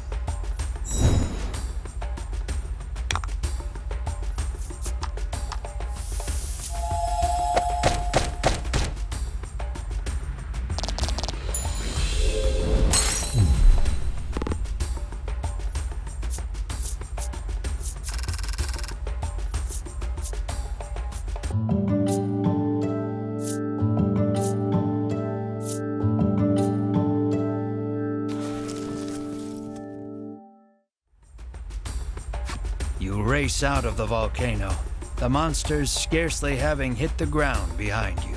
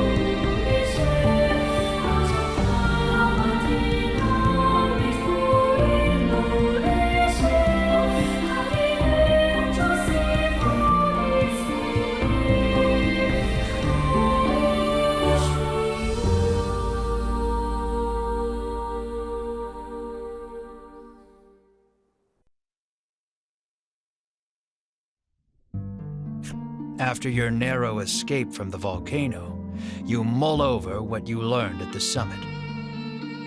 The truth about the dragon and the medicine, what the Ivory Order and Sherwin are actually after, and Vince's dying warning about Dragon Tear destroying the world. You decide to return to the village of the sick to try and make sense of everything.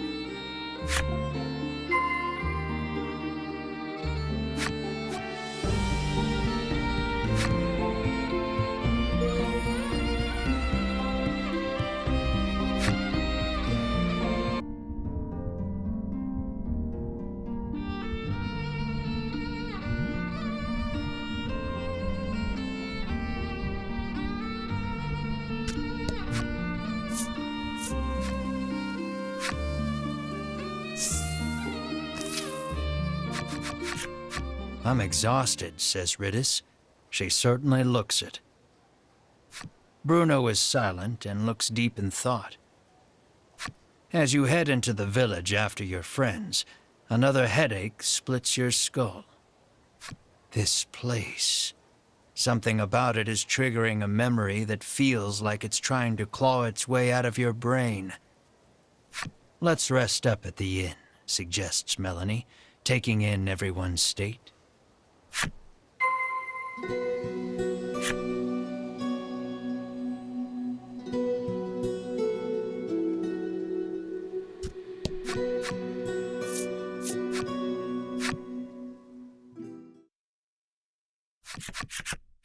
At dinner time, you and your friends gather around the table.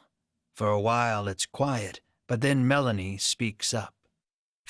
Now that the dragon's been defeated, she says, what are we going to do?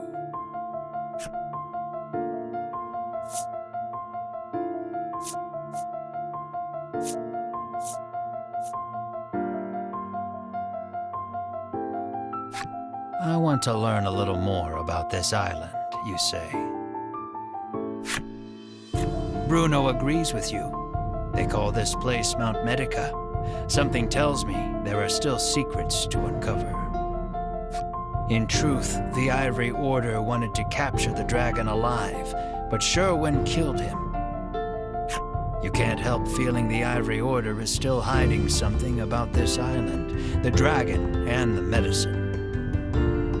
Whether you go after the Ivory Order or investigate the island, first and foremost, you need information. The Overseer should be pretty knowledgeable about the island, reasons Melanie. You decide to pay a visit to the Overseer after a good night's rest.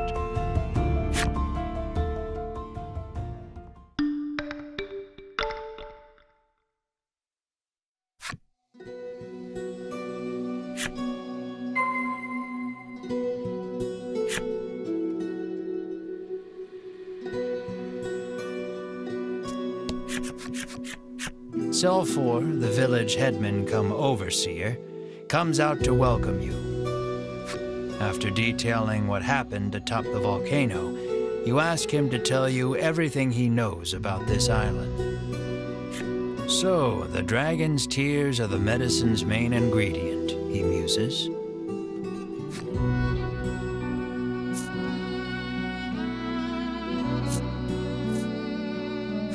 You ask Selfor if the medicine is made on this island.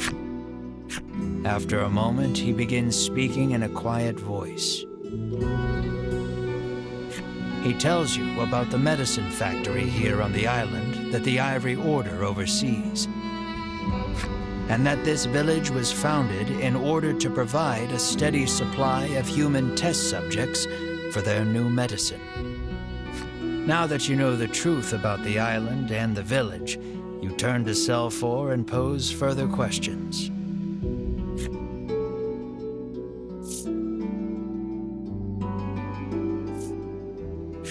What do you mean, testing new medicine, you ask?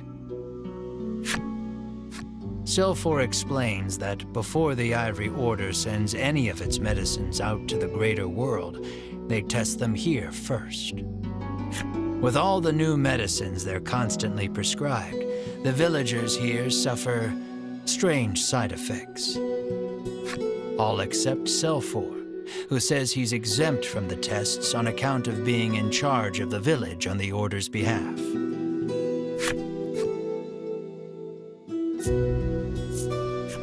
Probing further, you ask, and the Ivory Order forced the dragon to make medicine at that factory? I'm almost positive they did, he replies. That explains why the Order wanted to capture him, says Bruno, understanding dawning on his face.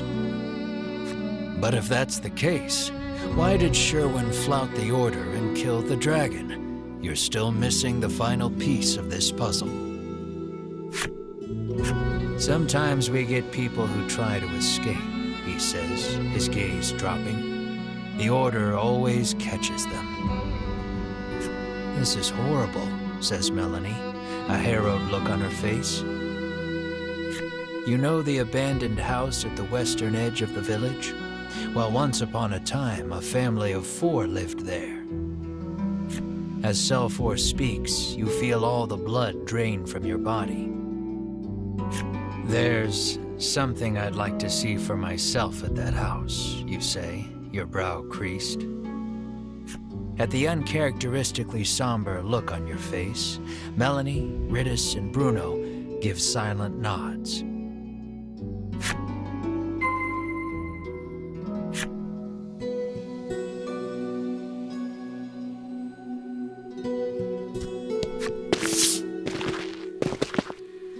You stand before the dilapidated house. It looks like no one's lived here for a long, long time. You open the door and go inside, your gaze roving across the dusty space. Your eyes land on a progression of horizontal notches on the lower section of a support beam, markings to measure a child's growth. And carved into the beam beside the markings are your and Mars' names. Seeing your names unleashes a flood of memories you hadn't realized you'd kept locked away.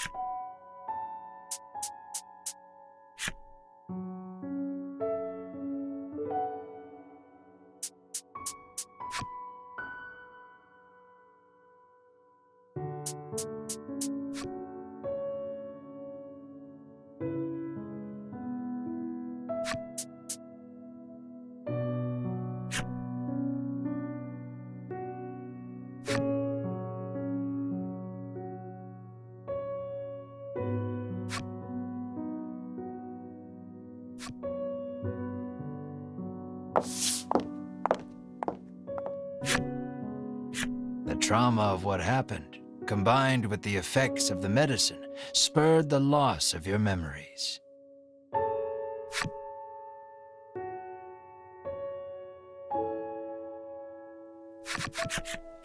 But now you remember the horror in full detail.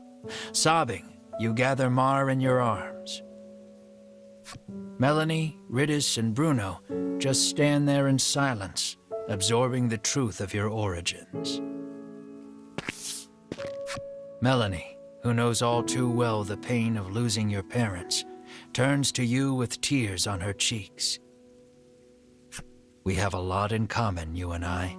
That's how we've made it this far together, she says softly.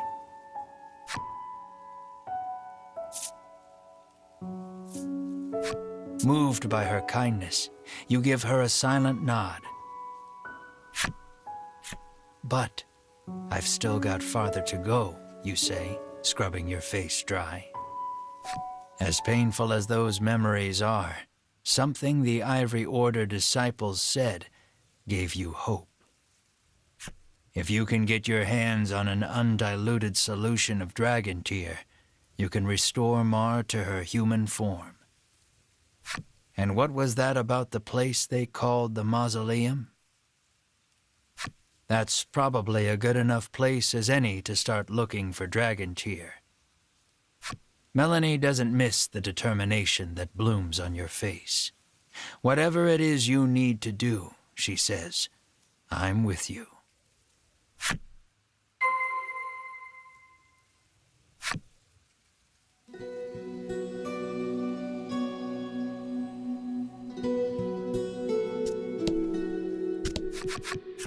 You ask Silfor if he's ever heard of a place called the Mausoleum. He tells you the steep cliffs north of the village block the way. To get to the mausoleum, you'll have to go around. He advises you to first go east and then head north from the wharf. The wharf, that's where we first docked, right? Clarifies Bruno. Ooh, the path to the mausoleum is a long one. If you start feeling weary on your journey, use the jump feature to return to the village.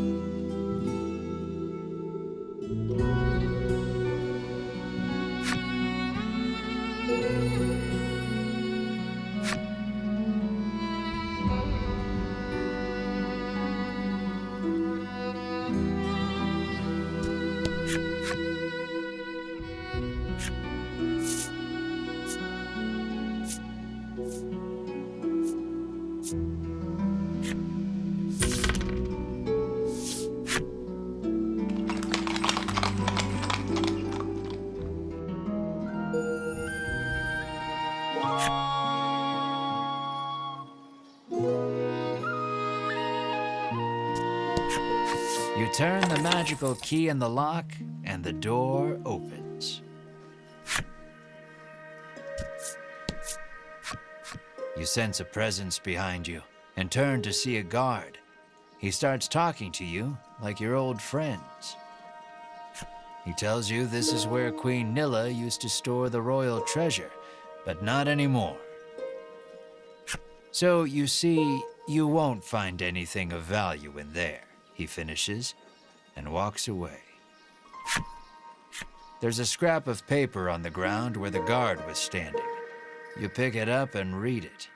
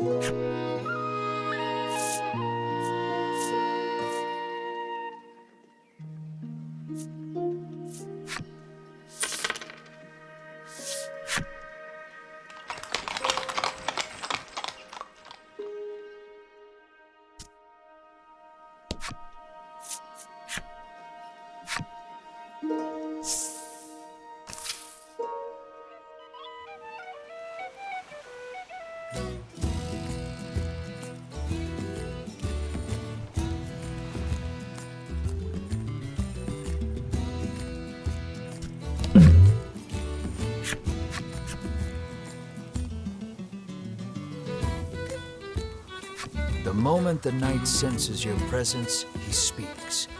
"You there. I wish to challenge you in a contest of strength," he proclaims, placing his hand on the hilt of his sword. It seems he has deemed you a worthy opponent. Stealing your resolve, you draw your sword from its sheath.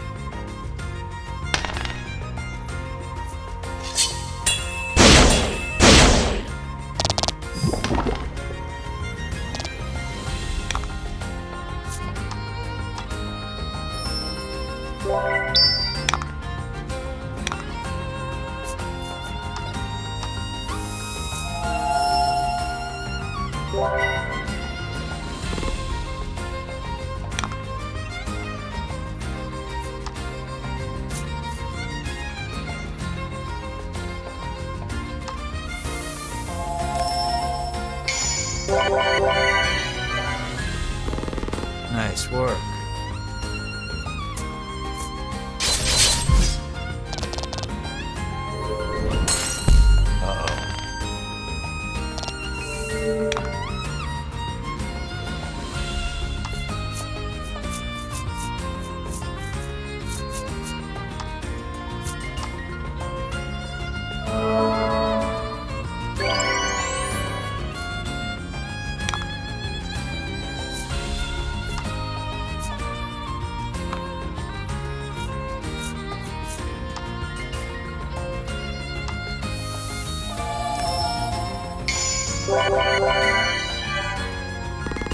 Excellent.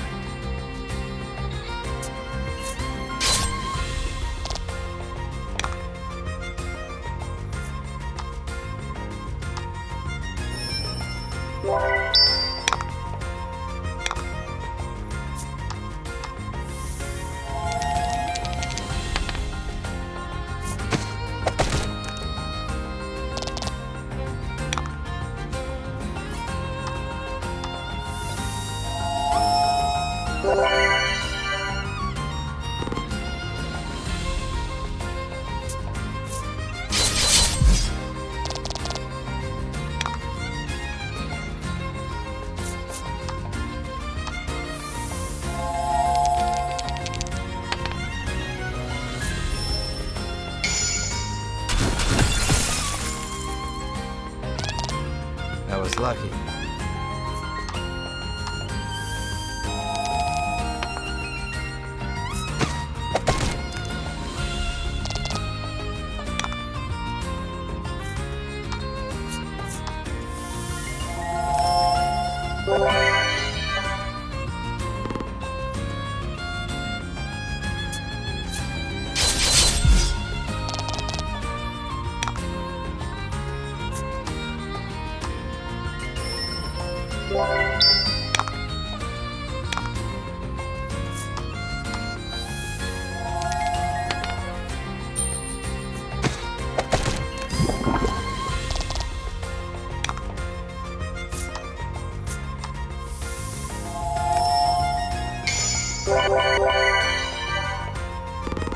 Nice work.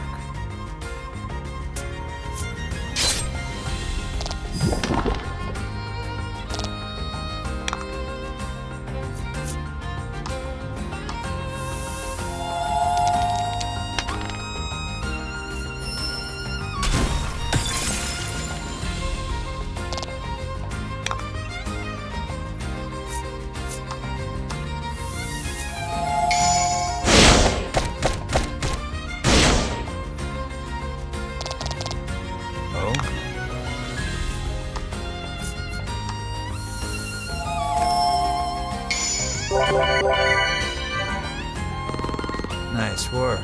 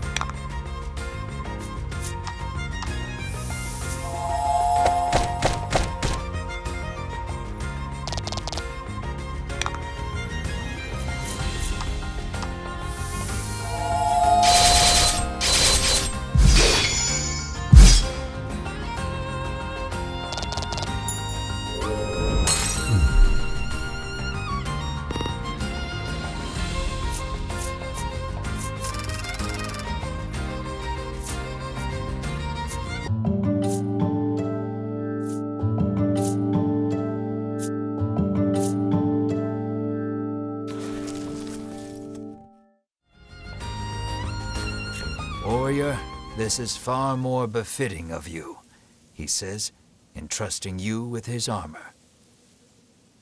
Perhaps returning to basics because of his loss, the knight swings his sword intently.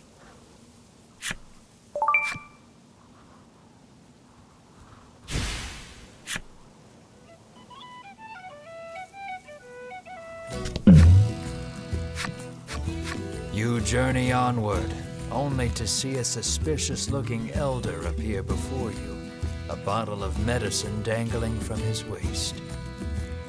He proclaims himself a man of medicine who has discovered a revolutionary new curative. He would have one of your party drink it as a test. There's no harm in trying it, he boldly claims. Well,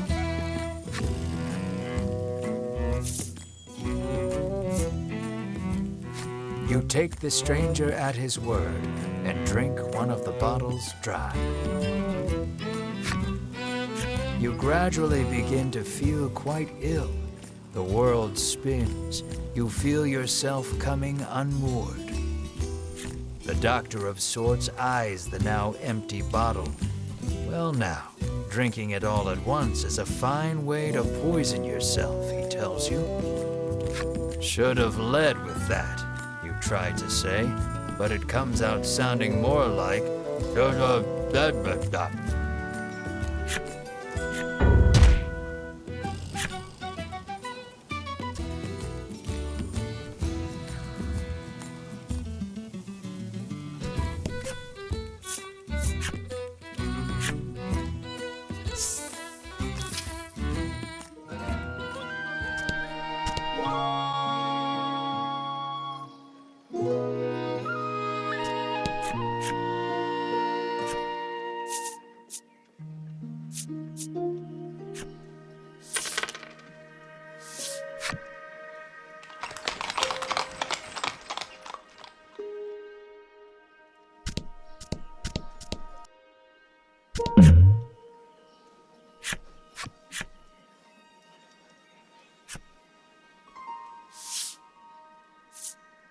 You decide not to overthink it and hand over the money.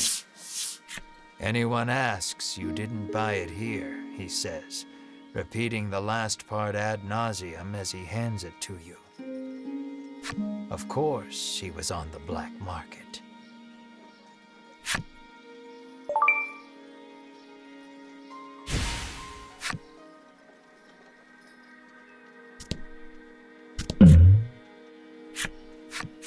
I'm closed for now. Don't bother coming back, the weapons merchant says, shooing you away with his hands. The guards have cottoned on to his illegal weapons trade. You shan't be buying from him again.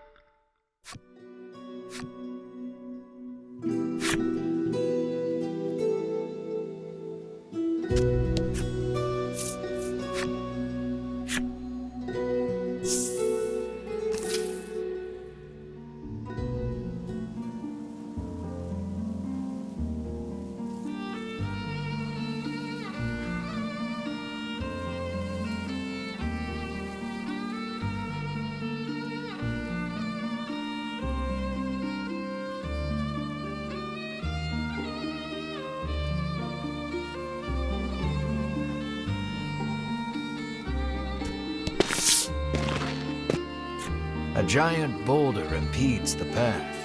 You stop, unable to go any farther. But when you turn around, who do you see but the Ivory Order trio?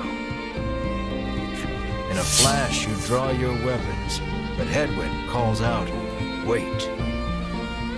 Unlike the other times you've crossed paths, the trio doesn't seem keen on fighting you. You lower your weapons in response. Conveniently, you've got some questions for them anyway.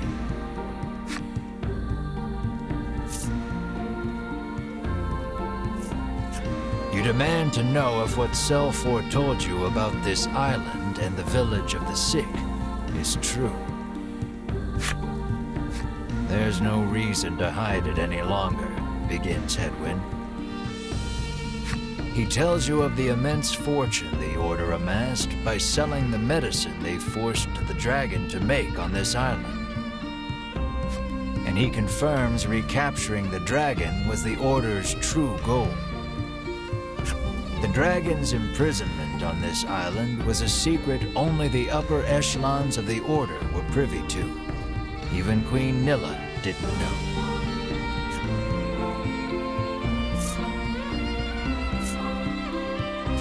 You ask where Sherwin disappeared to after he killed the dragon atop the volcano.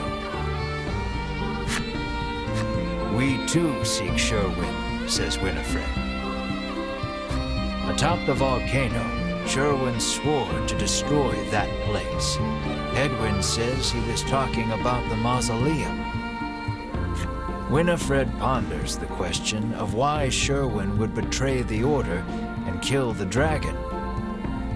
Alas, we cannot get to the mausoleum with this in our way, Headwind says, gesturing to the giant boulder.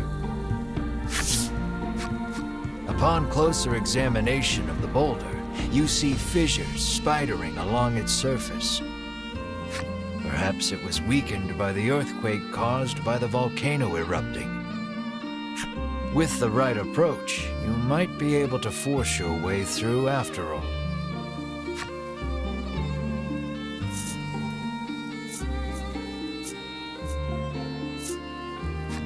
You ask Bruno to put his brawn to use and smash the boulder to smithereens. He squares off in front of the giant stone and strikes the fissure with a mighty knife-edged chuck. Silence rings for a moment before the boulder crumbles to dust. The Ivory Order trio offers a curt thanks before hurrying on ahead. The jerks.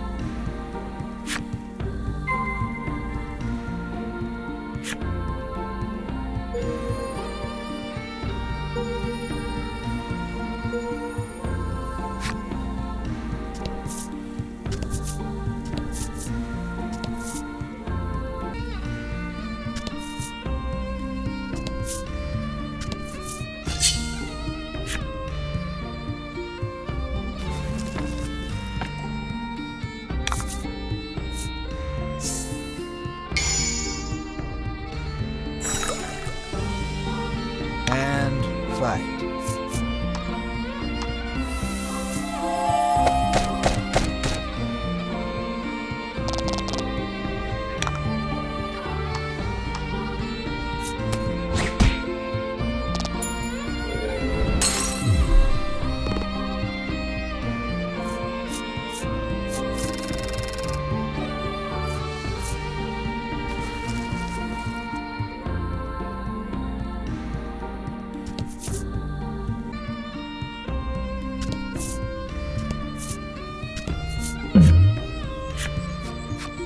Found a stela, but upon further inspection, it doesn't appear to do anything special.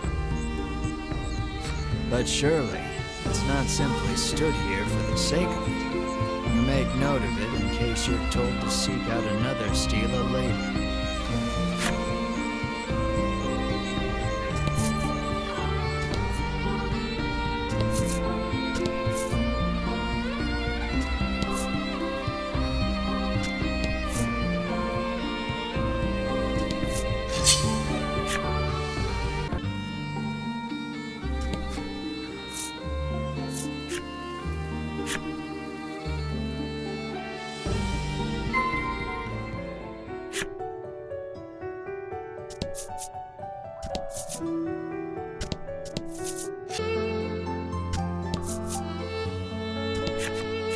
You catch sight of figures you are pretty sure are Ivory Order disciples standing at the door to the mausoleum.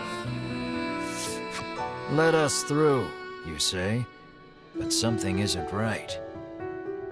Trespassers will be disposed of on orders of Master Sherwin.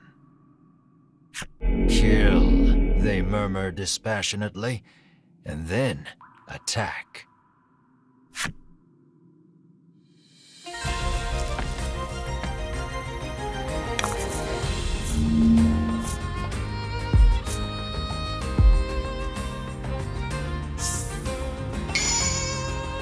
And fight.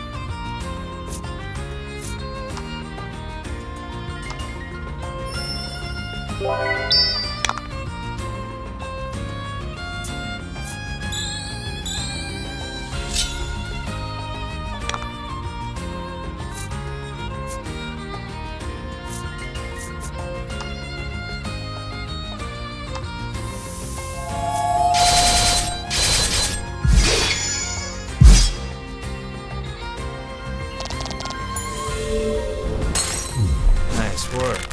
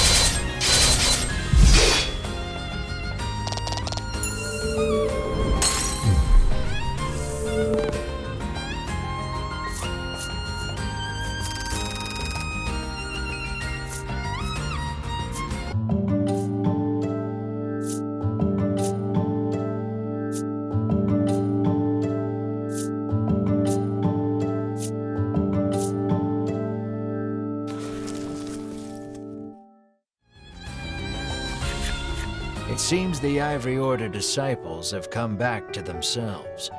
Their faces are blank. Apparently, they don't recall anything after Sherwin ordered them to guard the door. Could he have hypnotized them? The Ivory Order disciples are gone.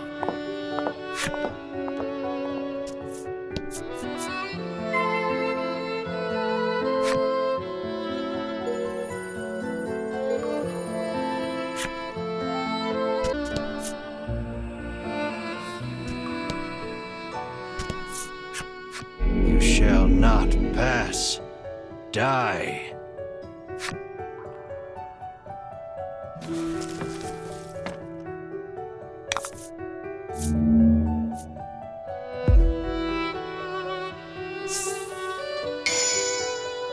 Don't hold back.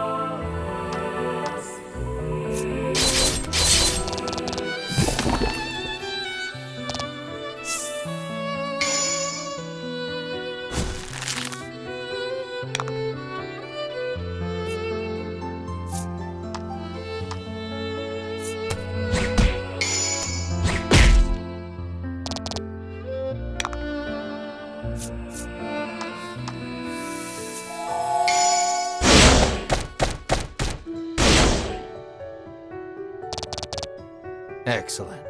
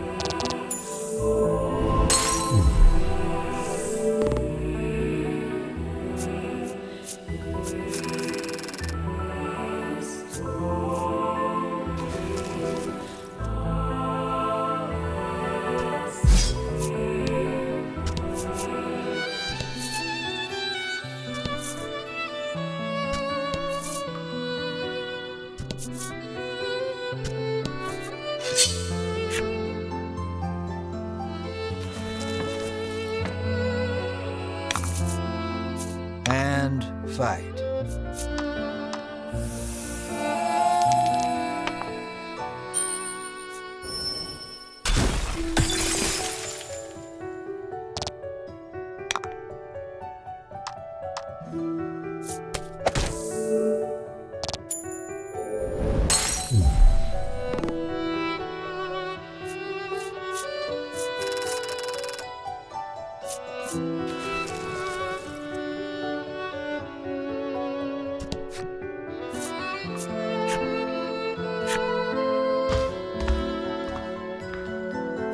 You sense something strange about this place.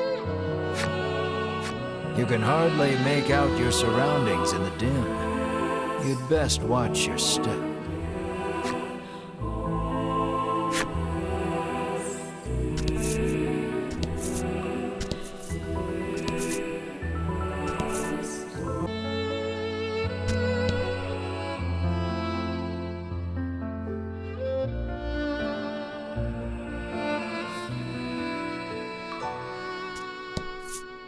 Ouch. The floor's covered in spikes. Looks like a trap meant to deter trespassers.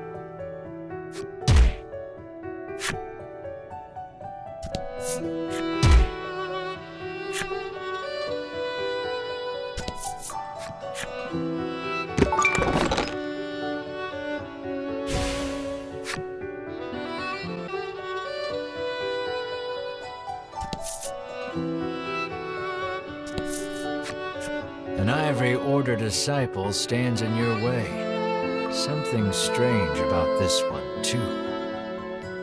This is as far as you will get.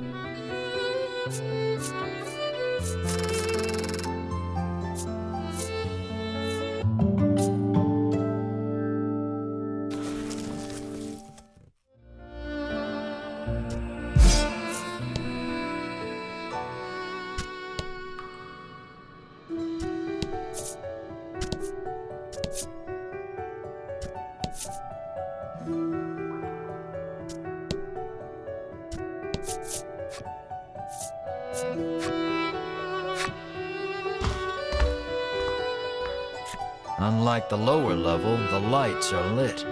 Someone's been here.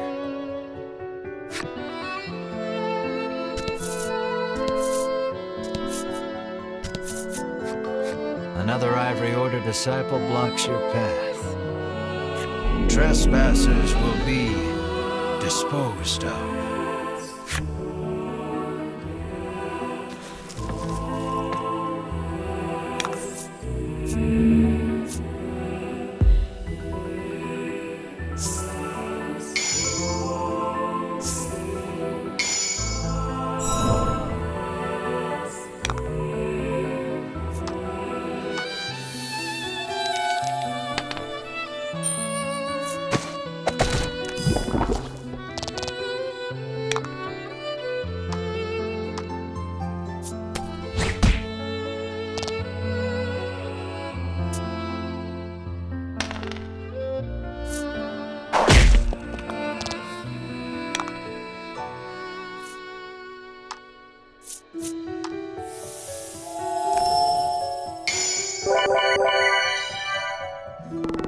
Nice work.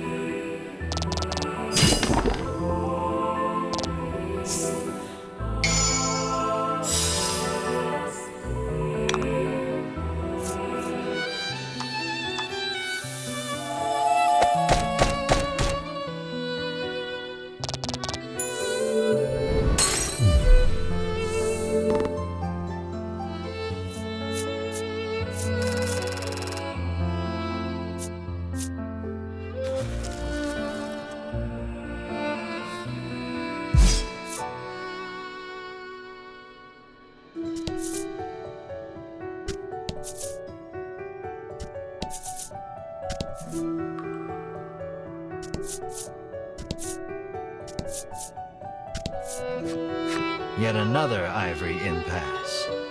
How many of them are there in here? On the orders of Master Sherwin.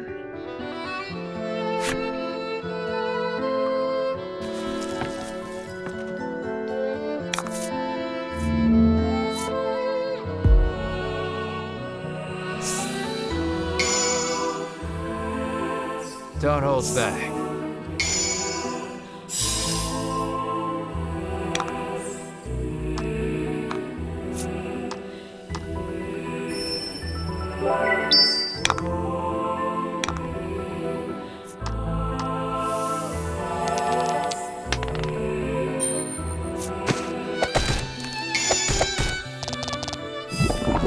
I was lucky.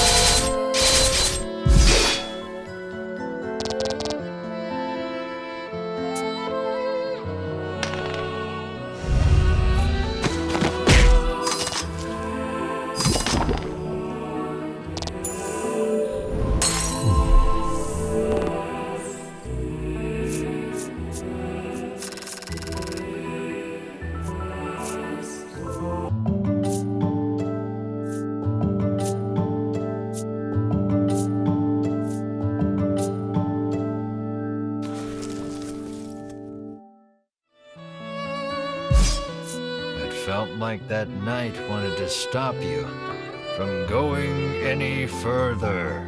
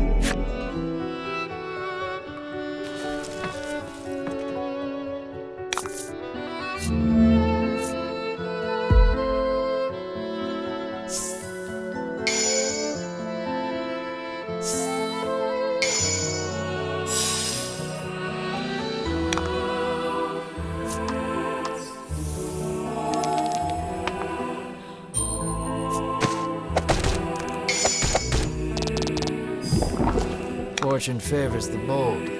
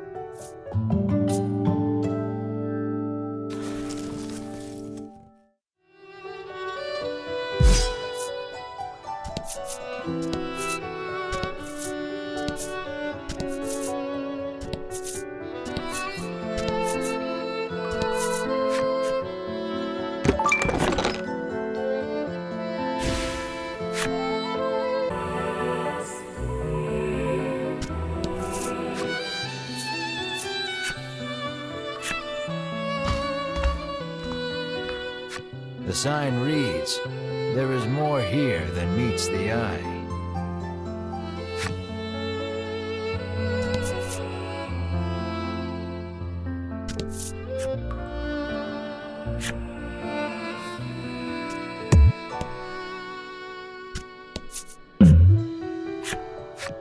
You see a disciple of the Ivory Order shouldering a bag of medicine bottles.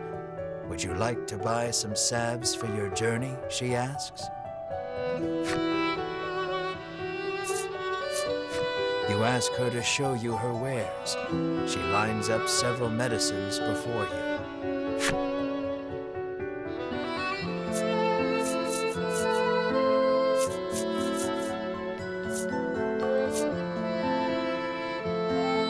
"Pray take care of yourselves," she says as she continues on her way.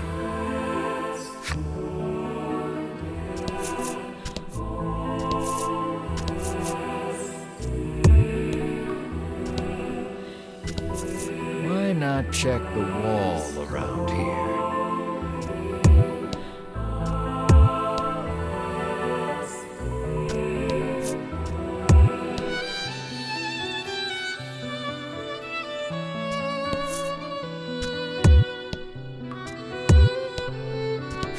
Would you look at that? A secret passage. This must be what that sign was talking about.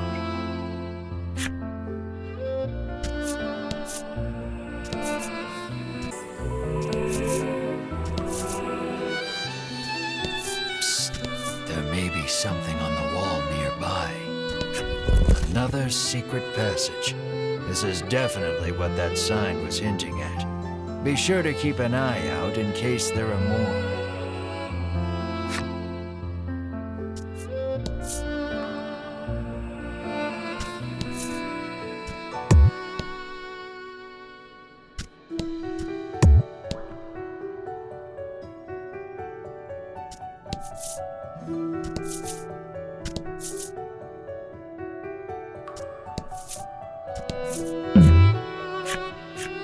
Someone shrieks. When you look in that direction, you see a disciple of the Ivory Order. "I'm sick and tired of this," she says, even as she storms toward you, weapon drawn.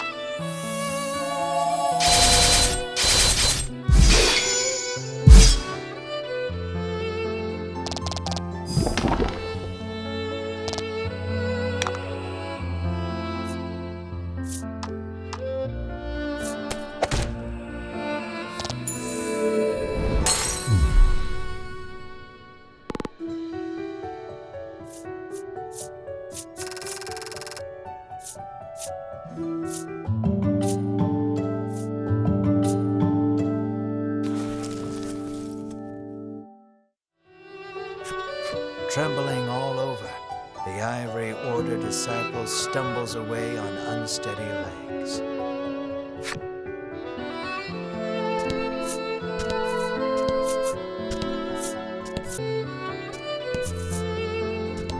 You found another secret passage. They sure make it easy to get lost in this place.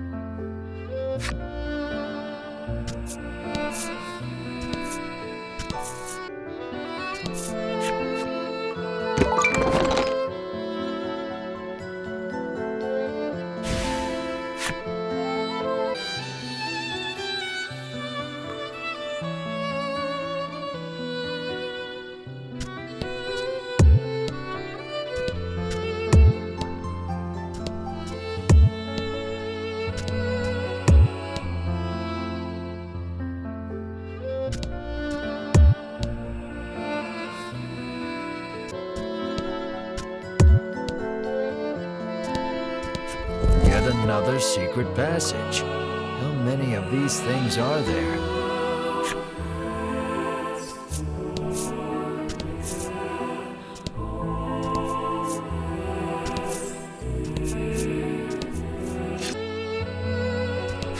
Figures there'd be a secret passage here too.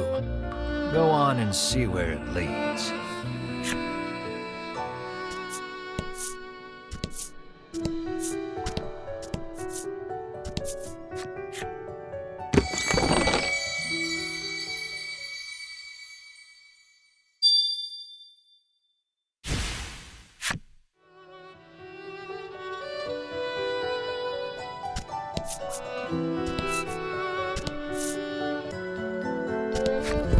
A secret passage here? Whoever built this place was seriously twisted.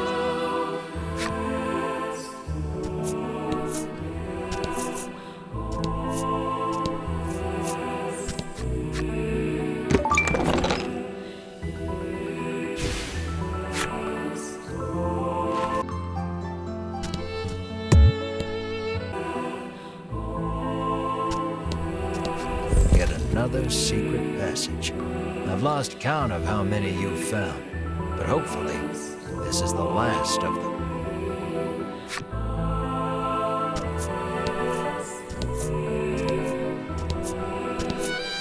You sense an extraordinary presence ahead. You'd best not proceed unprepared. Once you go in there, you won't be able to save. Proceed with caution.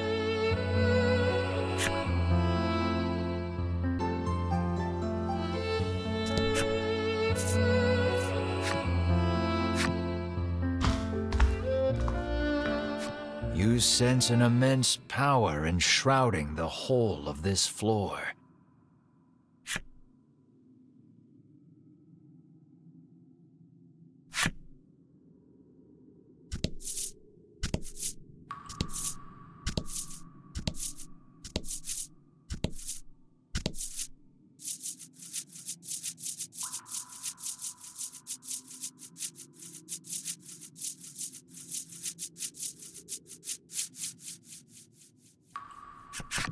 The Ivory Order trio lies collapsed at Sherwin's feet.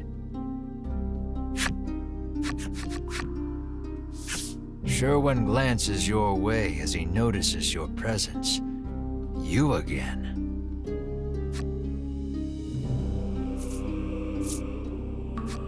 What are you after? You ask him. This is the heart of the mausoleum, where the Order kept the dragon prisoner and harvested dragon tear. The Order perfected a technique to distill medicine from the preternatural magic imbued in dragon tear. So you were right in thinking you could find Mars' cure here. Sherwin pays you no mind, continuing. How I detested that medicine. It took my parents from me. You struggled to conceal your shock that you and Sherwin suffered the same tragedy. Nursing his grudge, he infiltrated the Order so that he could destroy it from the inside out. After being elevated to the Order's highest echelons, he learned the dragon was the source of the medicine. Ever since, he had been awaiting his chance to kill the dragon. He finally got it atop the volcano. Now all that's left is to destroy this forsaken place, and the realm will be restored to how it was before the medicine, to how it ought to be.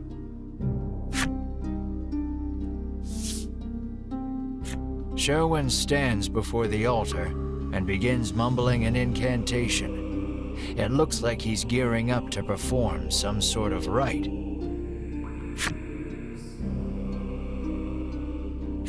The mausoleum will be destroyed if you don't stop Sherwin. And if that happens, you'll never get your hands on any dragon tear.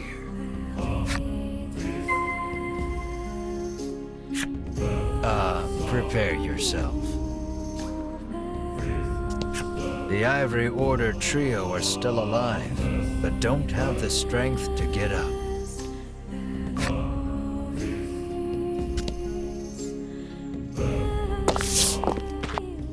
You attempt to stop Sherwin's right. But the fallen Ivory Order trio totter to their feet. Master Sherwin, says Winifred, unable to quell her trembling. Why? You used us, growls Berwin, narrowing his eyes at Sherwin. Your actions betray everything the Order stands for, spits Hedwin. Sherwin does not dispute the accusations. On the contrary, he confirms them.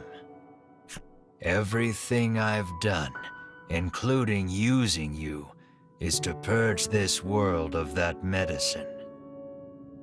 Sherwin returns his concentration to the right.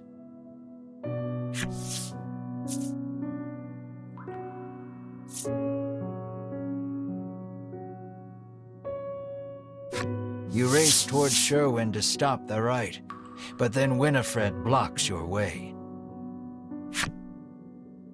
Winifred puts out her arm. You're not strong enough to stop him. He's one of the strongest among the Ivory Order's ranks, she says. Still, says Melanie, batting Winifred's hand out of the way, we have to do something. Let us help.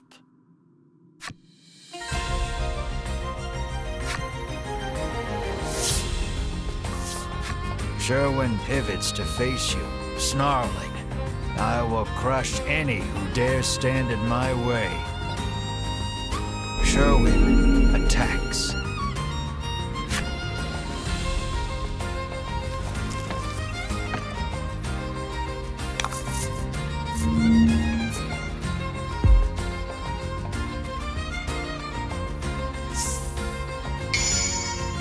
It'll take more than numbers to win here.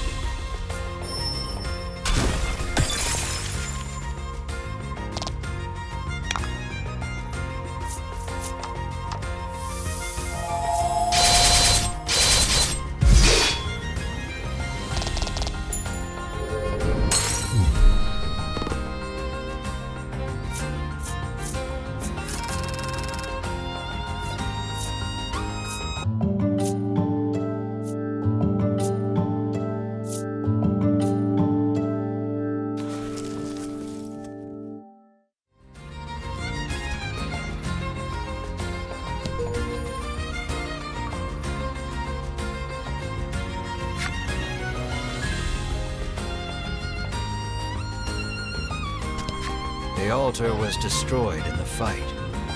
The bottles placed upon the altar as an offering now lie in shattered pieces across the ground.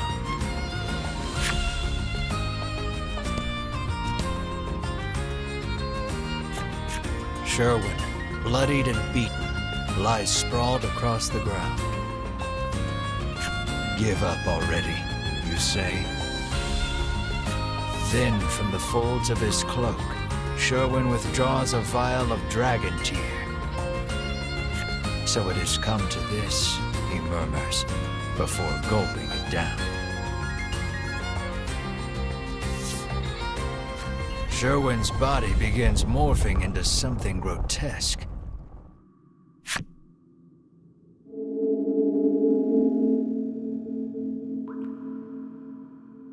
You hear a voice echoing in your head. A lifeless world, a deathless world. This fetid plane will be purged so that it gleams pure white once more. I, the Owisiswin, will make sure of it.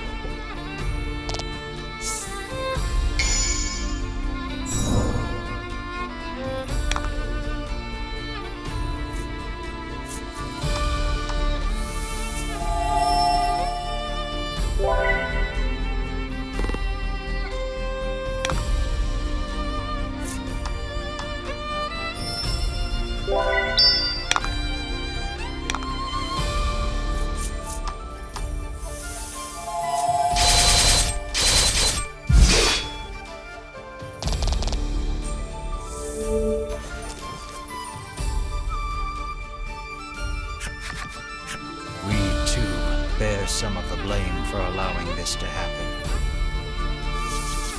Winifred and the others combine their magic for an all-powerful strike.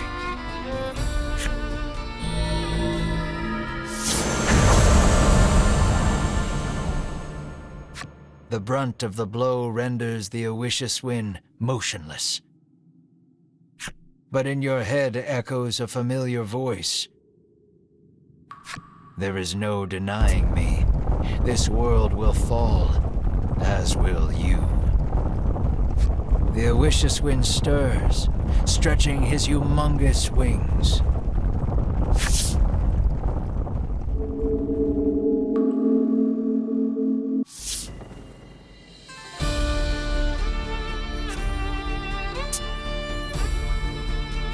Their power depleted, Winifred and company retreat from the fore.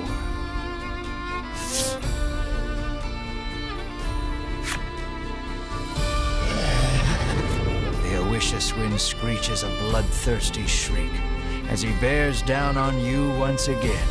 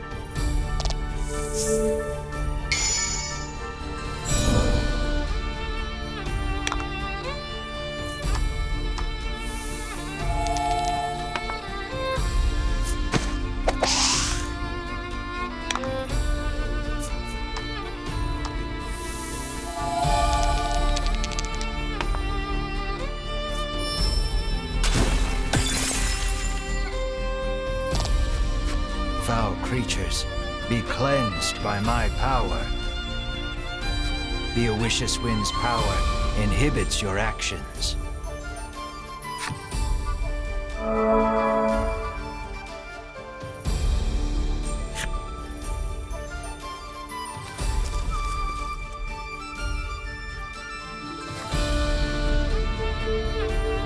The Oishus Wind gathers his immense strength. You have to do something.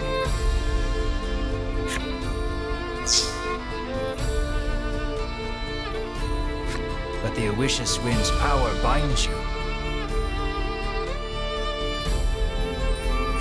Struggling against his power, Melanie recalls Vince's final words.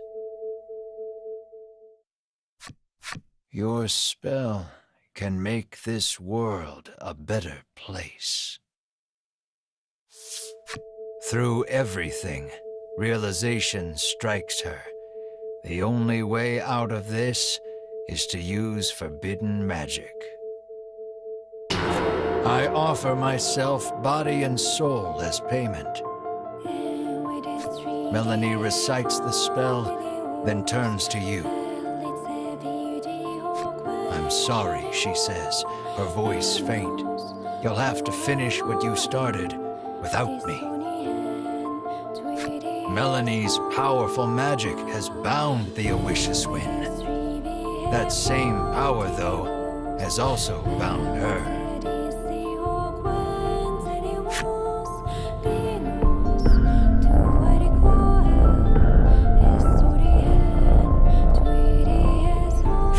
Her power drained from casting the spell, Melanie collapses to the ground.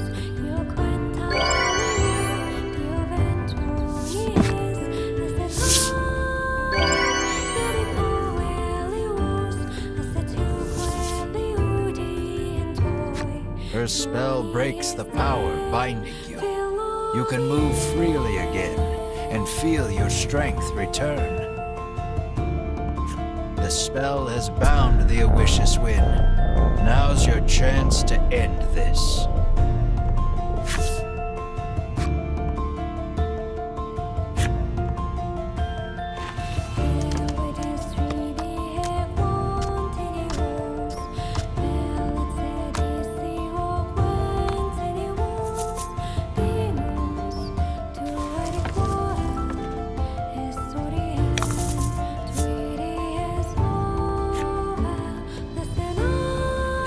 Give it all you got.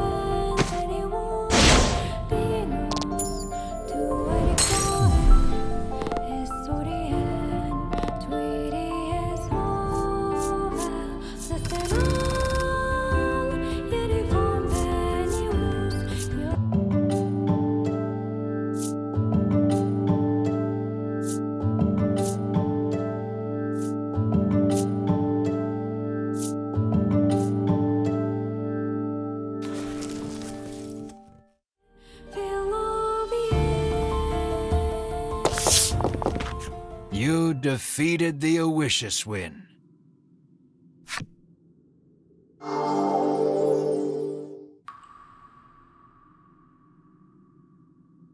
Sherwin, returned to his human form, seems not long for this world.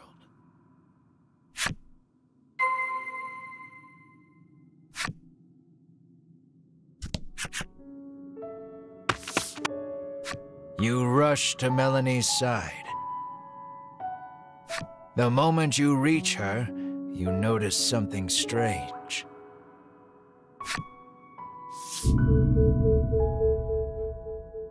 Melanie's transformed into a monster.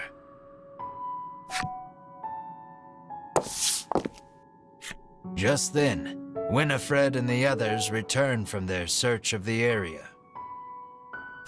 It seems the emergency stores of dragon tear kept in the altar were all dashed upon the ground during your battle with Sherwin. Despair buckles your knees. You've lost Melanie and any hope of changing Mar back. Winifred slips something into your hand. You hold it up and see the empty vial of dragon tear that Sherwin drank.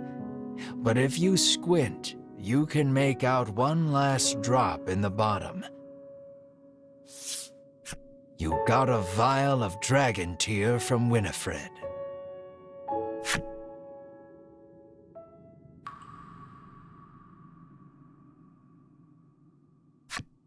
The world, cut off from its supply of medicine with the dragon's death. Your twin, for whom you have searched high and low for some way of restoring her human form. And Melanie, transformed into a monster and lying prone before your very eyes. You must decide for which purpose to put the all-powerful dragon tear. Oh, think long and hard about this one.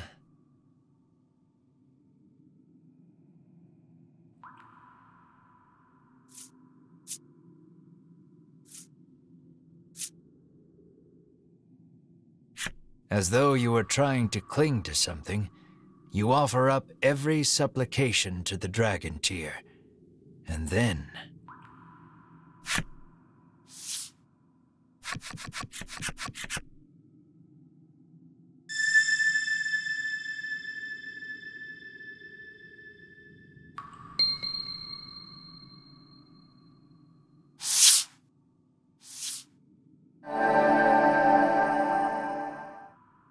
the dragon tear's light overwhelms you. You feel your consciousness start to slip away. Where's that voice coming from?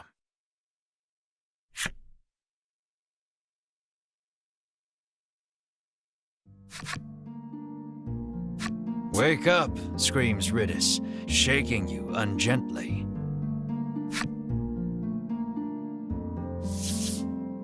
Your eyes peel open, and you glance around.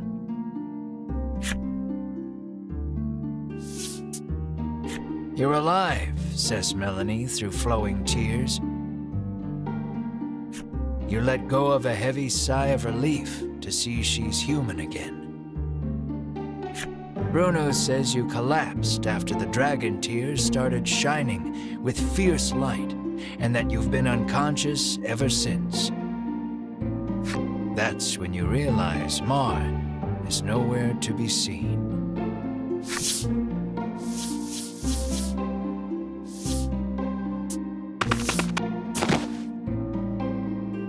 You wrap Mar, returned to human, in your firm embrace.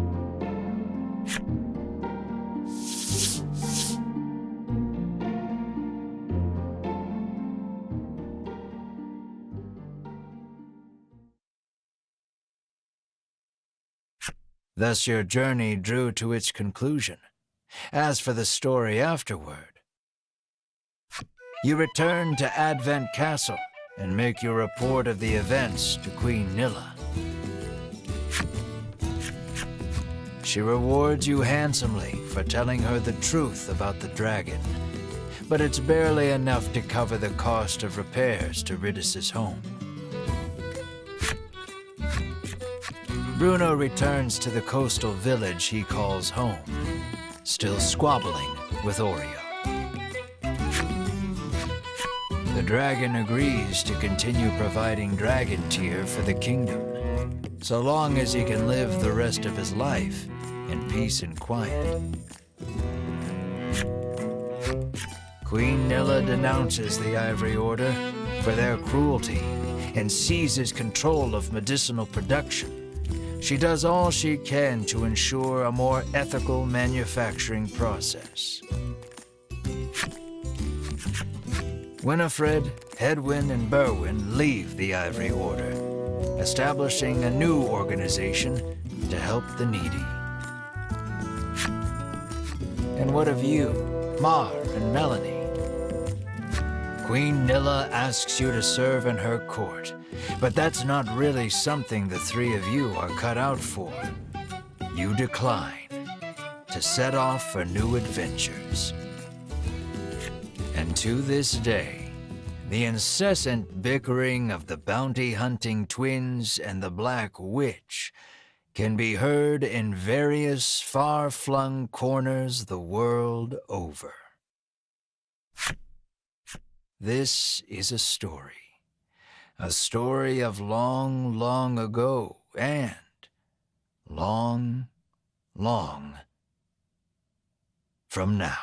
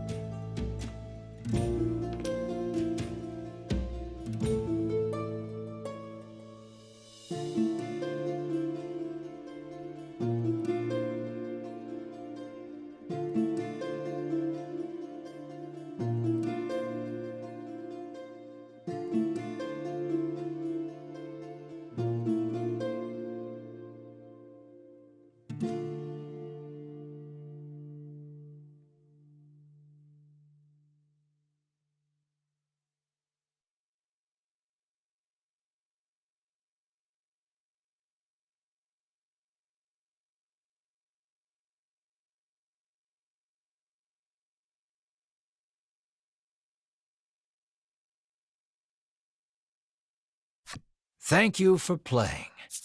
Did you enjoy your adventure? Good to hear. That means I succeeded as your game master. Now then, this is the end of your long journey, which means you and I must regrettably part ways. I hope we meet again in the world of Voice of Cards. It's been a pleasure.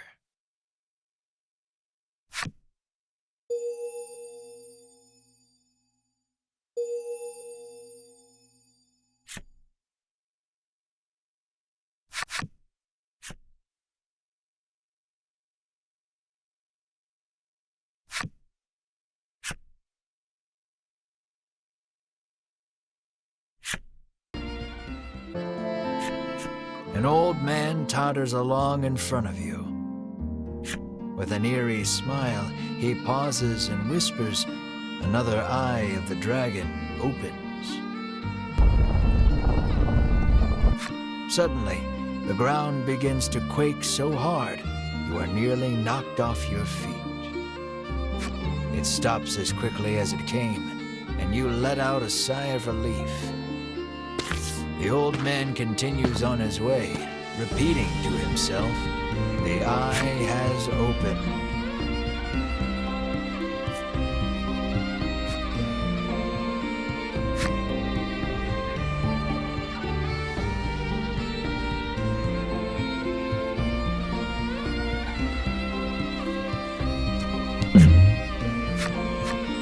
You spot a sign standing prominently on the cape. This sign reads, "Strike the Steelers somewhere on this island." Oh yeah? What will happen if you do, you wonder?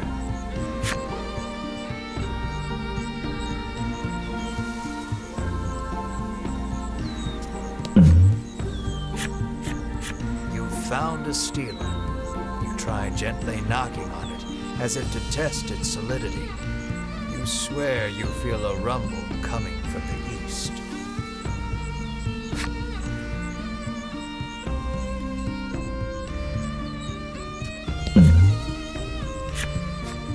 A Steeler stands before you.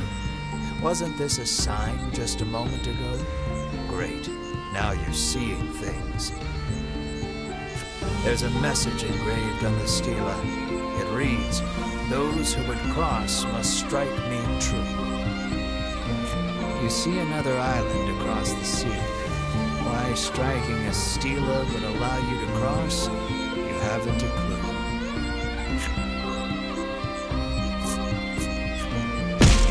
The Steeler a solid thwack.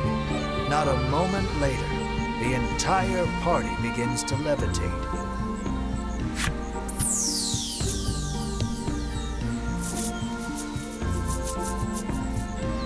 Before you know it, the strange power delivers everyone safely to the far island. Without warning, an old man leaps from the underbrush. "My replacement," he screeches. He sidles up to you. "Mind living on this here island in my stead?" he offers cloyingly. "Ew, no," you sneer. "Then by force it is," he shouts, leaping toward you.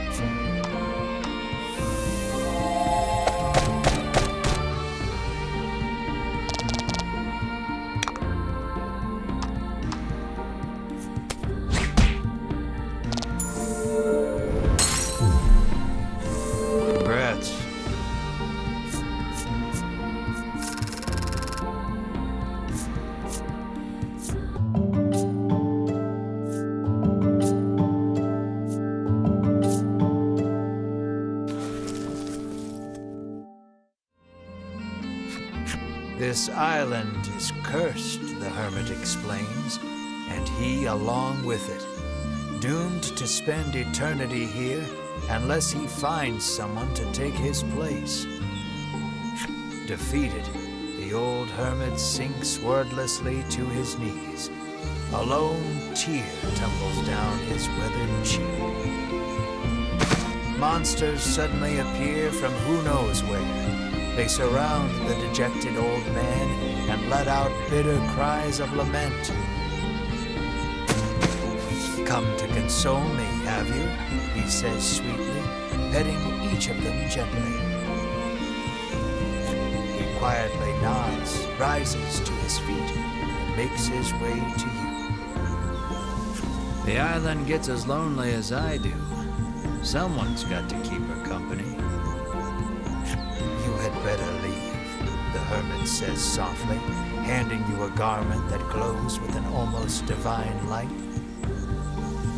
You feel yourself begin to levitate once more. Has he chosen to remain on the island after all? Is that what this is about?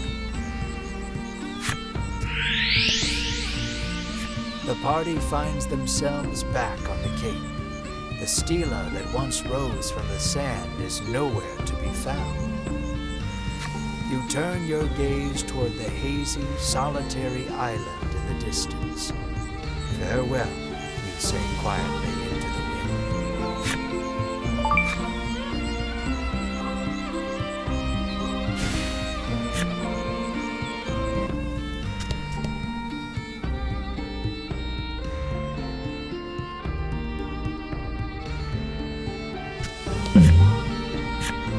Something's catching the sunlight just so. You move closer to get a better look at it.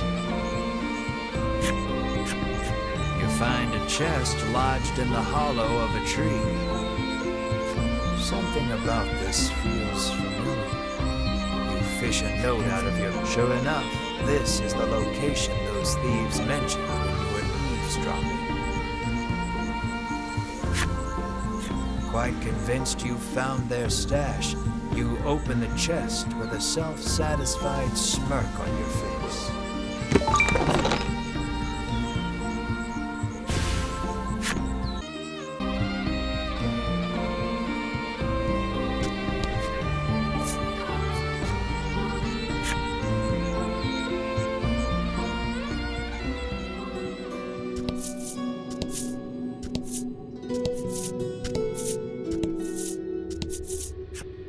Something dragon-like appears.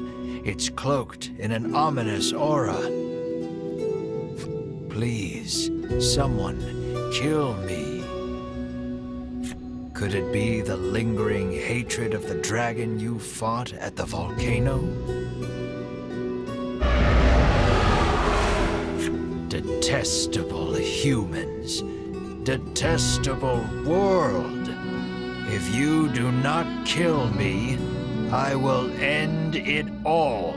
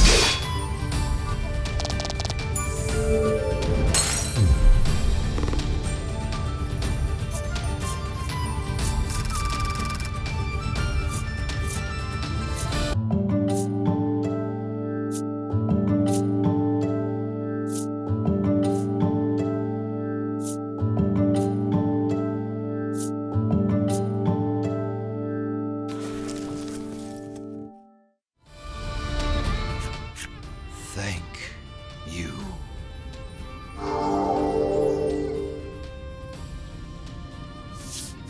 The dragon's malice gives a serene smile, then slowly fades away. You successfully liberated the dragon from its painful curse.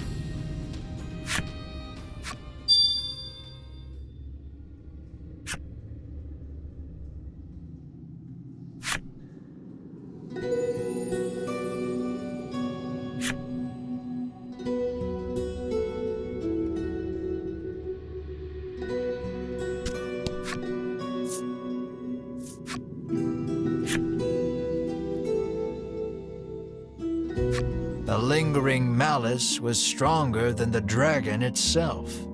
You dread to think of what would happen if it had made it to the outside world. But it didn't, thanks to your heroic efforts. Unfortunately, that means no one knows of your daring deed. And so the adventures of the would-be hero and his companions continue.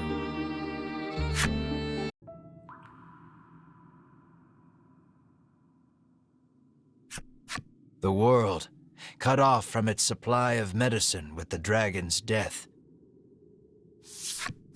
Your twin, for whom you have searched high and low for some way of restoring her human form.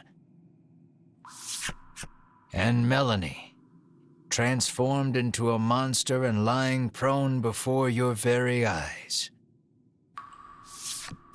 You must decide for which purpose to put the all-powerful dragon tier. Think long and hard about this one.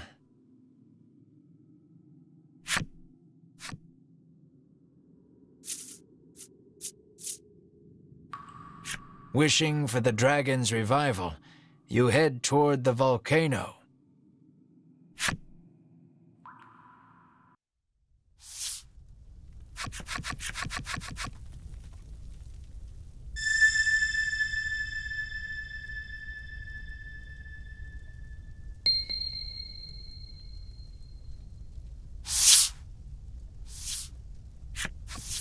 At the peak of the volcano, you tip the dragon tier into the roiling lava.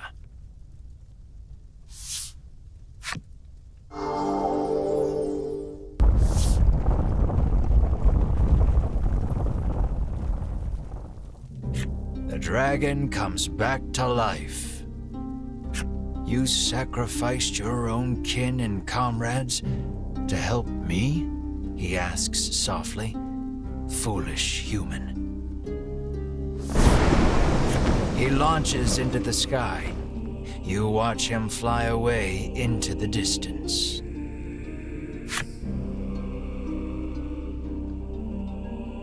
After escaping the mausoleum, you take Melanie and Mar with you on another sojourn round the realm.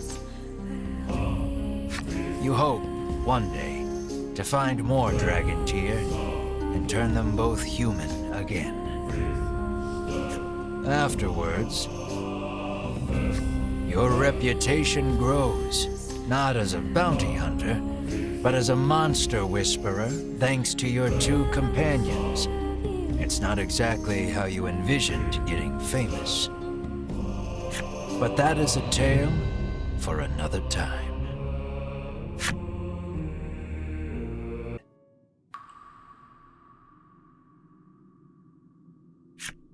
The world, cut off from its supply of medicine with the dragon's death. Your twin, for whom you have searched high and low for some way of restoring her human form.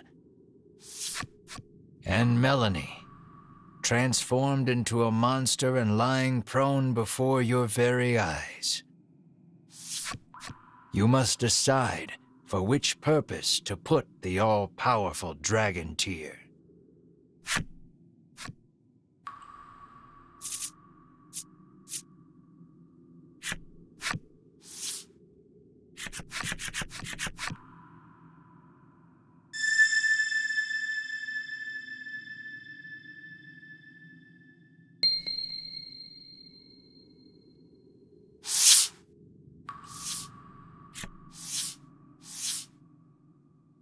You tip the dragon tear over Mar.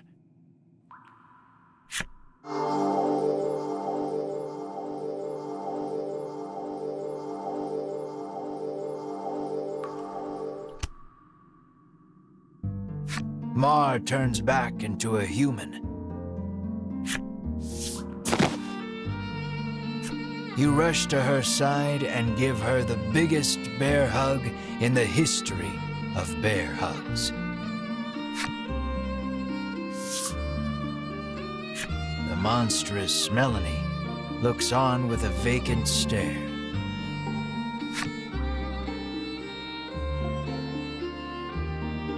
After escaping the mausoleum, you take Melanie and Mar with you on another sojourn round the realm. Perhaps due to the length of time she spent as a monster, Mar has trouble speaking. The only thing that hasn't changed is her appetite. Melanie, on the other hand, follows the two of you everywhere you go, in total silence. You think she can understand your conversations, but you aren't sure how much of Melanie is really left inside the monster. Afterwards, news of the dragon's imprisonment at the hands of the Ivory Order and the medicine they forced him to make spreads like wildfire. A rash of skirmishes breaks out over the increasingly rarer medicine that is the dragon's legacy. Chaos.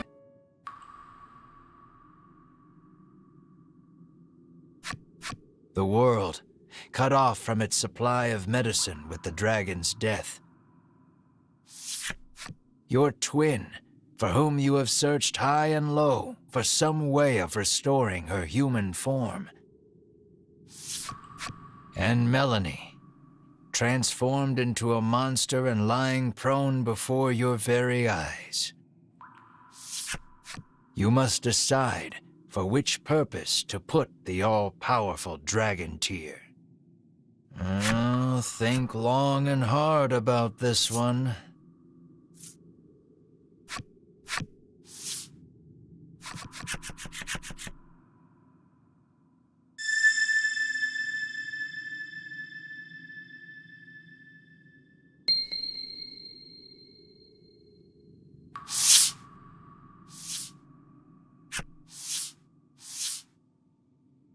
You tip the dragon tear over Melanie's prone form.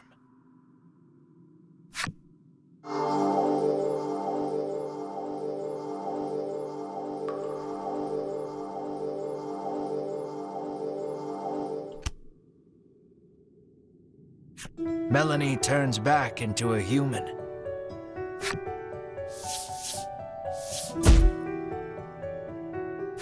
When she learns you used the dragon tear on her, Melanie asks you why you didn't choose Mar.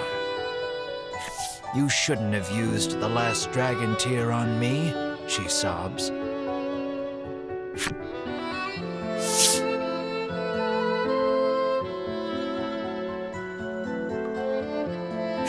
After escaping the mausoleum, you take Melanie and Mar with you on another sojourn round the realm.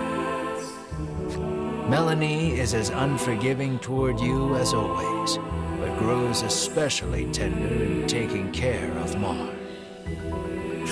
Deep, deep down, she feels guilty that only she returned to normal. Afterwards, news of the dragon's imprisonment at the hands of the Ivory Order and the medicine they forced him to make spreads like wildfire. A rash of skirmishes breaks out over the increasingly rarer medicine that is the dragon's legacy. Chaos envelops.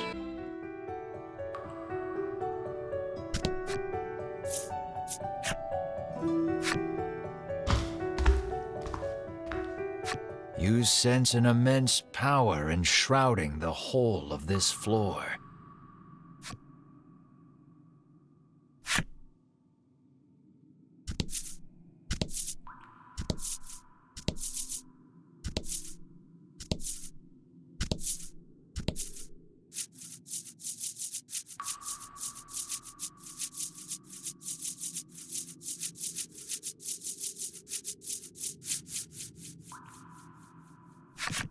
The Ivory Order trio lies collapsed at Sherwin's feet.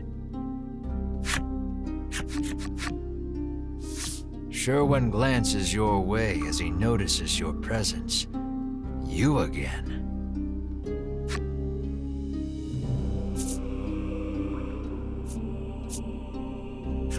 What are you after?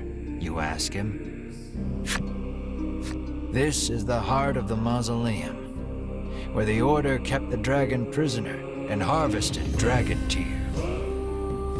The Order perfected a technique to distill medicine from the preternatural magic imbued in dragon tear.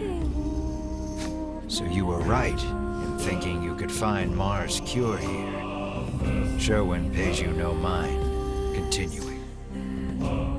How I detested that medicine. It took my parents from me. You struggled to conceal your shock that you and Sherwin suffered the same tragedy. Nursing his grudge, he infiltrated the Order so that he could destroy it from the inside out. After being elevated to the Order's highest echelons, he learned that the dragon was the source of the medicine. Ever since, he had been awaiting his chance to kill the dragon. He finally got it atop the volcano. Now all that's left is to destroy this forsaken place, and the realm will be restored to how it was before the medicine, to how it ought to be. Sherwin stands before the altar and begins mumbling an incantation. It looks like he's gearing up to perform some sort of rite. The mausoleum will be destroyed if you don't stop Sherwin, and if that happens, you'll never get your hands on any dragon tear.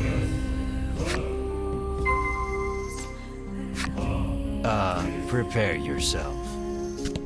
The Ivory Order trio are still alive, but don't have the strength to get up.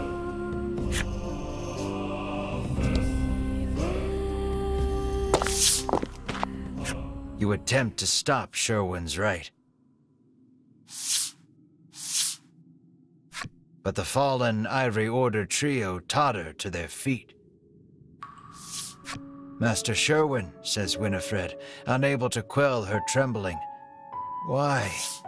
You used us, growls Berwin, narrowing his eyes at Sherwin. Your actions betray everything the Order stands for, spits Hedwin. Sherwin does not dispute the accusations. On the contrary, he confirms everything I've done, including using you, is to purge this world of that medicine. Sherwin returns his concentration to the right.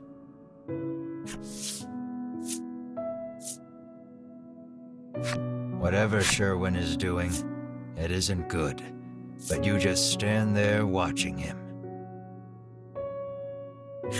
You keep watching Sherwin. He's almost done with the rite. You keep watching Sherwin for what feels like an eternity. The moment he completes the rite, into the mausoleum descends an eldritch monster. The abomination devours Sherwin, then turns to you.